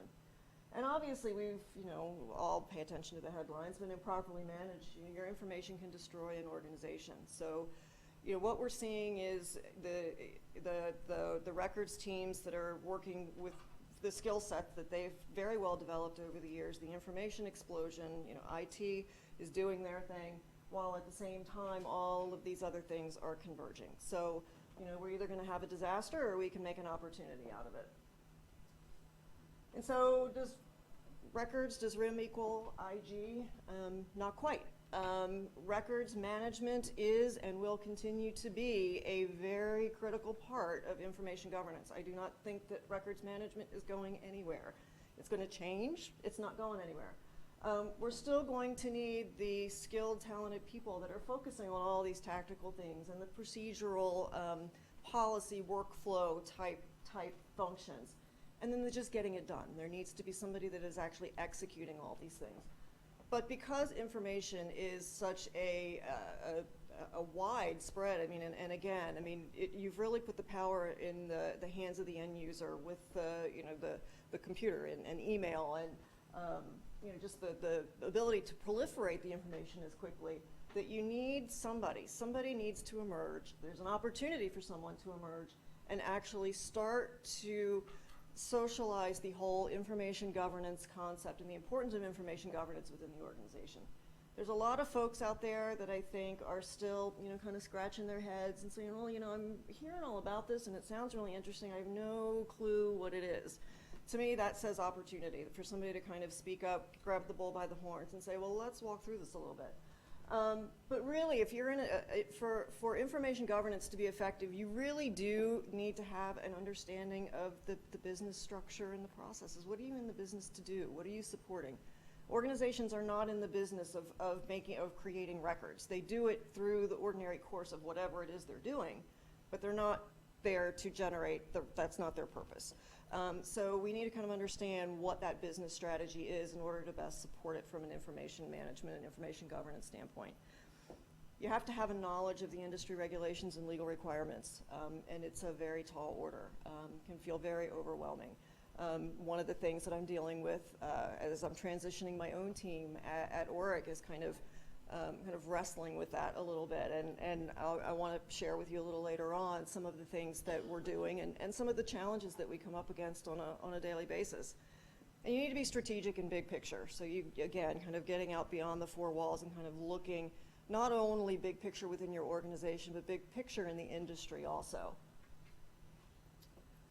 This is one of there's a lot of IG definitions that are out there. This is one of my favorite ones, and I put this up here just again to kind of set the stage for why there is an evolution in the skill sets that are required for records personnel versus information governance personnel, and how you can make that transition into a broader role.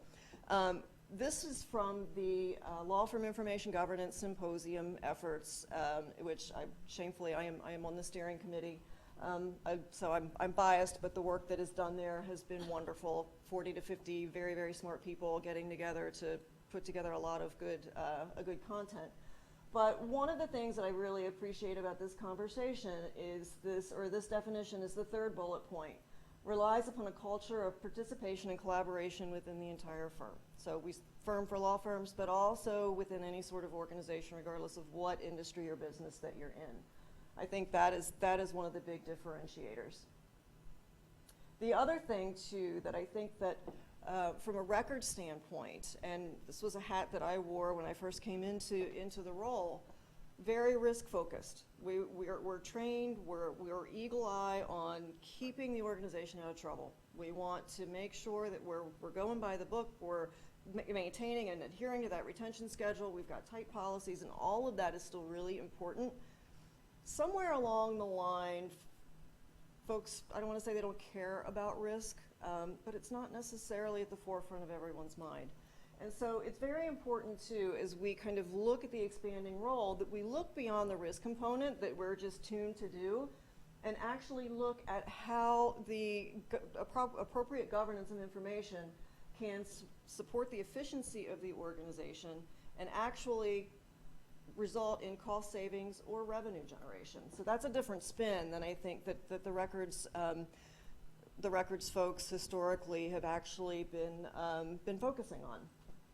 And so personally, I think it's an exciting time to be in this industry. I think there's a lot of efforts going on out there on the IG side of the house. The IG initiative was just launched.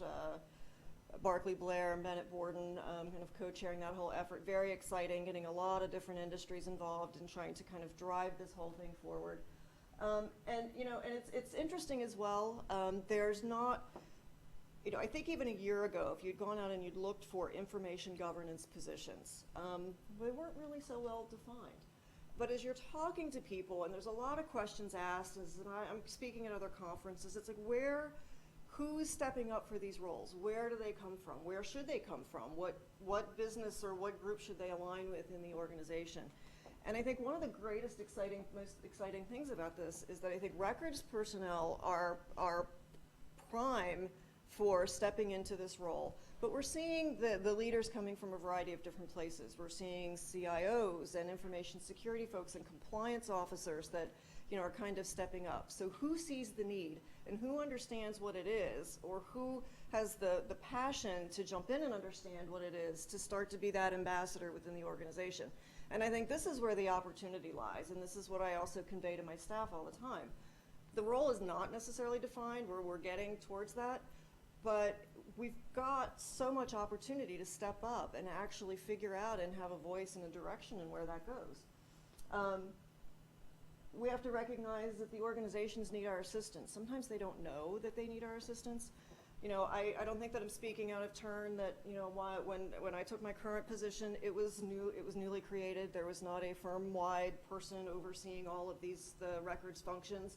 There was a general understanding from the senior leadership that yes, we need someone in this role. But when I got there, it was very clear that with the exception of a person or two, they're like, well, they knew that they needed someone, but they didn't know what that meant. And so it was an opportunity, again, for me to come in and open up those doors and have those conversations and start to talk with people about the value that I can bring that they might not have intuitively known about. And I think that's a common theme that we're going to be seeing going forward.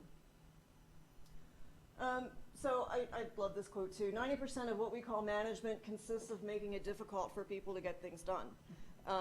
And so, how can we take this and instead of kind of being that organization within the company that says, you must do, which is very important, that has to happen. But how can we help you get that done? How can we partner with, because what's going to work for me at my current position may not work for me in my next position because of culture, roles, whatever it is that we're doing. And so being able to kind of have those conversations is key to being able to continuing to make yourself an asset in the organization. Also a huge change management effort. And these are skills too that I think from, and again, I'll reflect back to that old records manager because that's kind of the topic that I'm covering. But change management was not necessarily any sort of a skill that was in the toolkit. It was, give me the policies, give me the procedures, give me the checklists, and we'll follow through the process. But being able to drive big, significant change within an organization is very difficult. And so kind of having some of these things in the toolkit is also critical in order to continue to be relevant going forward. So is understanding information management enough? Answer is no. So we're looking at a variety of different traits that are hugely important. So on any given day, I am a project manager for multiple projects. I am a marketing person because I'm having to go out and kind of sell what we're able to do to various stakeholders within the organization. I am a task manager. Effective communications, you have to be able to be out on the front lines. You have to be able to sit down at the table with the C-level folks and actually have that meaningful, relevant conversation. You need to be able to lead a team. In order to be effective, managing up, down, and across. You know, again, on a daily basis, we're talking with firm leadership.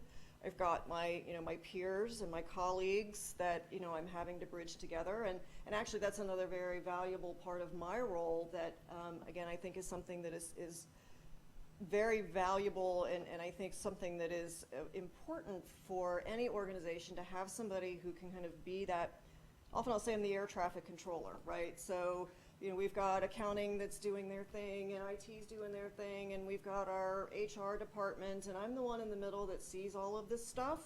And so I'm able to kind of connect the dots a lot of the times. And I play some of the matchmaking and then, oh, I see you're working on departure processes over here. Well, we need to bring these three things together because there's overlap and we need to look at the bigger picture. And the understanding of the business operations. So out with the new, or the old and in with the new, which are you? And this is a conversation that I've been having with my team for over a year. We, again, I have a team of wonderful, wonderful people. I've got 32 people internationally that, you know, have records and information in their titles that are doing a variety of different tasks. Again, they've been very paper-based. We had a need. There was unmanaged data, there was data remediation, there was file shares, there was email management, I mean, all of the things that keep us all awake at night that needed attention. And so we started to take a look at how we could help with some of these things. And in the last year, what has happened is we've been able to take 100% of the data management tasks that were spread all over the place, and maybe they were being done consistently in some and not in the other, and we've taken 100% ownership for that. So these folks that were the folks that were putting the labels on the files and doing the indexes and dealing with the warehouse and the vendors are now the ones that are actually dealing with the electronic data as well, and that's pretty exciting. But doing that has been a little bit of a challenge, and it's for a variety of reasons. I mean, number one, we're doing more with less, but it's also trying to emphasize and reinforce to these folks that really they're equipped to do this job. And it says anyone in the organization can do it, but really when we're sitting down and we're having a team of people look at a file share environment that has been untamed and unruly, and making that correlation that, you know what, it's no different, folks, than when you've got that stack of paper on your desk and you have to go do some sleuthing. You have to go make some decisions. You have to know who to ask questions of. And it's the same thing with the electronic content. The records folks are very well primed and in a great position to be able to do a lot of these things. We've all seen this. We don't need to spend a whole lot of time on this one, but I really wanted to just drive home what is obvious, likely for everybody in the room, that the business, the legal, the records, IT, and privacy security components, we need to kind of have that understanding. And it's one of the things that my group as a whole has gained an appreciation of as they've been dealing more and more with the electronic data, that all of these components play a role, and we need to kind of understand what role they play and how the role we play in supporting them. And so ideally, we do have folks, my team, as I said, lots of records experience, but kind of getting the expertise from different areas of operations. So I've kind of also gone out and gotten some honorary records and information folks. So our liaison in finance and accounting and our liaison in HR, and we've really started to kind of come together as almost like an information governance steering group, for lack of a better word. We're looking for folks with multiple industry perspective. Again, bigger picture, broader managerial roles, diverse personal interactions. This is another thing, kind of understanding that you're going to be working with a variety of different people in different job roles, different backgrounds, with different educational experiences, and being able to kind of appeal to that as well. The knowledge base that we need is very much expanded from what it was before. We have to have, you know, one of my data management administrator, she always says, I'm not an IT person, I'm not an IT person. She has her roots in records, but she talks like an IT person. She might not know how to get in there and do all of the things with the system that need to be done, but she knows how to go ask the question. She knows how to translate the business requirements from that to a technology standpoint, to be that liaison with IT. You know, we laugh. It was a few weeks ago. We ended up getting all these requests that typically go to the service desk, and at one point there was just this level of exasperation. They're like, oh, why are we getting all these things? Because these do not belong to us. And I had to call a timeout and say, well, again, this is my challenge, is taking challenges and making them opportunities. The fact that people are thinking to call us for things that are related to information management or technology speaks volumes. I mean, we're on the map. At one point, it was just, well, what does records do? Well, we're really not really sure, to, oh gosh, I have a question or a problem, I want to give them a call. And so it's been a great learning experience for everybody. You need a new attitude. And when I say that, I don't mean to imply that we've all had a bad attitude.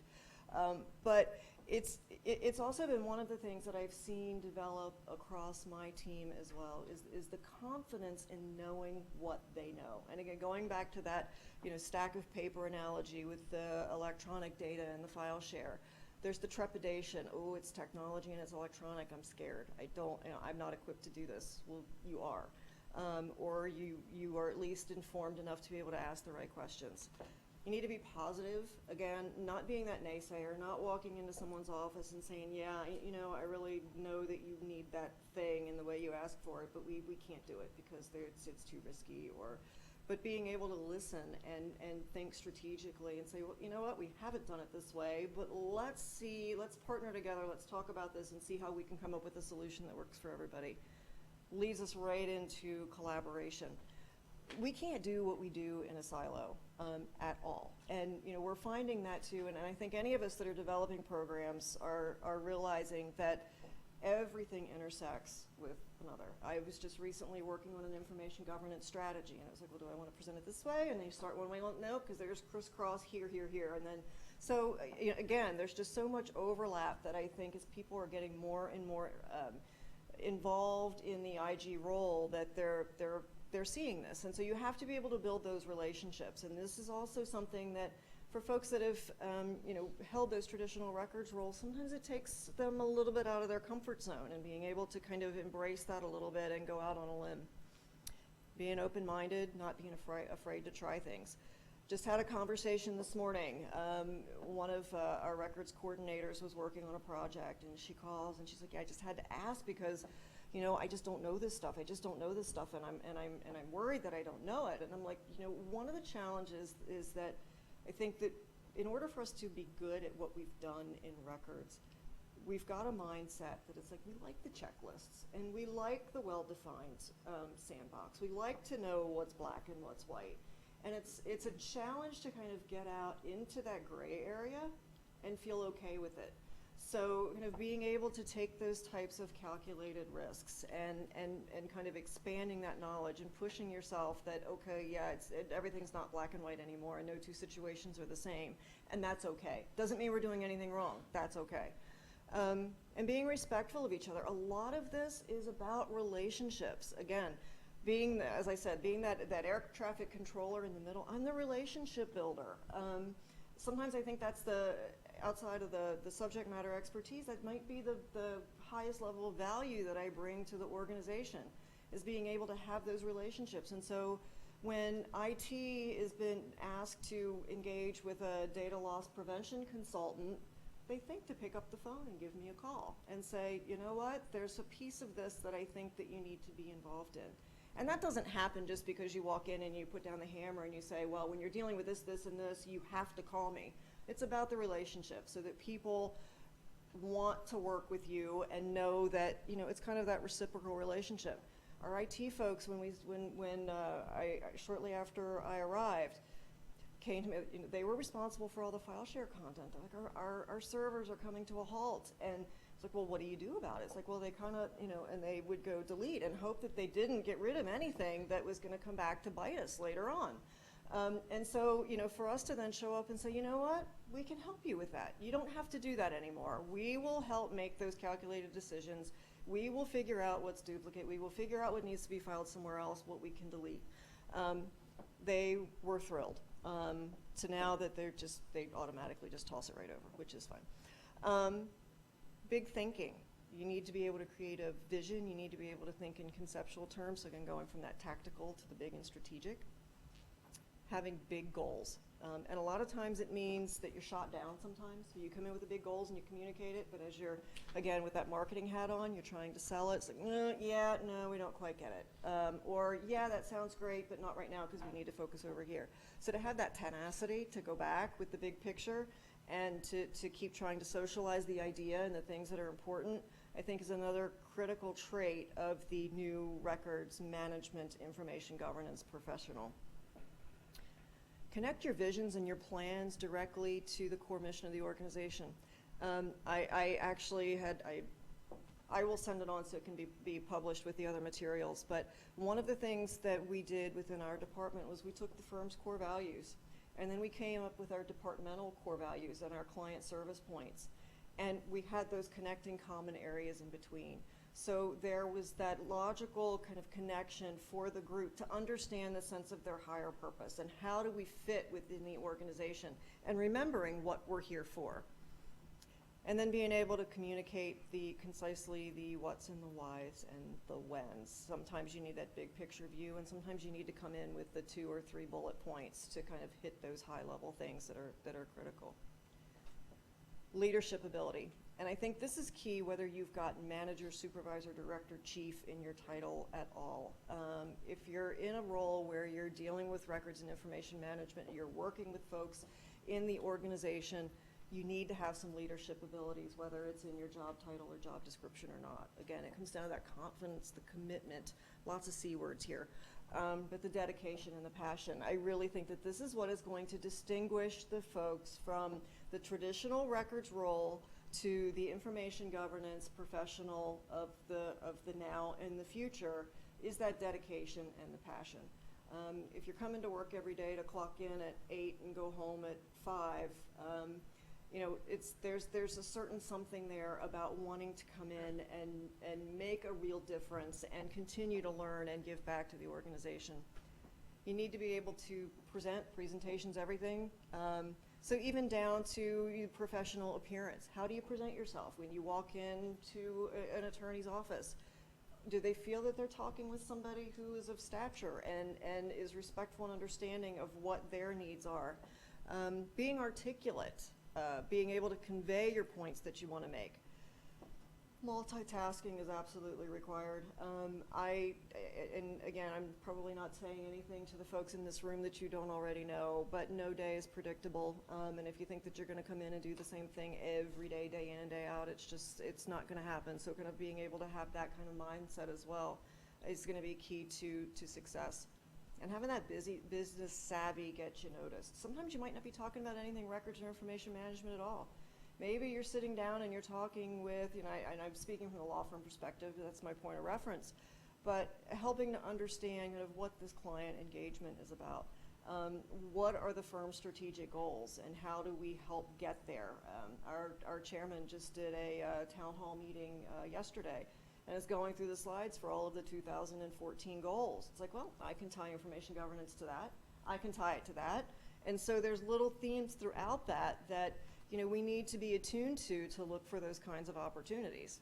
So when I run into him in the hallway, I can have that kind of couple minute, we'll talk about the elevator speech too, but have that conversation to be able to get the wheels turning a little bit.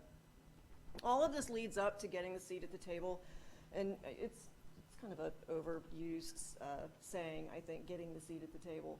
But it's really about having that voice and being recognized as an authority and somebody that's credible within the organization that people want to come talk to. They view as a trusted advisor. They want to share the responsibility for the business goals and the plans. You need to also run your department like a business. Again, point that is made very, very often with my group is, you know, we have to be efficient. Client or the customer comes first. Those are some of our key goals and initiatives. being able to measure outcomes and goal achievements. This was another thing, a new concept. I think that they hated me for a while. Let's capture metrics. What are we doing? Don't want to make more work, but what are we doing? How can we measure success? What does success look like? These are things that as you're starting to make progress and you're picking away maybe at that low-hanging fruit, that when you're going back, numbers speak, and you can actually show those trends, and you can relate those trends back to the business goals and objectives. Those are all of the things that will get the attention of the C-level folks and above to recognize you as a peer and a contributor to the overall business goals.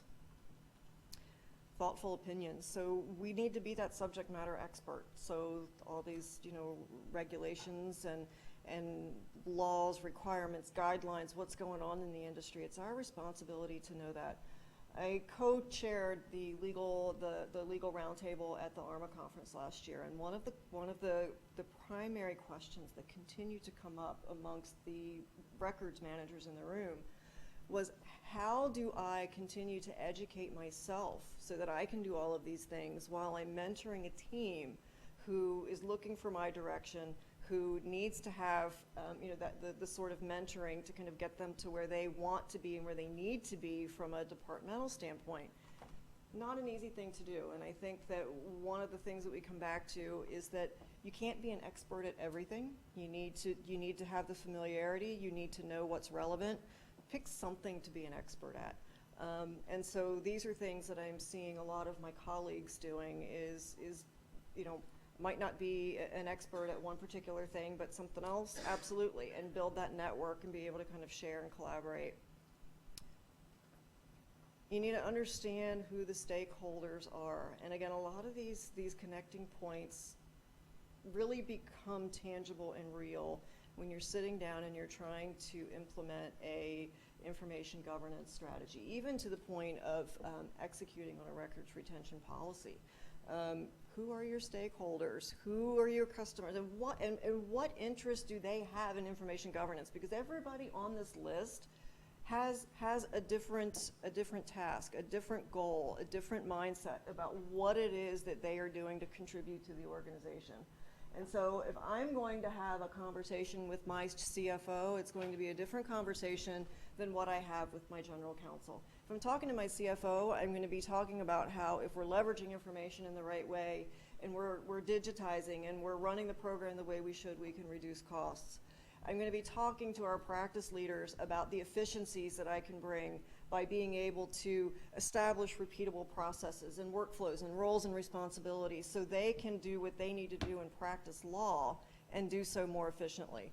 I'm going to be talking to the general counsel about where I may be seeing some areas where we need to kind of tighten up on some security or some practices that may not be ideal that need to be addressed.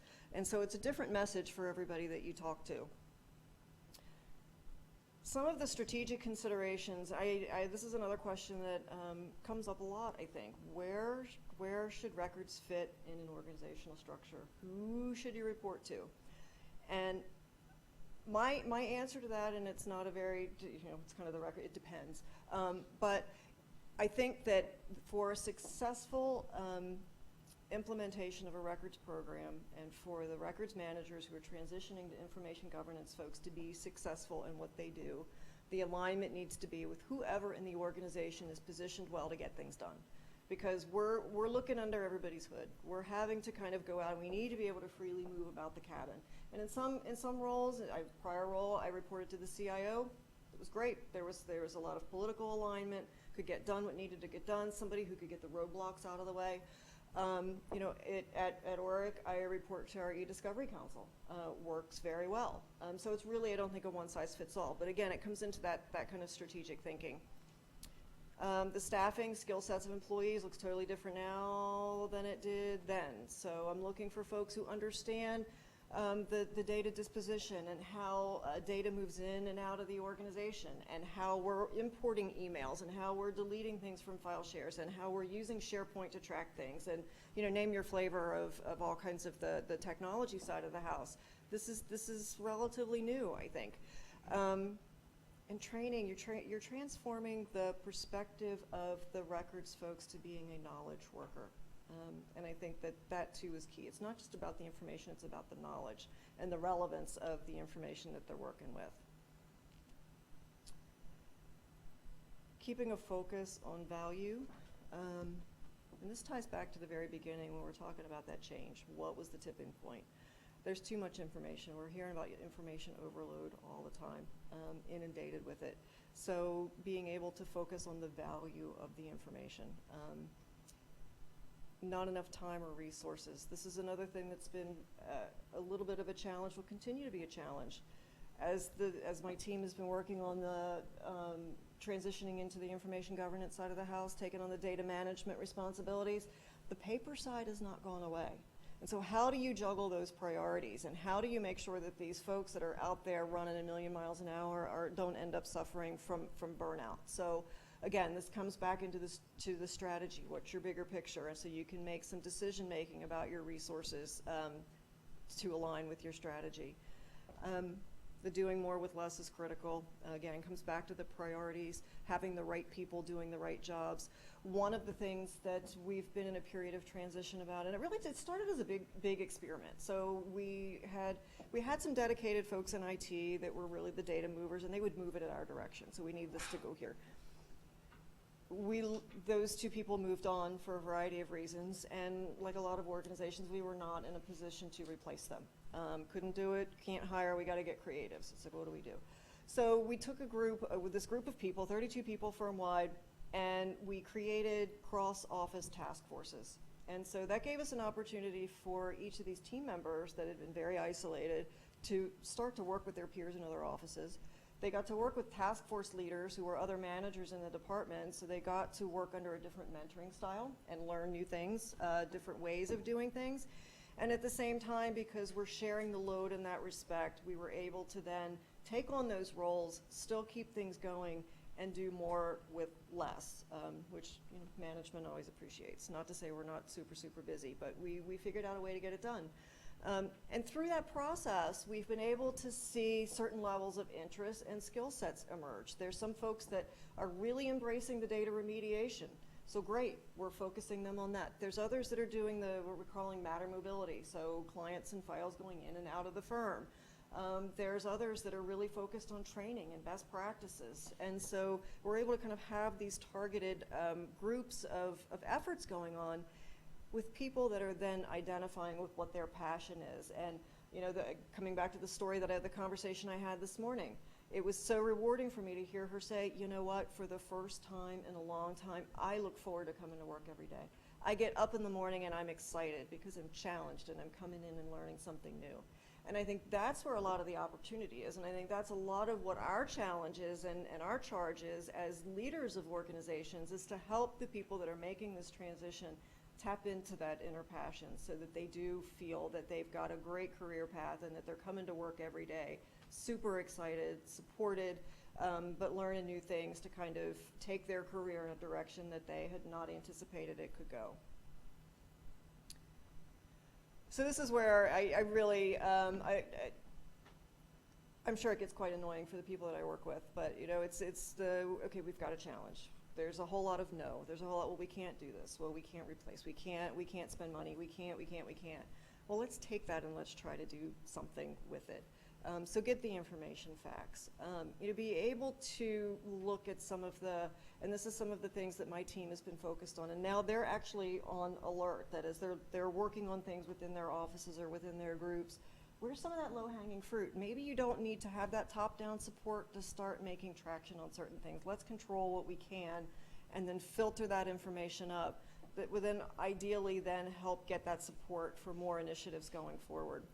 The cross-functional group, my group is a working group, cross-functional, cross-office, but we've also got different leaders in different departments that are kind of are performing as a steering committee. So our new business folks, our finance folks, our HR folks, we've all got a stake in all of these things. So being coordinated in our efforts has really kind of helped us build the strategy and then manage to that strategy.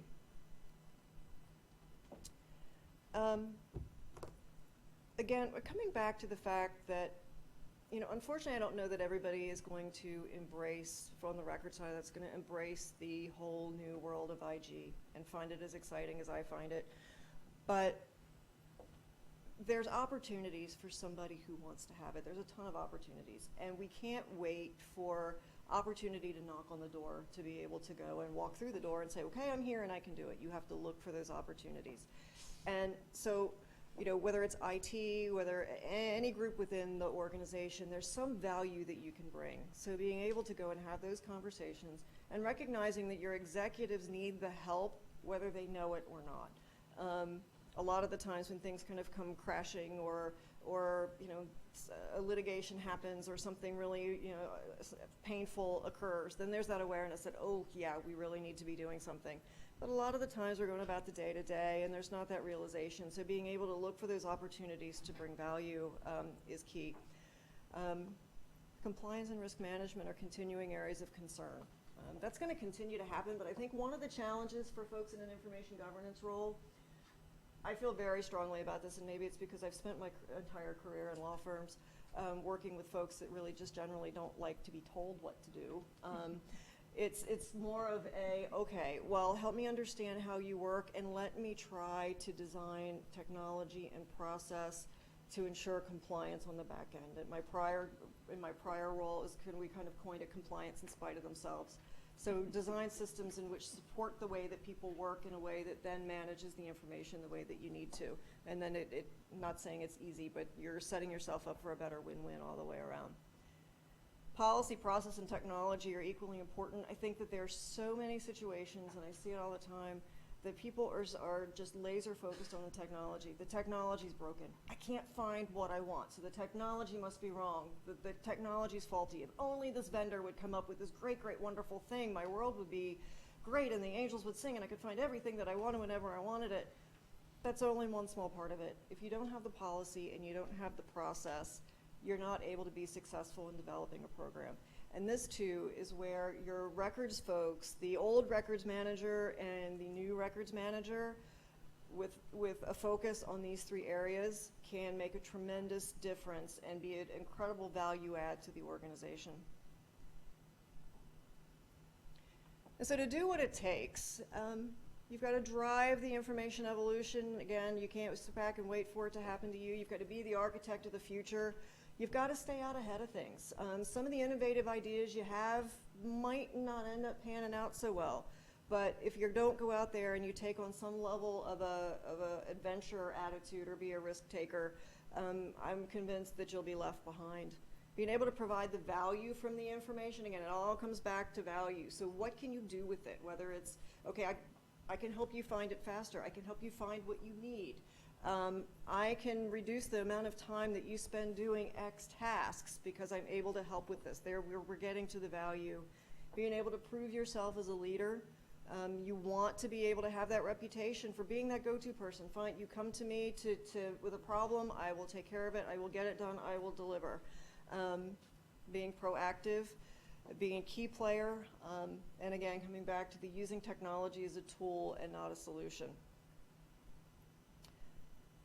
The support team for the new records manager, retraining the skill sets that we've had are difficult. It's very, very hard once you've been doing something for a very long time to step back, reshuffle things, and look at it from a whole new perspective.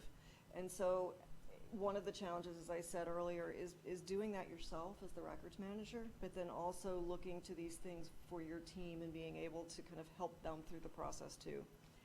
Getting over those historic perspectives. Oh, well, nobody's going to want to talk to me because I'm just the records person that sits at the end of the hall, so I'm just going to sit here and do what I do.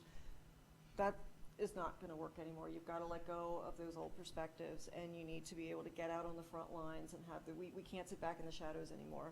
You'll get left behind. The creativity, again, of working with the limited resources, the competencies. So what we need to do our jobs is different than it has been. And there's a lot of tools to be able to do that. A lot of the training and the mentoring that you can get is maybe internal to your organization. Sit down and talk to your SharePoint architect. Have those conversations.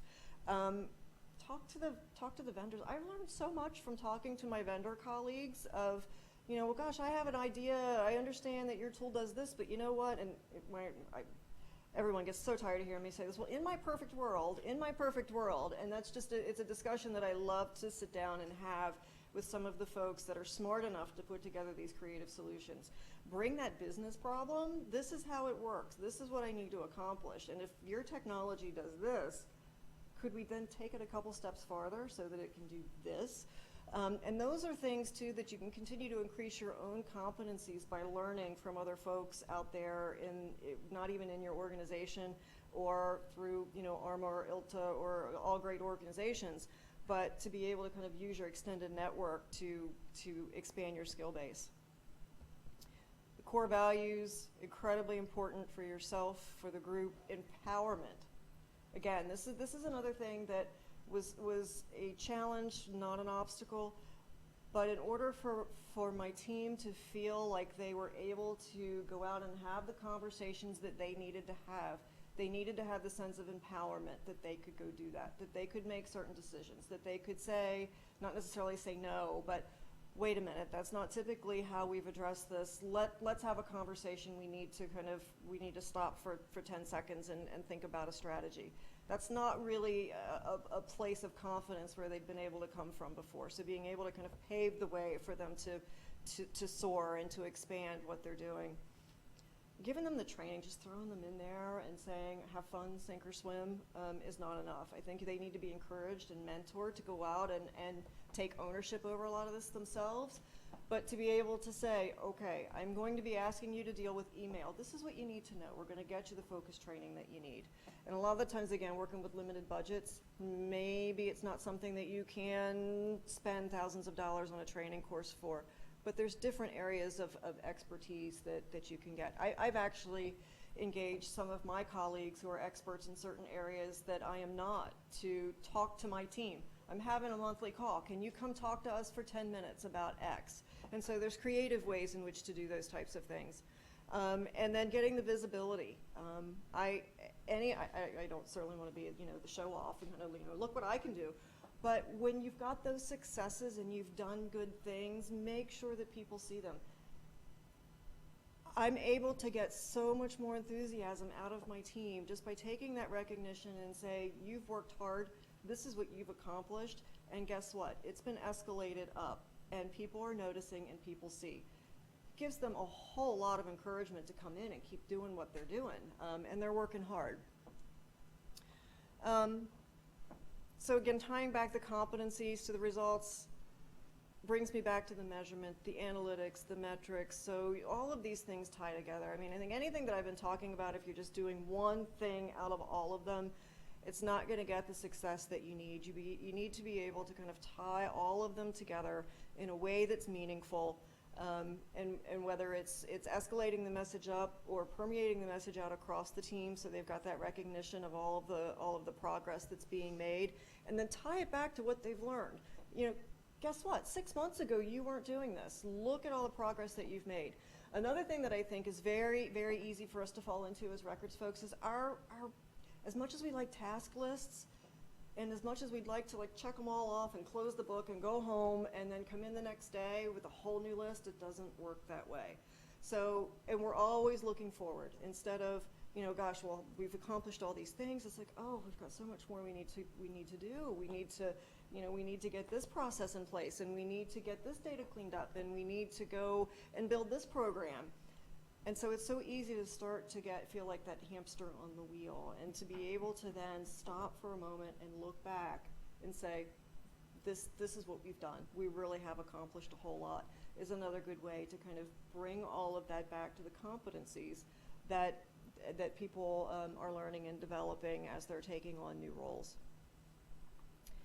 This is one, a regional manager on my team is in the same office as our chairman, and I had to laugh, and I loved it. It was on the West Coast, so my phone rings at like 7 o'clock at night, and he's like, I gotta tell ya, I'm so excited.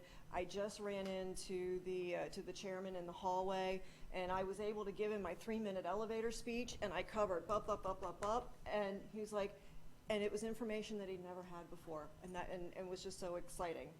And that one, the ability, or the fact that he had that elevator speech canned and ready to go at the moment's notice when there was no preparation whatsoever, was not only great for our firm leadership to hear. I mean, obviously it felt great for the guy who was delivering the message, but it was good for the whole department. And to be able to take that back to the overall group and say, hey, guess what? This conversation happened. And it was only 3 minutes, and it was 3 minutes in an elevator, but it made a difference. And so those things, I think, are, and I think we've talked from a leadership standpoint. We recognize that having the elevator speech is important. But as you're working with everybody in the team, it's important that we all have that elevator speech. And so this was a good example for the folks on the records team as a whole to say, oh, all right, this is a real example of why when I run into my practice group leader in the elevator, I should have something in mind that I can talk about. And this is how all of these things help you stay at the table. And as much as we need to develop our skills to serve the role in which we are engaged to do in our organizations, I always encourage my folks you have to build your personal brand. You have to invest in yourself. And so building those professional alliances, building the network, being able to sit down with your firm leadership and be able to speak to what's going on in the industry, those are all things that were not necessarily in the toolkit of the old records manager. These are things that are critical for success today and going forward. There's all sorts of tools and resources and certifications that are available out there that are relevant to information governance, and depending upon what angle that you're coming at things from, I think that there's a lot of value to certifications. I think we're seeing a greater recognition in the workplace when folks have some of those established known credentials in the alphabet soup at the end of your name.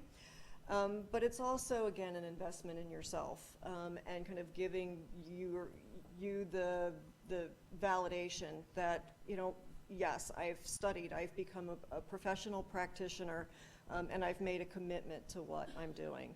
And so there's a variety of things, in the business side of the house. I think, the PMP is something that can be valuable for anybody regardless of what you do. And project management is becoming more and more of our day-to-day jobs in the records world. They might not be big projects, but even the little things that we do fall into the category of a project. Privacy aspect, obviously the records and information, the ARMA IGP certification. I was so excited to see that. I was very, very happy to throw my hand up in the ring and say, yeah, I'll be one of the first ones. This'll be fun. It'll be cool. And so it was great. I thought the exam was wonderful. Fortunately, I passed the first time, so I wasn't really entirely sure. But it was good, and I think that this is something that we're going to continue to see more of. Again, I don't necessarily advocate getting certifications just to get them. But to the extent that it is meaningful to what you do and to where you want to go in your career, it's definitely a worthwhile investment. AIM's got a lot of resources too, tons of stuff out there. So I like to kind of wrap things up with a how not to succeed in 10 easy steps. So staying isolated, not getting out there amongst the others in your organization, kind of being the wallflower. Keeping your paper-based focus, again, still important role. We need to look beyond that. Don't network. You're good all by yourself. We don't need to look elsewhere. That's a real surefire way not to succeed. Resisting innovation. Our firm just yesterday in the chairman's meeting, Oric's big on promoting innovation anyway, but taking it one step farther, they're running a campaign that over the next few weeks, couple of months, that they're looking for innovative ideas. And anybody can submit, whether it's a staff person, an attorney, and the winner of this innovative idea is going to walk away with $50,000 in their pocket. That's got my attention. got the attention of a lot of people. But again, I think that in order to remain relevant in this industry, you've got to keep that innovative hat on. Refusing change, nope, I'm gonna put my feet in the sand, I'm not going anywhere, don't make me do anything different, I've been doing this forever and ever and ever, and you can't make me change, you can't make me change. You're either gonna have to change or you're gonna get run over. Not learning new things, keeping the small picture approach, losing sight of what's important to the business. That's critical. I think that is a death sentence right there if you forget the reason why your organization is in business to begin with. Abandoning your strategic vision and the failure to sell yourself. And this is something that I think that for a lot of us old records managers is not necessarily intuitive. Not getting out there and touting what you know. We tend to be humble. Yeah, I'm just here doing my thing. But being able to get out in front of people and saying, yeah, I did that. Do you see that difference that was made over here? That was me, that was us, we did that. And so being able to feel comfortable being able to do that, it's not something that comes very easy. Again, just referencing all of a variety of different resources that are available to continue to go out and continue learning and to pass on to your teams as well. The ARMA tools, ARMA's got a lot of awesome tools. Talking about the competencies earlier, there's a lot of stuff out there. You don't have to reinvent the wheel. Go out there, take a look at what they've got, the self-assessments, the sources of information. There's a whole lot of free content out there that ARMA offers. So you don't have to spend $1 million or even $50 to find some relevant nugget of information. And then all of your professional organizations as well. Some of them don't necessarily require a membership fee to be able to consume content that's out there on the web. But these are all things that you have to kind of go out and look what's out there. And finally, make sure that you're a priority. And this is a little hokey, I know, but I had fun with it. Be practical, be relevant, innovative, open, reasonable, involved, tenacious, and you. We all bring a different flavor to the role that we perform. Don't necessarily hold yourself to somebody else's standards. Be the best you, be you, and bring that into the organization with all of the missions that we've talked about as far as driving our programs forward and bringing value to the business. And with that, did I get through that in about record time? Oh, that wasn't so bad. Any questions, comments? You guys were really nice to me. Okay. Well, thank you. Thank you I very appreciate much. it. And I think, is now the break? We have cookies Now and things. Now is the break. When we come back from the break, we have our door prizes. And of course, we have. You're saving the door prizes for Kathy. Oh, Pat, okay, we'll do that. Point is, you don't want to miss Patrick's presentation.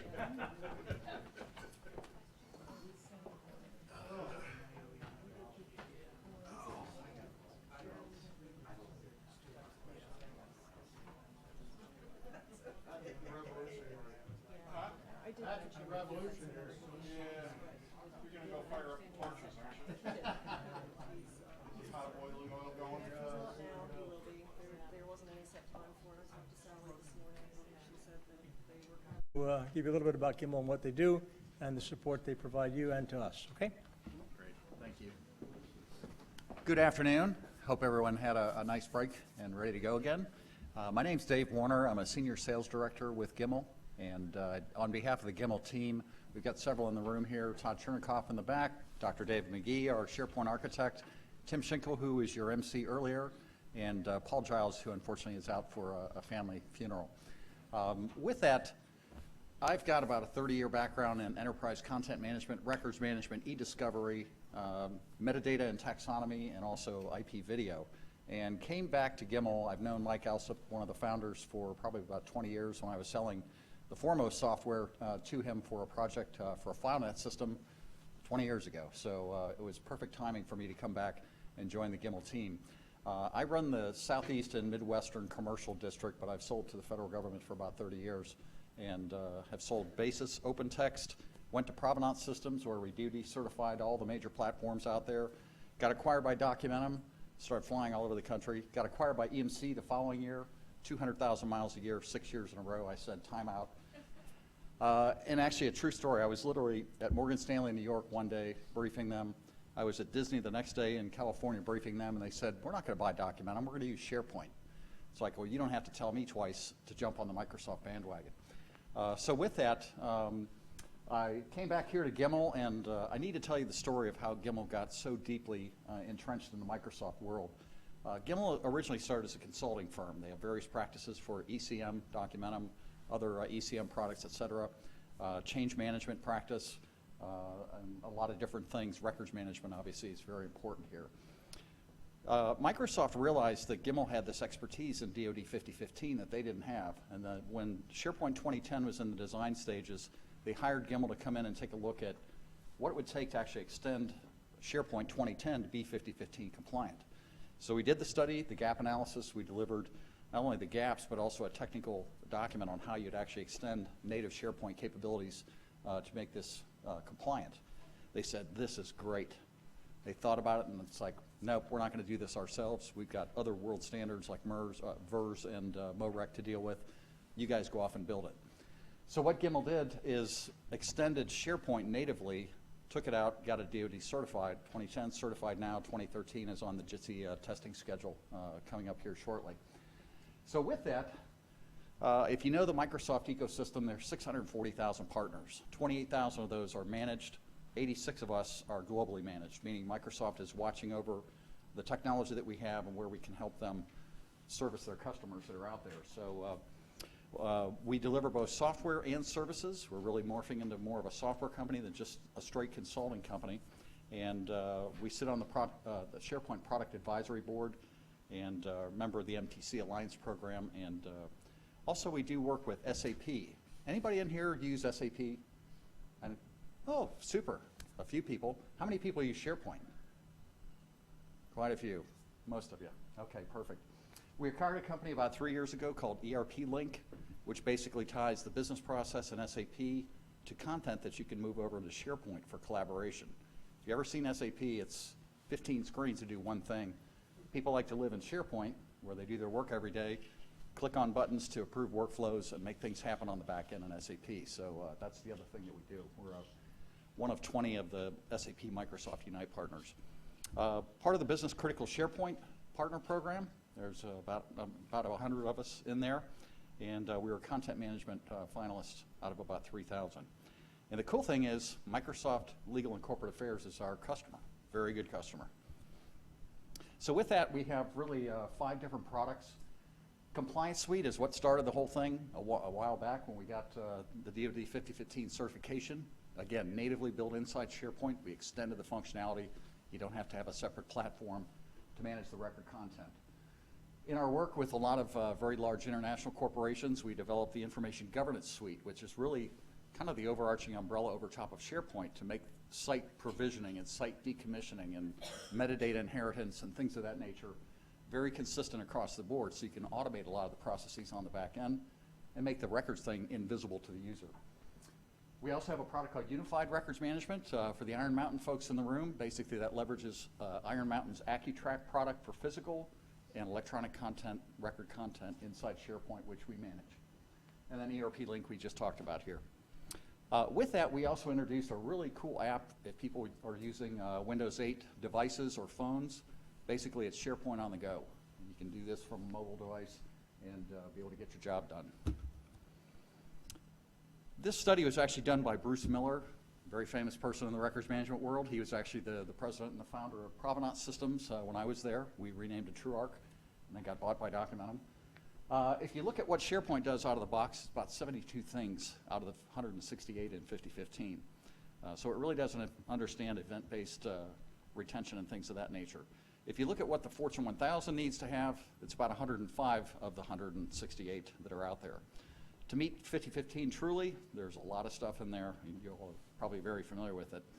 And then where we've taken it with the Information Governance Suite, working in conjunction with the Compliance Suite, we're managing all of the site provisioning and making SharePoint better. So with that, that's all I had to say. Come see us at the booth, and again, thank you for your time.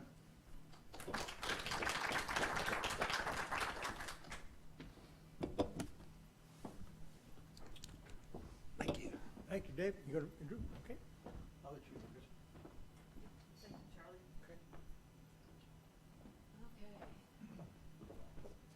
So we've had what I think is just a stellar group of speakers today, and we are ending the seminar with a bang, with a presentation from Pat, and I just realized I don't know exactly where your presentation is. Should be on the main C drive. The Or main, other ones were. what's that? It's on the C drive where the other ones were, Okay, so, I think that was, or on the desktop. there it is. So you are Cunningham. That would be me. Last time I checked. Yeah, just a second, Carolyn, I'll announce your, okay. So before we get going again, I just, two quick announcements. Number one, Lee Isaacs, our last speaker, she mentioned Doug Smith, who a lot of us know. It was originally supposed to be her co-speaker, and because he was having some serious medical problems, he couldn't make it. He's been doing better. He's been recovering. He went home, but then he had a setback, and it looks as if he's going to have to go back in surgery today, so keep him in your thoughts and prayers. And then one quick announcement from Carolyn.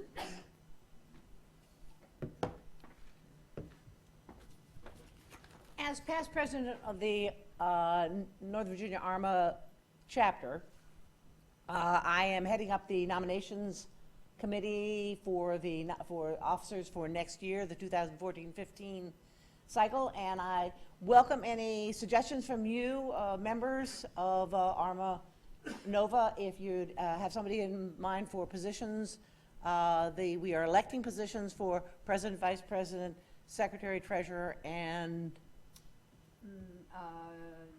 membership director. Yep. So I welcome, please, my email address is on the website. If you have any suggestions, please email me or other members of the committee, George Darnell and Mary Rollins Milton. So thank you very much. All right, thank you. And with that, we'll hand the podium over to Pat and enjoy the last session of the day, but do stick around because there are 5 wonderful door prizes from our sponsors. So I stand between you and the door prizes. And my mission is to deliver you out the door so Metro can delay you on your way home. See, I pay attention to this part of the world. All right. I like to walk, so if this thing comes on, yes, it does. And let's see if the magic projector thing works. There we go. So, guess what? An agenda. That's the agenda. That's because this is the same presentation I gave at the ARMA conference, and ARMA makes you do that. So we'll keep going. Anybody know Randy Kahn? Yeah. Anybody like Randy Kahn?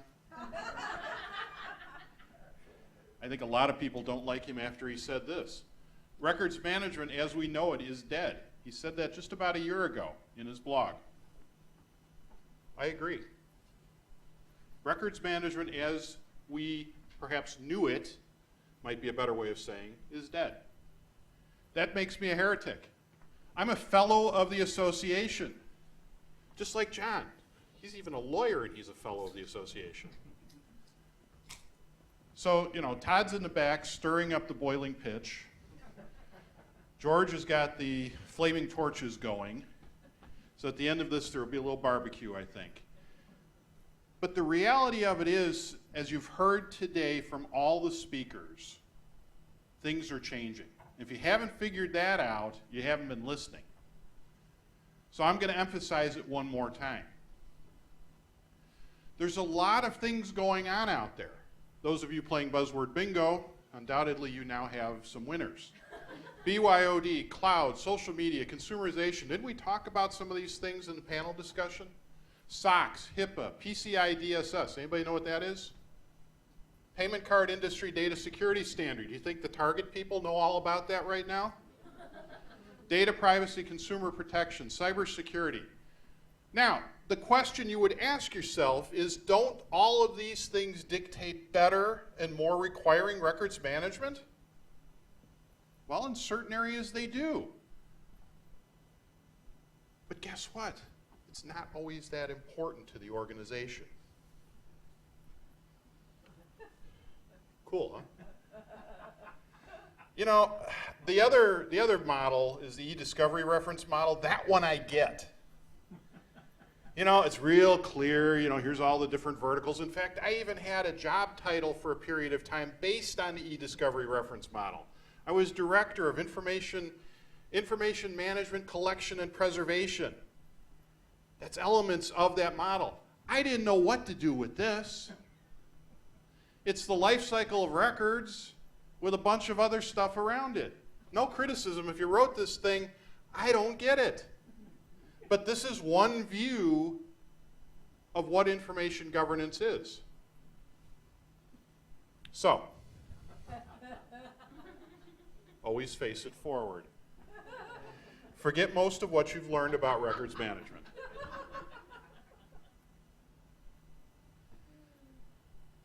We're going to talk about risk management. Now, years ago, when I was just a wee little records manager, I knew people who talked about risk management. Oh my God, if you don't do records management, you're all going to jail. Right? If you don't do it well. What I've learned, and I'm actually starting to talk about risk management now, because you talk about it in a different way. A discipline for living with the possibility that future events may cause harm, right? That's what we think about. We've talked about this today. Looking at risk. We're risk-averse people. And you reduce risk by defining and controlling threats and vulnerabilities. Welcome to Information Security 101, people. Because that's what they do. That's what a CISO is all about. Watch me spill the water all over my shirt. So these are the things that people think about in the world I live in now. Remember what I said earlier today. 3-letter agencies called me up and said, you have a problem. That's a threat because we had a vulnerability. It becomes a major problem for many organizations. But when you look at this, when you look at risk at a business level, at an organization level, at a government level, how large is records management as a risk? Now, in a particular organization, it could be very large. In our organization, not so much. Given the choice between filing email properly and selling to a customer, what do you think a salesperson's going to do? How many of you are involved in sales? What are you going to do? You going to go out and sell another hour a day, or are you going to manage your email? Yes. He's going to manage his email, of course. Because he's in our industry. He's one of us. No, he's a sales guy. He's also looking for a job. He's also looking for a job, okay. But the reality of it is, when I go out to business development people and say, you need a longer password, they look at me like my hair's on fire. You're wasting my time. You need encryption on your computer. You mean I got to try to remember one more password before I even log into my computer? Well, yeah, because you guys are the dumb ones who throw your computer in the back of the car and go to the gym and leave the doors unlocked. And then I got to ask you 25 questions about what the hell was on your computer when it's stolen. But they don't get it. They don't understand. They understand that risk to a point. They don't understand this records risk. I'm a sales guy. I got a job to do, and that job involves selling. Here's more of Randy's stuff. Would your executives really want all employees to spend 10 to 20% of their day doing records management? I think not. Should employees be expected to go through hundreds of millions of files from the past to determine if they still harness any ongoing business value? Probably not.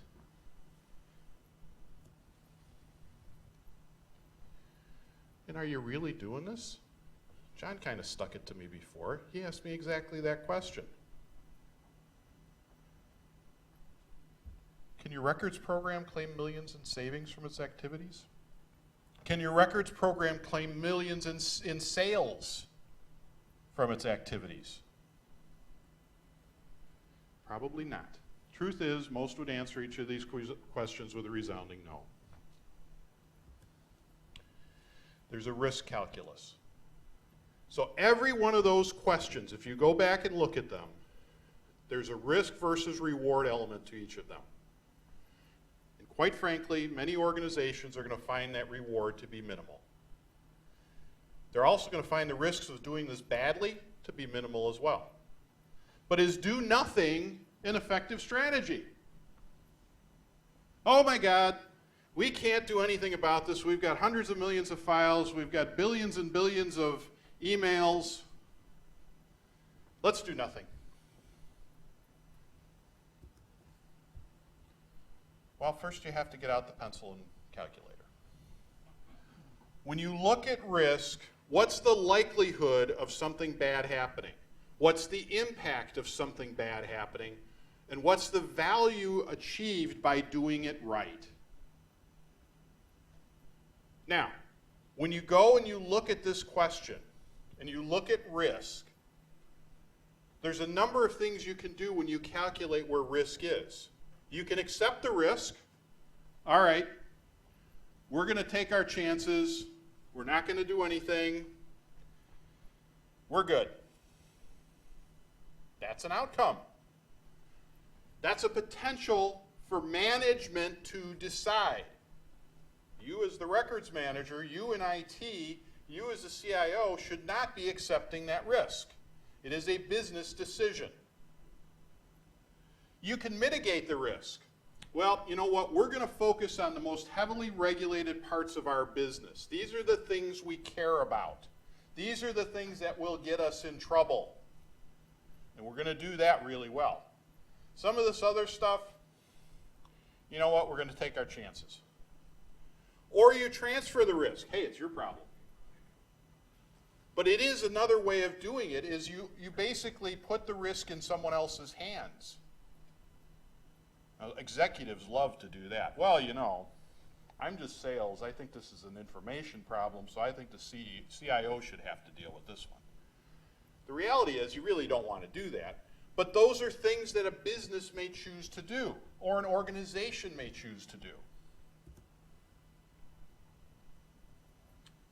So let's talk a little bit about different kinds of risk. Controls-based risk. There's a new vocabulary I'm talking to you about. This was all foreign to me 3 or 4 years ago. I didn't know what this stuff was. So if you haven't really heard these terms before, these come out of information security. And when you look at information security and risk management there, these are concepts that are mature in that organization. Controls-based risk is risk derived from the organization's ability to comply with a set of controls or policies. Okay? So, we have a policy. If people don't comply with this policy, there's a risk. That's controls-based risk.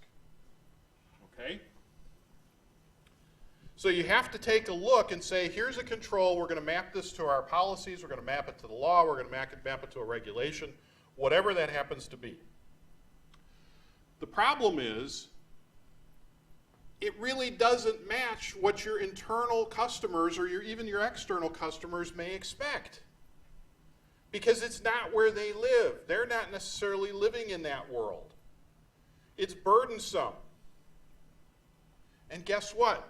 The risk is usually much higher because people aren't doing anything. They're not following those controls. Your policy says, thou shalt not use Google Drive. But you don't block Google Drive. You allow people to take their laptops home if you do block Google Drive. And guess what? They all have Google Drive running on their computers because you gave them administrative control over their computer. Now what? You have records in the cloud. In a cloud you don't have any control over. But you have a policy that says, thou shalt not do this. You have much higher risk because you're not making sure people can't do it. Does that make sense? customer-based risk. Risk derived from an organization's ability to comply with the customer's willingness to accept controls and policies. Now you start saying, hey, what are you willing to do? We don't want you to use Google Drive. Here's why. But you're telling us you need to have access to that data in the cloud. Okay, what if we do something different? You will use Box because we have a corporate license with Box. We have a contract with Box. We've set up security with Box. It's not Google Drive. It doesn't integrate with your Google account. But guess what? It's in the cloud. It's going to meet your requirements. Does that work for you? Now, the customers may say, no, I really want to do this. Okay, we're going to do this, but guess what? Now they're doing something that they want to do, and you can control that. You can build a wall around it to say, we're meeting your needs, you're following what our requirements are. There's some risk here, and we're going to go through a risk process to look at what's going on here. Is this something we can mitigate? Is this something that you can accept a certain level of risk? And we go from there. So the risk, the actual risk might be lower because you're helping them, or they're helping you, determine what they can do. So if we go out and we say as records managers, every month we want you to certify that you've maintained all of your email. You are required to do this. That's a control. They're not going to do it. They don't have time for it. But if you say, you know what, let's find a happy medium. We're going to let the system get rid of some of this stuff, get rid of some of the junk for you. And you work with the customer, you work with the people who are dealing with this, and you go, here, if we classify it this way, I'll give you a couple of buckets to drop the stuff into. We won't mess with that stuff. We're going to get rid of a lot of the trash that you're dealing with. Now you're starting to work with the customer, and you have a program that's probably a lot more consistent than people ignoring something else.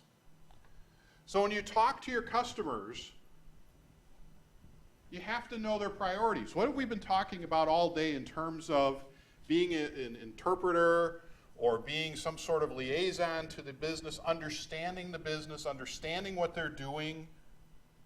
This is the dialogue. What are your priorities? What is your risk appetite? Ever hear that term before? Think about that term for a minute. How much risk are you willing to bite off? Sometimes it's a lot more than you might think. What are you willing to do? We have a problem, we need to solve this problem. What would you do to solve this problem? Who's going to accept this risk? Now here's a game changer. Right now we're going through some mandatory desktop encryption. So you must have, if you're in a certain job category or in a certain part of the organization, your laptop's hard drive must be encrypted. Sounds reasonable, right? What's the big deal? There are people who absolutely refuse to do it. Okay. Well, we've designated who accepts any exceptions to that policy. And one of those people is the corporate controller. No one messes with the corporate controller. When someone in finance comes to me and says, I don't need any encryption on my hard drive, I don't have anything, I say, fine, go see John, and John will grant you an exception. Maybe. And I never hear from them again. Because he's the guy who's designated to accept the risk, and he doesn't accept any risk. In fact, he wrote back to me the other day and said, what's it going to take to put full disk encryption on everyone's computer? Oh, I don't know, John. Maybe $1 million. Maybe, you know, you go see the CFO and he gives you a check and we make it happen. It'd be beautiful. But that's his risk appetite, which is zero, and people know where his risk appetite is. Now, I go to the head of sales with the same question. He's going to go, yeah, whatever. Pain in the ass. Whatever. You guys are always bothering us with this crap. So what do we do to mitigate the risk? Hey, sales guys, don't put anything secret on your computer. Yeah, like that's going to happen. But then we watch them and we make sure and we pound on them when they do something stupid. So you align your requirements to where their risk appetite is. This means you've got to massage that customer. Their priorities aren't going to include your priorities of information governance and records management. But what you can do is try to get the requirements addressed and find some low impact means of getting it done. Maybe we put in some automatic deletions. Maybe we do something else. We make it happen in the background, they never know it was there. But you also make sure they understand if there's risk, what are they picking up and who's responsible.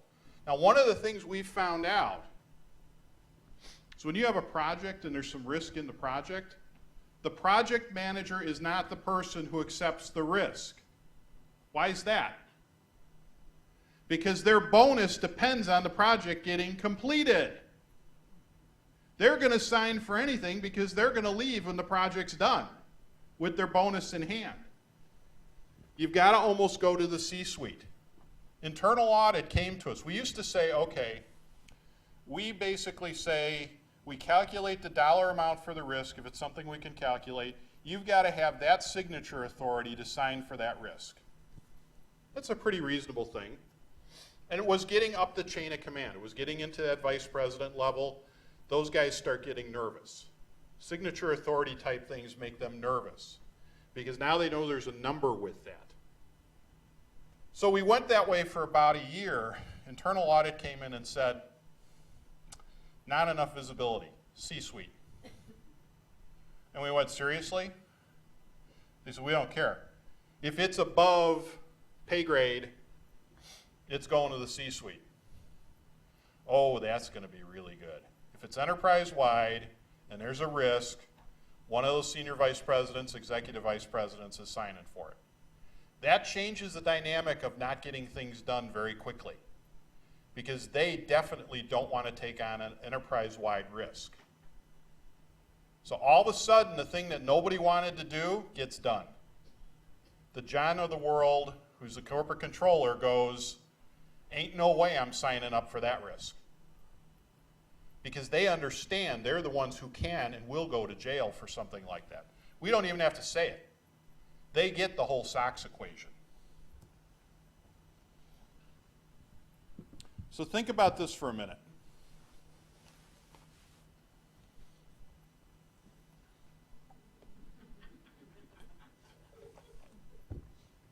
Yes, the giggles are coming from those who remember those days. Well, what's reality? Everybody and their brother is creating documents. But we make people behave as if it's going through the steno pool process and we're generating one letter a day. Carefully typed, stuffed into an envelope, a stamp lovingly applied, and it goes into the U.S. Postal Service. In the time it takes you to do that, 350 emails went out from that person.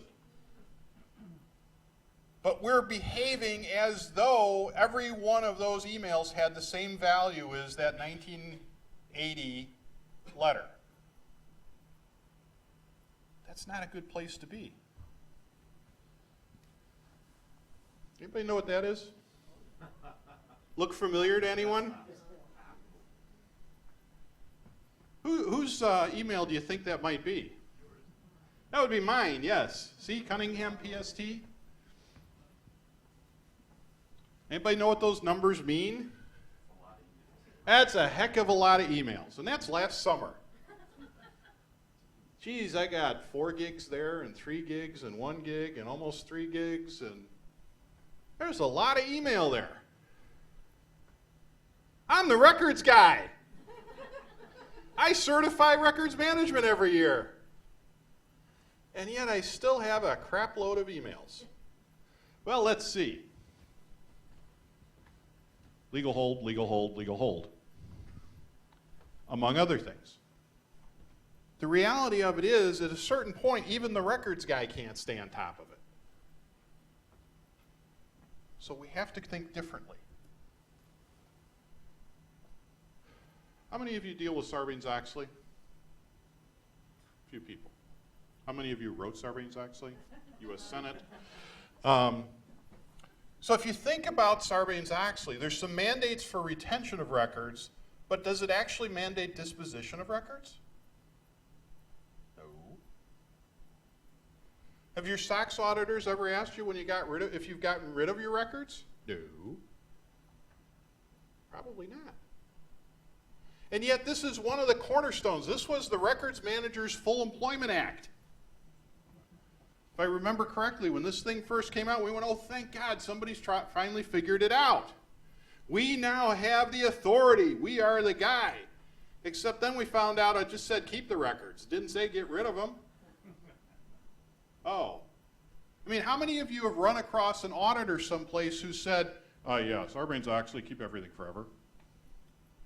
Because that's what the accounting firms are supposed to be, not forever, but for a long, long time. And they're saying, well, you're going to need to keep all your work papers too.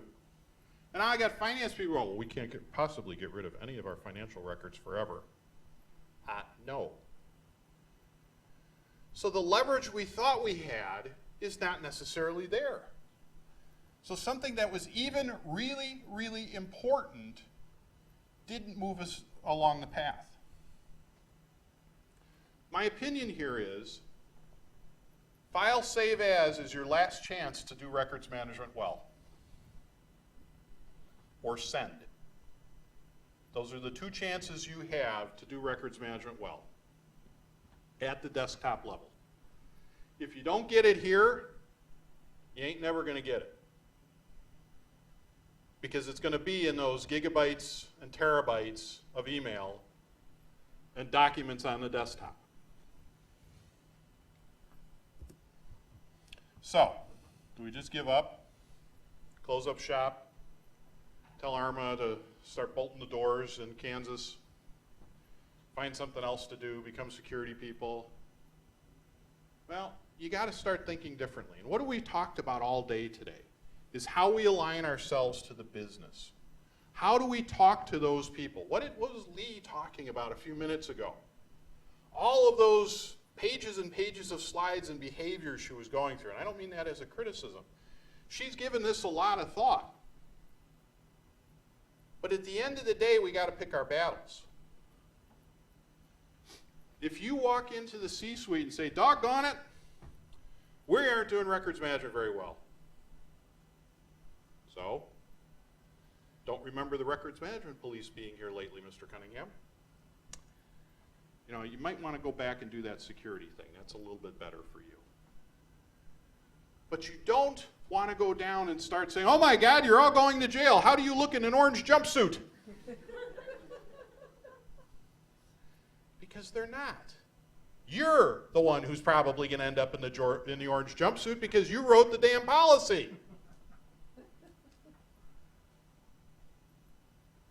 If they decide to do something unethical with your records, the policies and procedures are simply not going to stop them.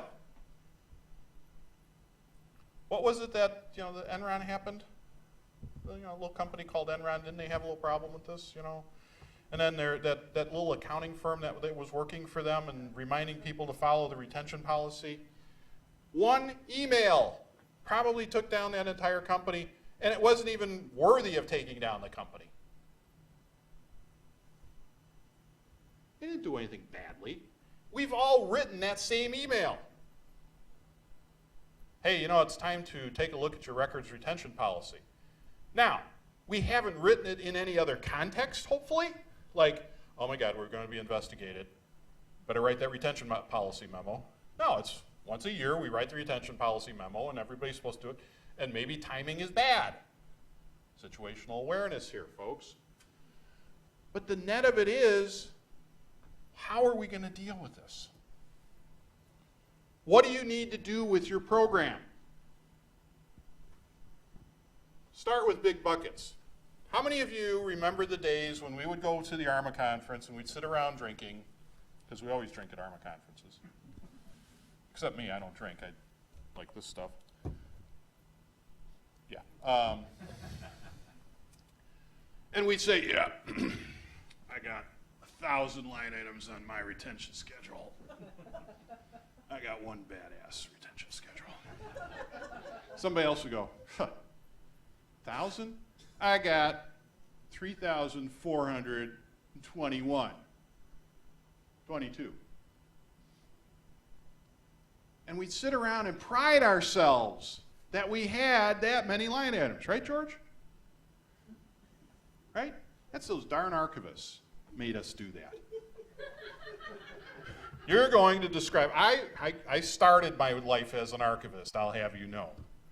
I had the 8.5 by 11 sheet of paper where you had to describe the record. What size the paper was, what weight the paper was, how many holes were punched in the paper, how many fields were on the paper, how many copies of that paper were made.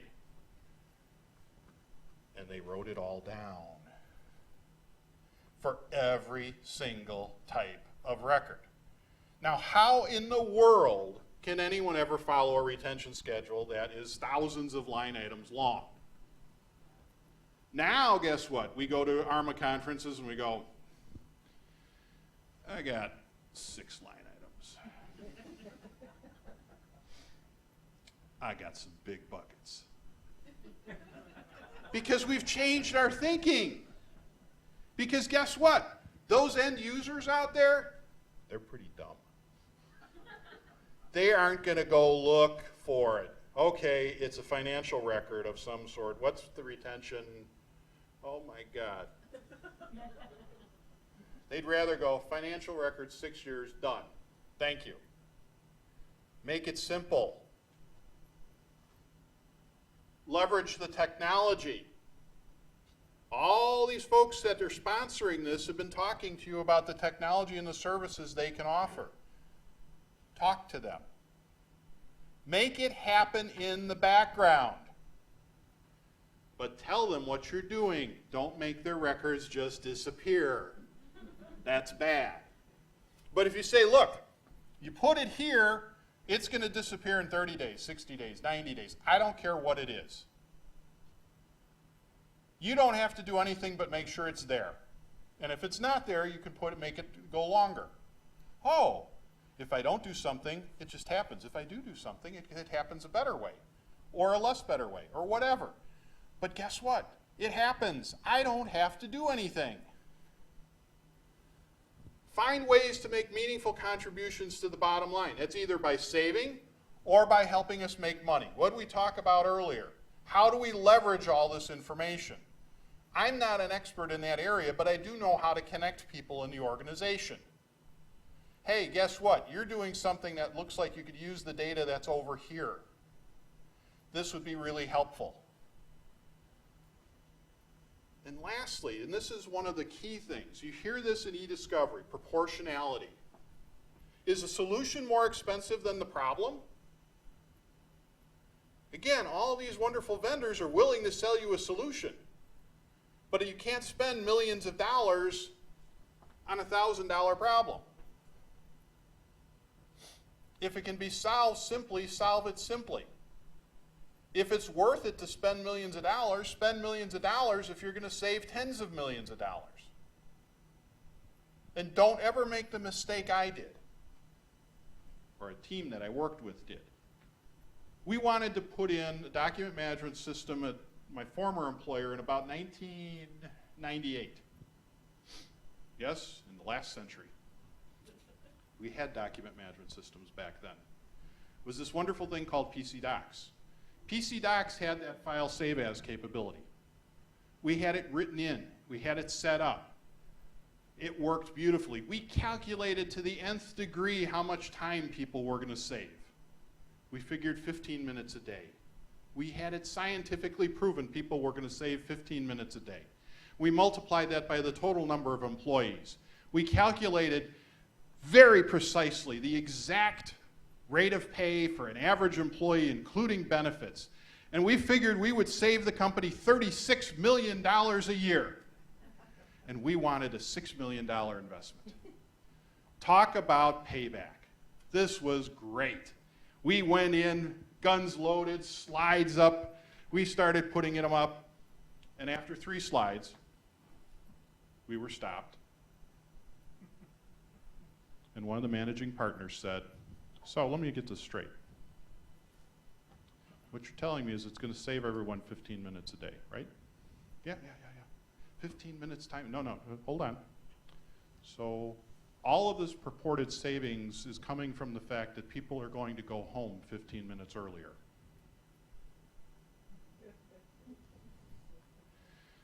Thank you very much. We'll be leaving now. We missed that part. It was a wonderful solution, and it was the right solution. It was the wrong business case. Time savings is not real savings. Headcount reduction is real savings. Now, if we had gone down the path, well, we didn't because we were a nice company, where we went, okay, 15 minutes equals X number of hours equals, divided by 20,080 or whatever proportion we decided to do equals X number of heads. We recommend that we fire 3,000 people because we're going to save 15 minutes a person. Okay, that sounds good. They still didn't want to spend the money. But the reality of it was, you got to look at how you put your business case together. So what are your opportunities? So when we're looking at all these issues, where else can you contribute? Application decommissioning. Where's the data? How is that data going to be managed? Server decommissioning. Where's the data? Archiving, migration, retention, legal holds. All of those issues need to be addressed.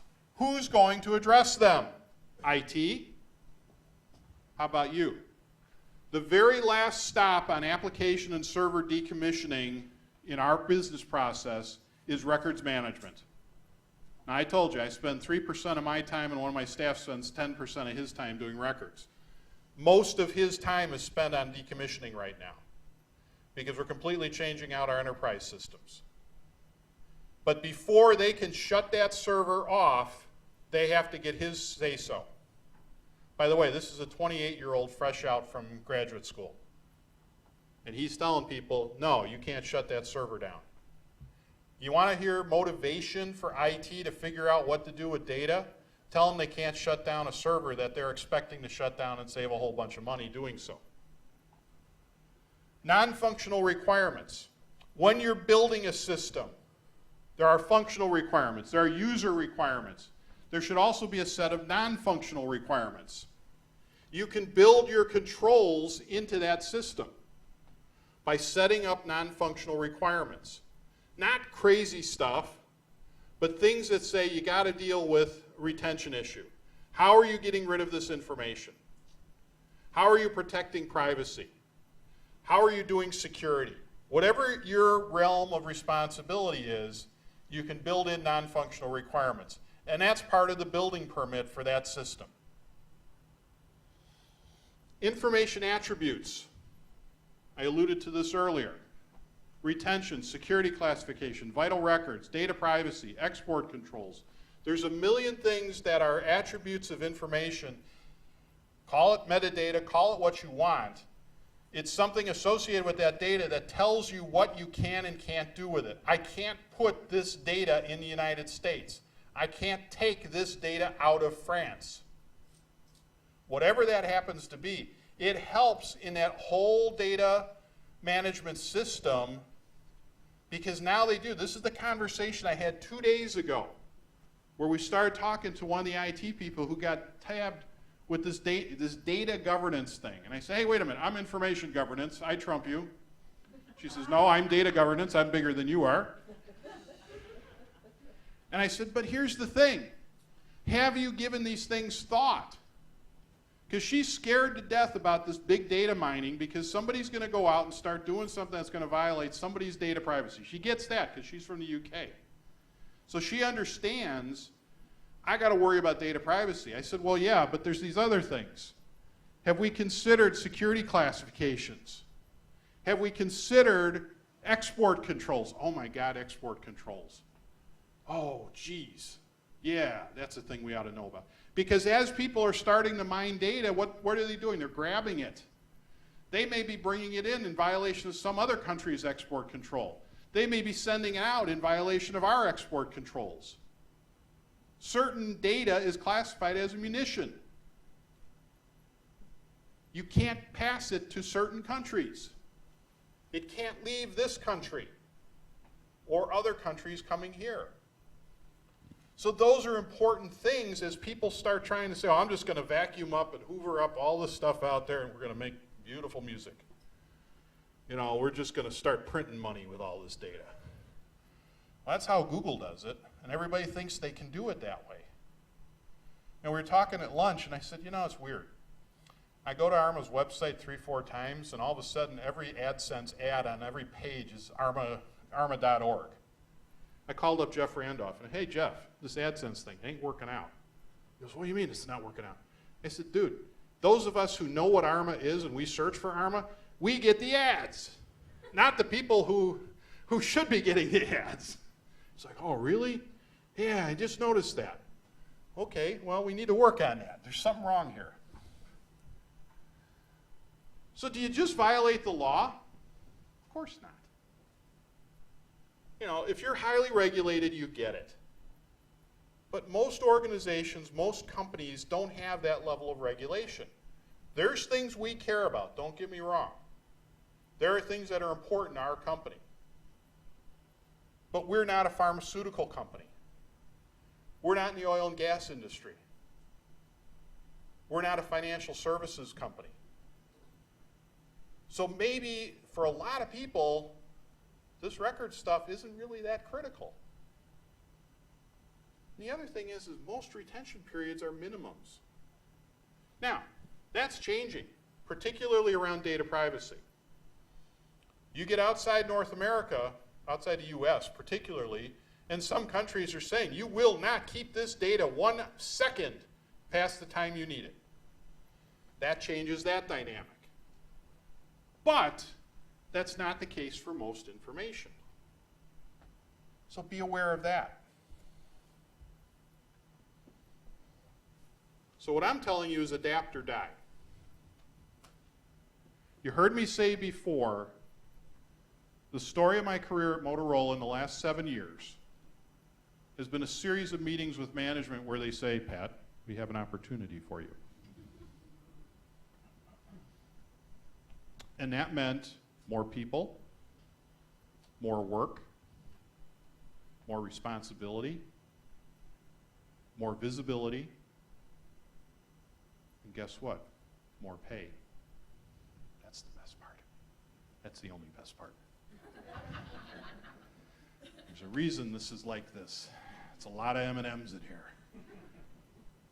But the reality of it is, you need to adapt. When somebody comes to you and says, I have an opportunity for you, I'd like you to do something else. How many of us go, oh, I don't want to do that. That isn't my comfort zone. Nothing is in my comfort zone right now. Because guess what? And this is true, I think, of most of us who have been in records management, especially if we were the records guy or gal in an organization, we know how it works. We knew the retention schedule. We wrote every line item on that retention schedule. We knew all the retention champions. We knew how to deal with pulling stuff out of Iron Mountain. We knew in our own record centers where everything was filed. We knew who supplied us with file folders. We knew everything. When you start running disparate parts of your organization, you don't know nothing. And that is very uncomfortable. But that's part of being a pointy-haired manager. Did everyone get that one? Yes. Okay. There wasn't a big enough chuckle.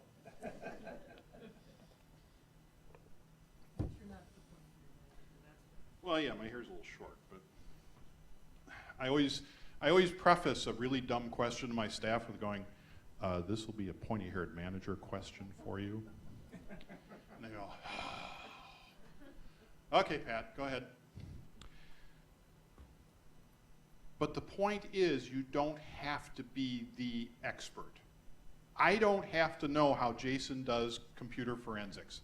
I have to know in a big picture what he can and can't do, but how he goes in and looks at certain elements of a computer to make it sing, not my job, his job, and he better get it right, because I'm the guy who then has to take that further.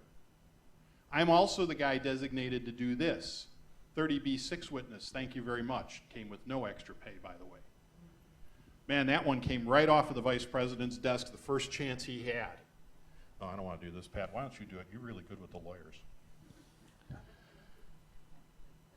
Could your program, as it's designed today, pass a proper audit of controls? Anybody here want to raise their hand and say, yep? You know, internal audit, external auditors, they came in, they did a controls-based audit of our program, 100%. No, didn't think so. Do you actually have a set of controls that you could audit against? Probably not. Well, we have a policy, we have procedures. That's not controls. Controls are binary, yes or no. You're doing it or you're not doing it. You will have a password. You will have a password of at least 8 characters. That password will be a combination of, at a minimum, capital letters, small letters, numbers, special characters. You will not use dictionary terms. Those are controls. Do you have similar things for records? Probably not. That is the holy grail for me right now. Part of that 10% of my staff person's job is to learn all of our security, after he learns all of our security controls, part of his 10% now is to develop controls of a similar nature for records management. When he does that, we will be presenting at the conference after the auditors get done with us. You need to be able to do that. Do you listen to or do you dictate to your customers? Did they have any input in your policy and procedures? Did they have any inputs into whatever whiz-bang electronic system you put in? I sure hope they did. Are you listening, or are you telling them this is the way it's going to be?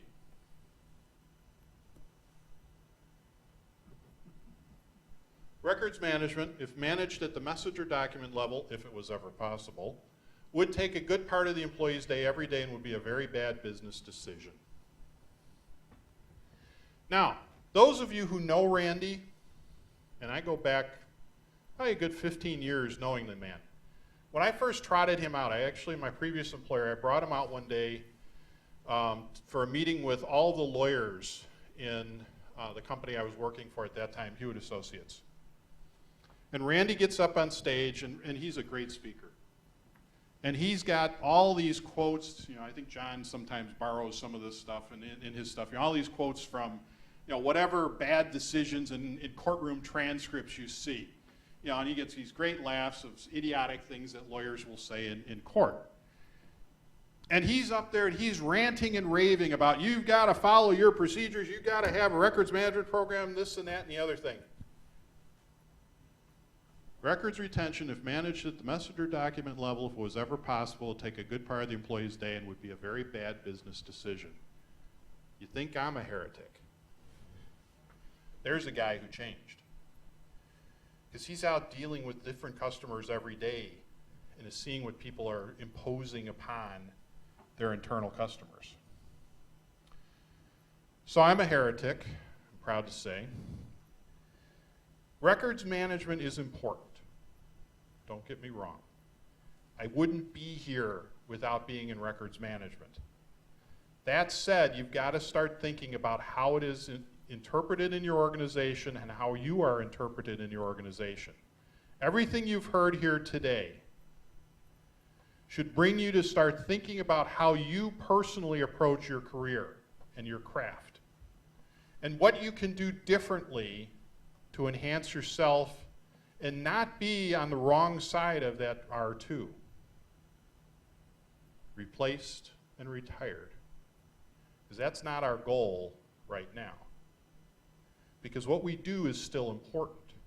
How we do it is what's really important, and how we communicate it is even more important. So that's what I'm going to leave you with, right at 4 o'clock. How about that? Awesome. The door prizes await, but first I'll take a couple of questions.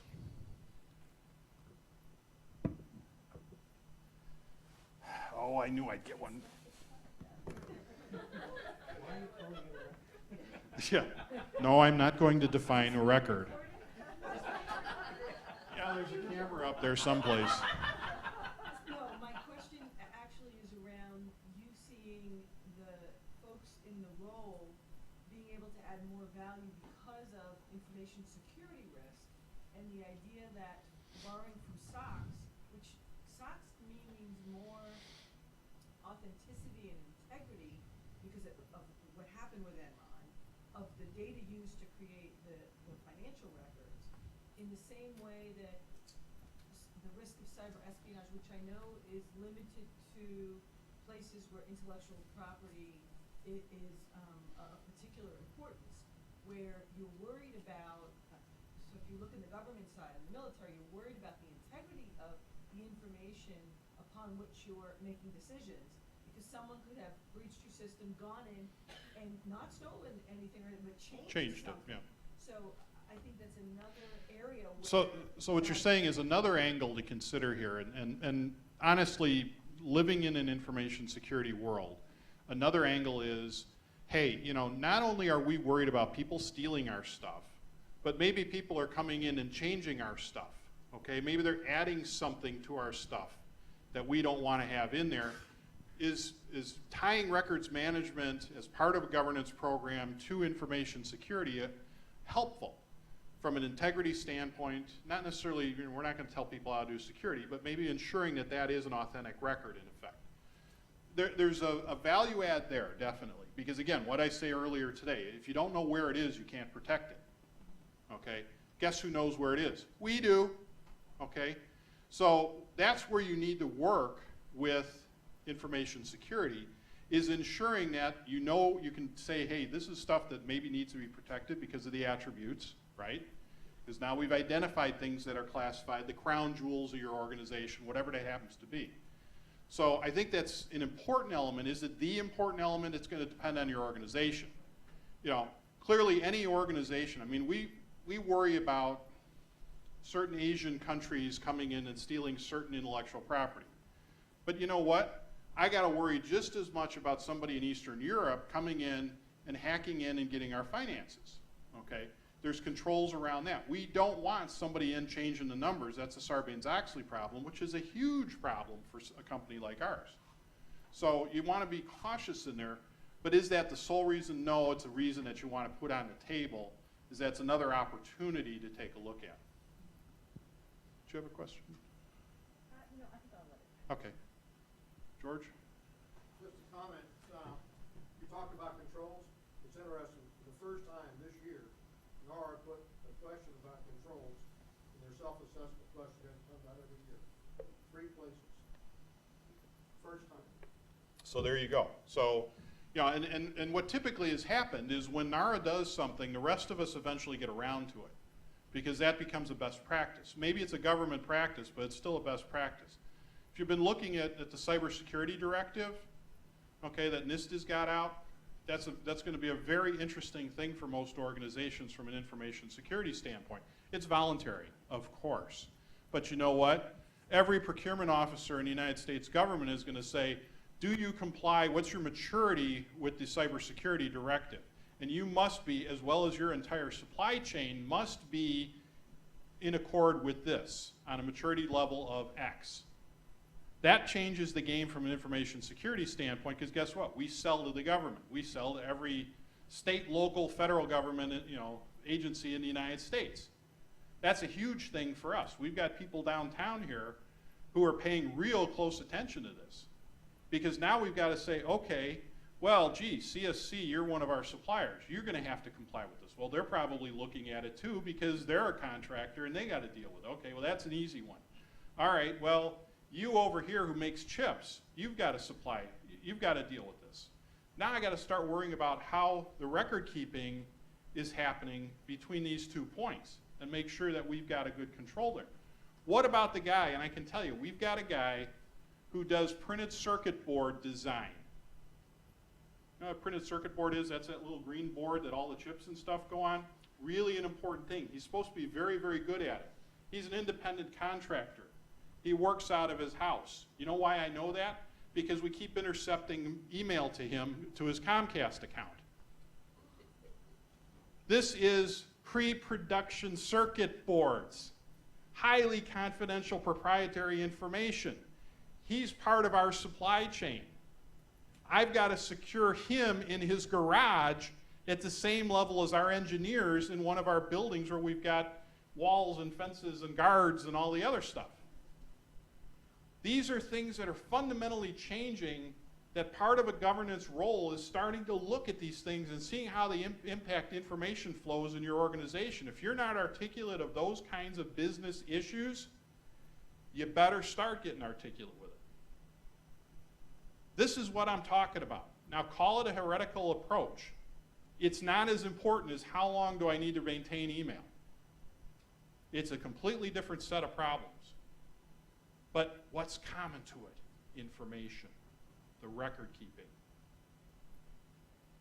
Sorry, every now and then I get a little passionate. Anything else?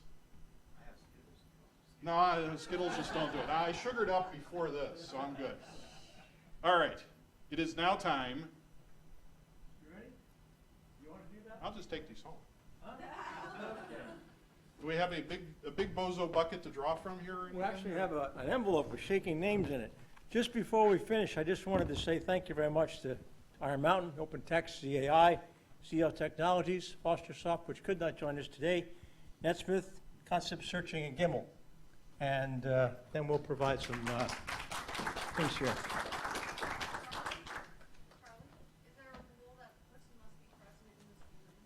Oh, yeah, that's always an important rule. Right, they must be present. We're also, if you get drawn out and you're a CEO and above, we'll test your moral courage and cannot accept it.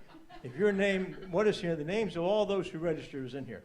Dave McHugh asked us to take his name out, so we took his name out. He was the prime speaker. If we draw your name and you give the door prize, obviously you have an answer there. If you're a CEO or above, take your moral courage and do the right thing, okay? And you need to be present. So let's take a shot in here and see what we get, okay? What's the prize? The prizes? The prizes we did before. We have 2 books on software from CSC on the SharePoint Shepherd's Guide for end users. That'll be the first one. The second one is a $50 gift certificate, Amazon from NetSmith, thank you very much. And then the Kindle Fire from ZAI. We'll save the Kindle Fire for last, okay?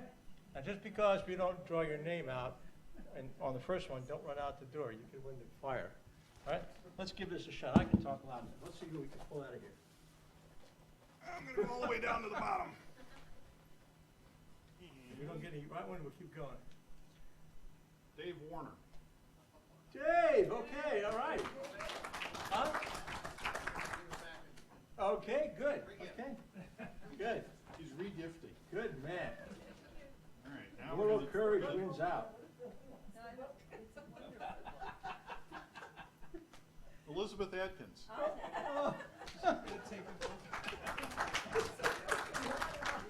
There you go. Is this a 2-volume or? No, yeah. Yeah. Yeah. It's a wonderful book. Okay, next one. Let me just hold this right here. Okay, next one. Actually, if you need to learn SharePoint overnight, that's an excellent way to do it. Ken Campilla. Very good. All right. We'll just fling it out to you. We're going to fling it to you, okay? All right, next one is NetSmith, $50 gift certificate. All right, this one I'll skim right off the top. Valerie Singler. Oh, very good. I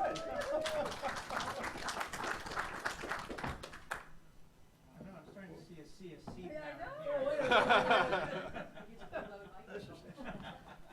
And for the big prize. All right, and for the big one. Let's see. Now we'll go digging deep again. I'm trying to feel my name as well. Oh, look, Beck Cunningham. No, John Asaza. No. Okay. Hey, John, you've got one. You carried it around all day. Huh? You know what it used to be during your speech? Crystal Kurtzberg. Very good. Very good. Outstanding. Well deserved. Well deserved. Okay. All right. Again, I thank you to the sponsors, and I'll turn it over to Elizabeth, okay?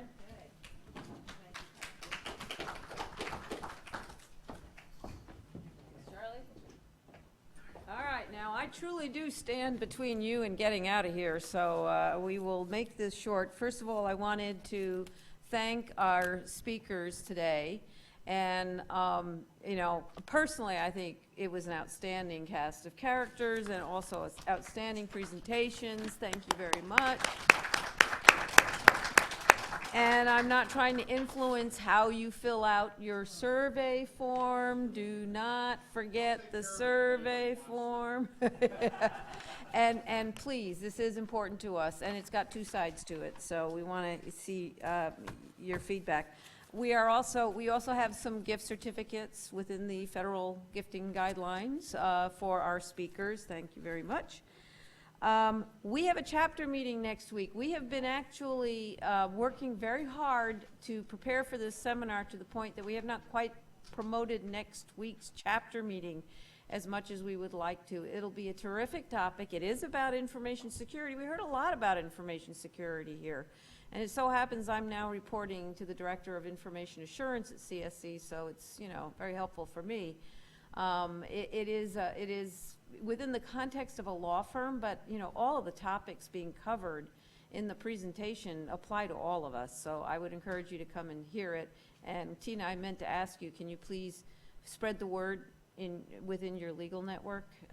Because I think it'll be... I did register.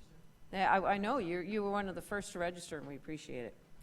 Also, just wanted to make sure that you're all aware, number one, of the certificates that you received for your attendance. There are continuing education credits on there for the 6 for the CRM and 6 for the IGP credential. So keep that in mind. And that we have mentioned several times the parking validations, and last year we did have a bit of confusion. People thought when they came in they got a ticket, they thought that was their parking validation. That's your ticket for the money you're supposed to pay. You need a second ticket in order to get out of here without paying. So if you have not gotten that second ticket, let us know. Those are a few brief announcements. Since we are really just 5 minutes away from when we were scheduled to end, I'm not going to try to add too much to what's already been said, except to say I've, you know, really had a lot of food for thought from the seminar today. And in a way, you know, you could feel almost overwhelmed by the scope of the issues that were brought to our attention.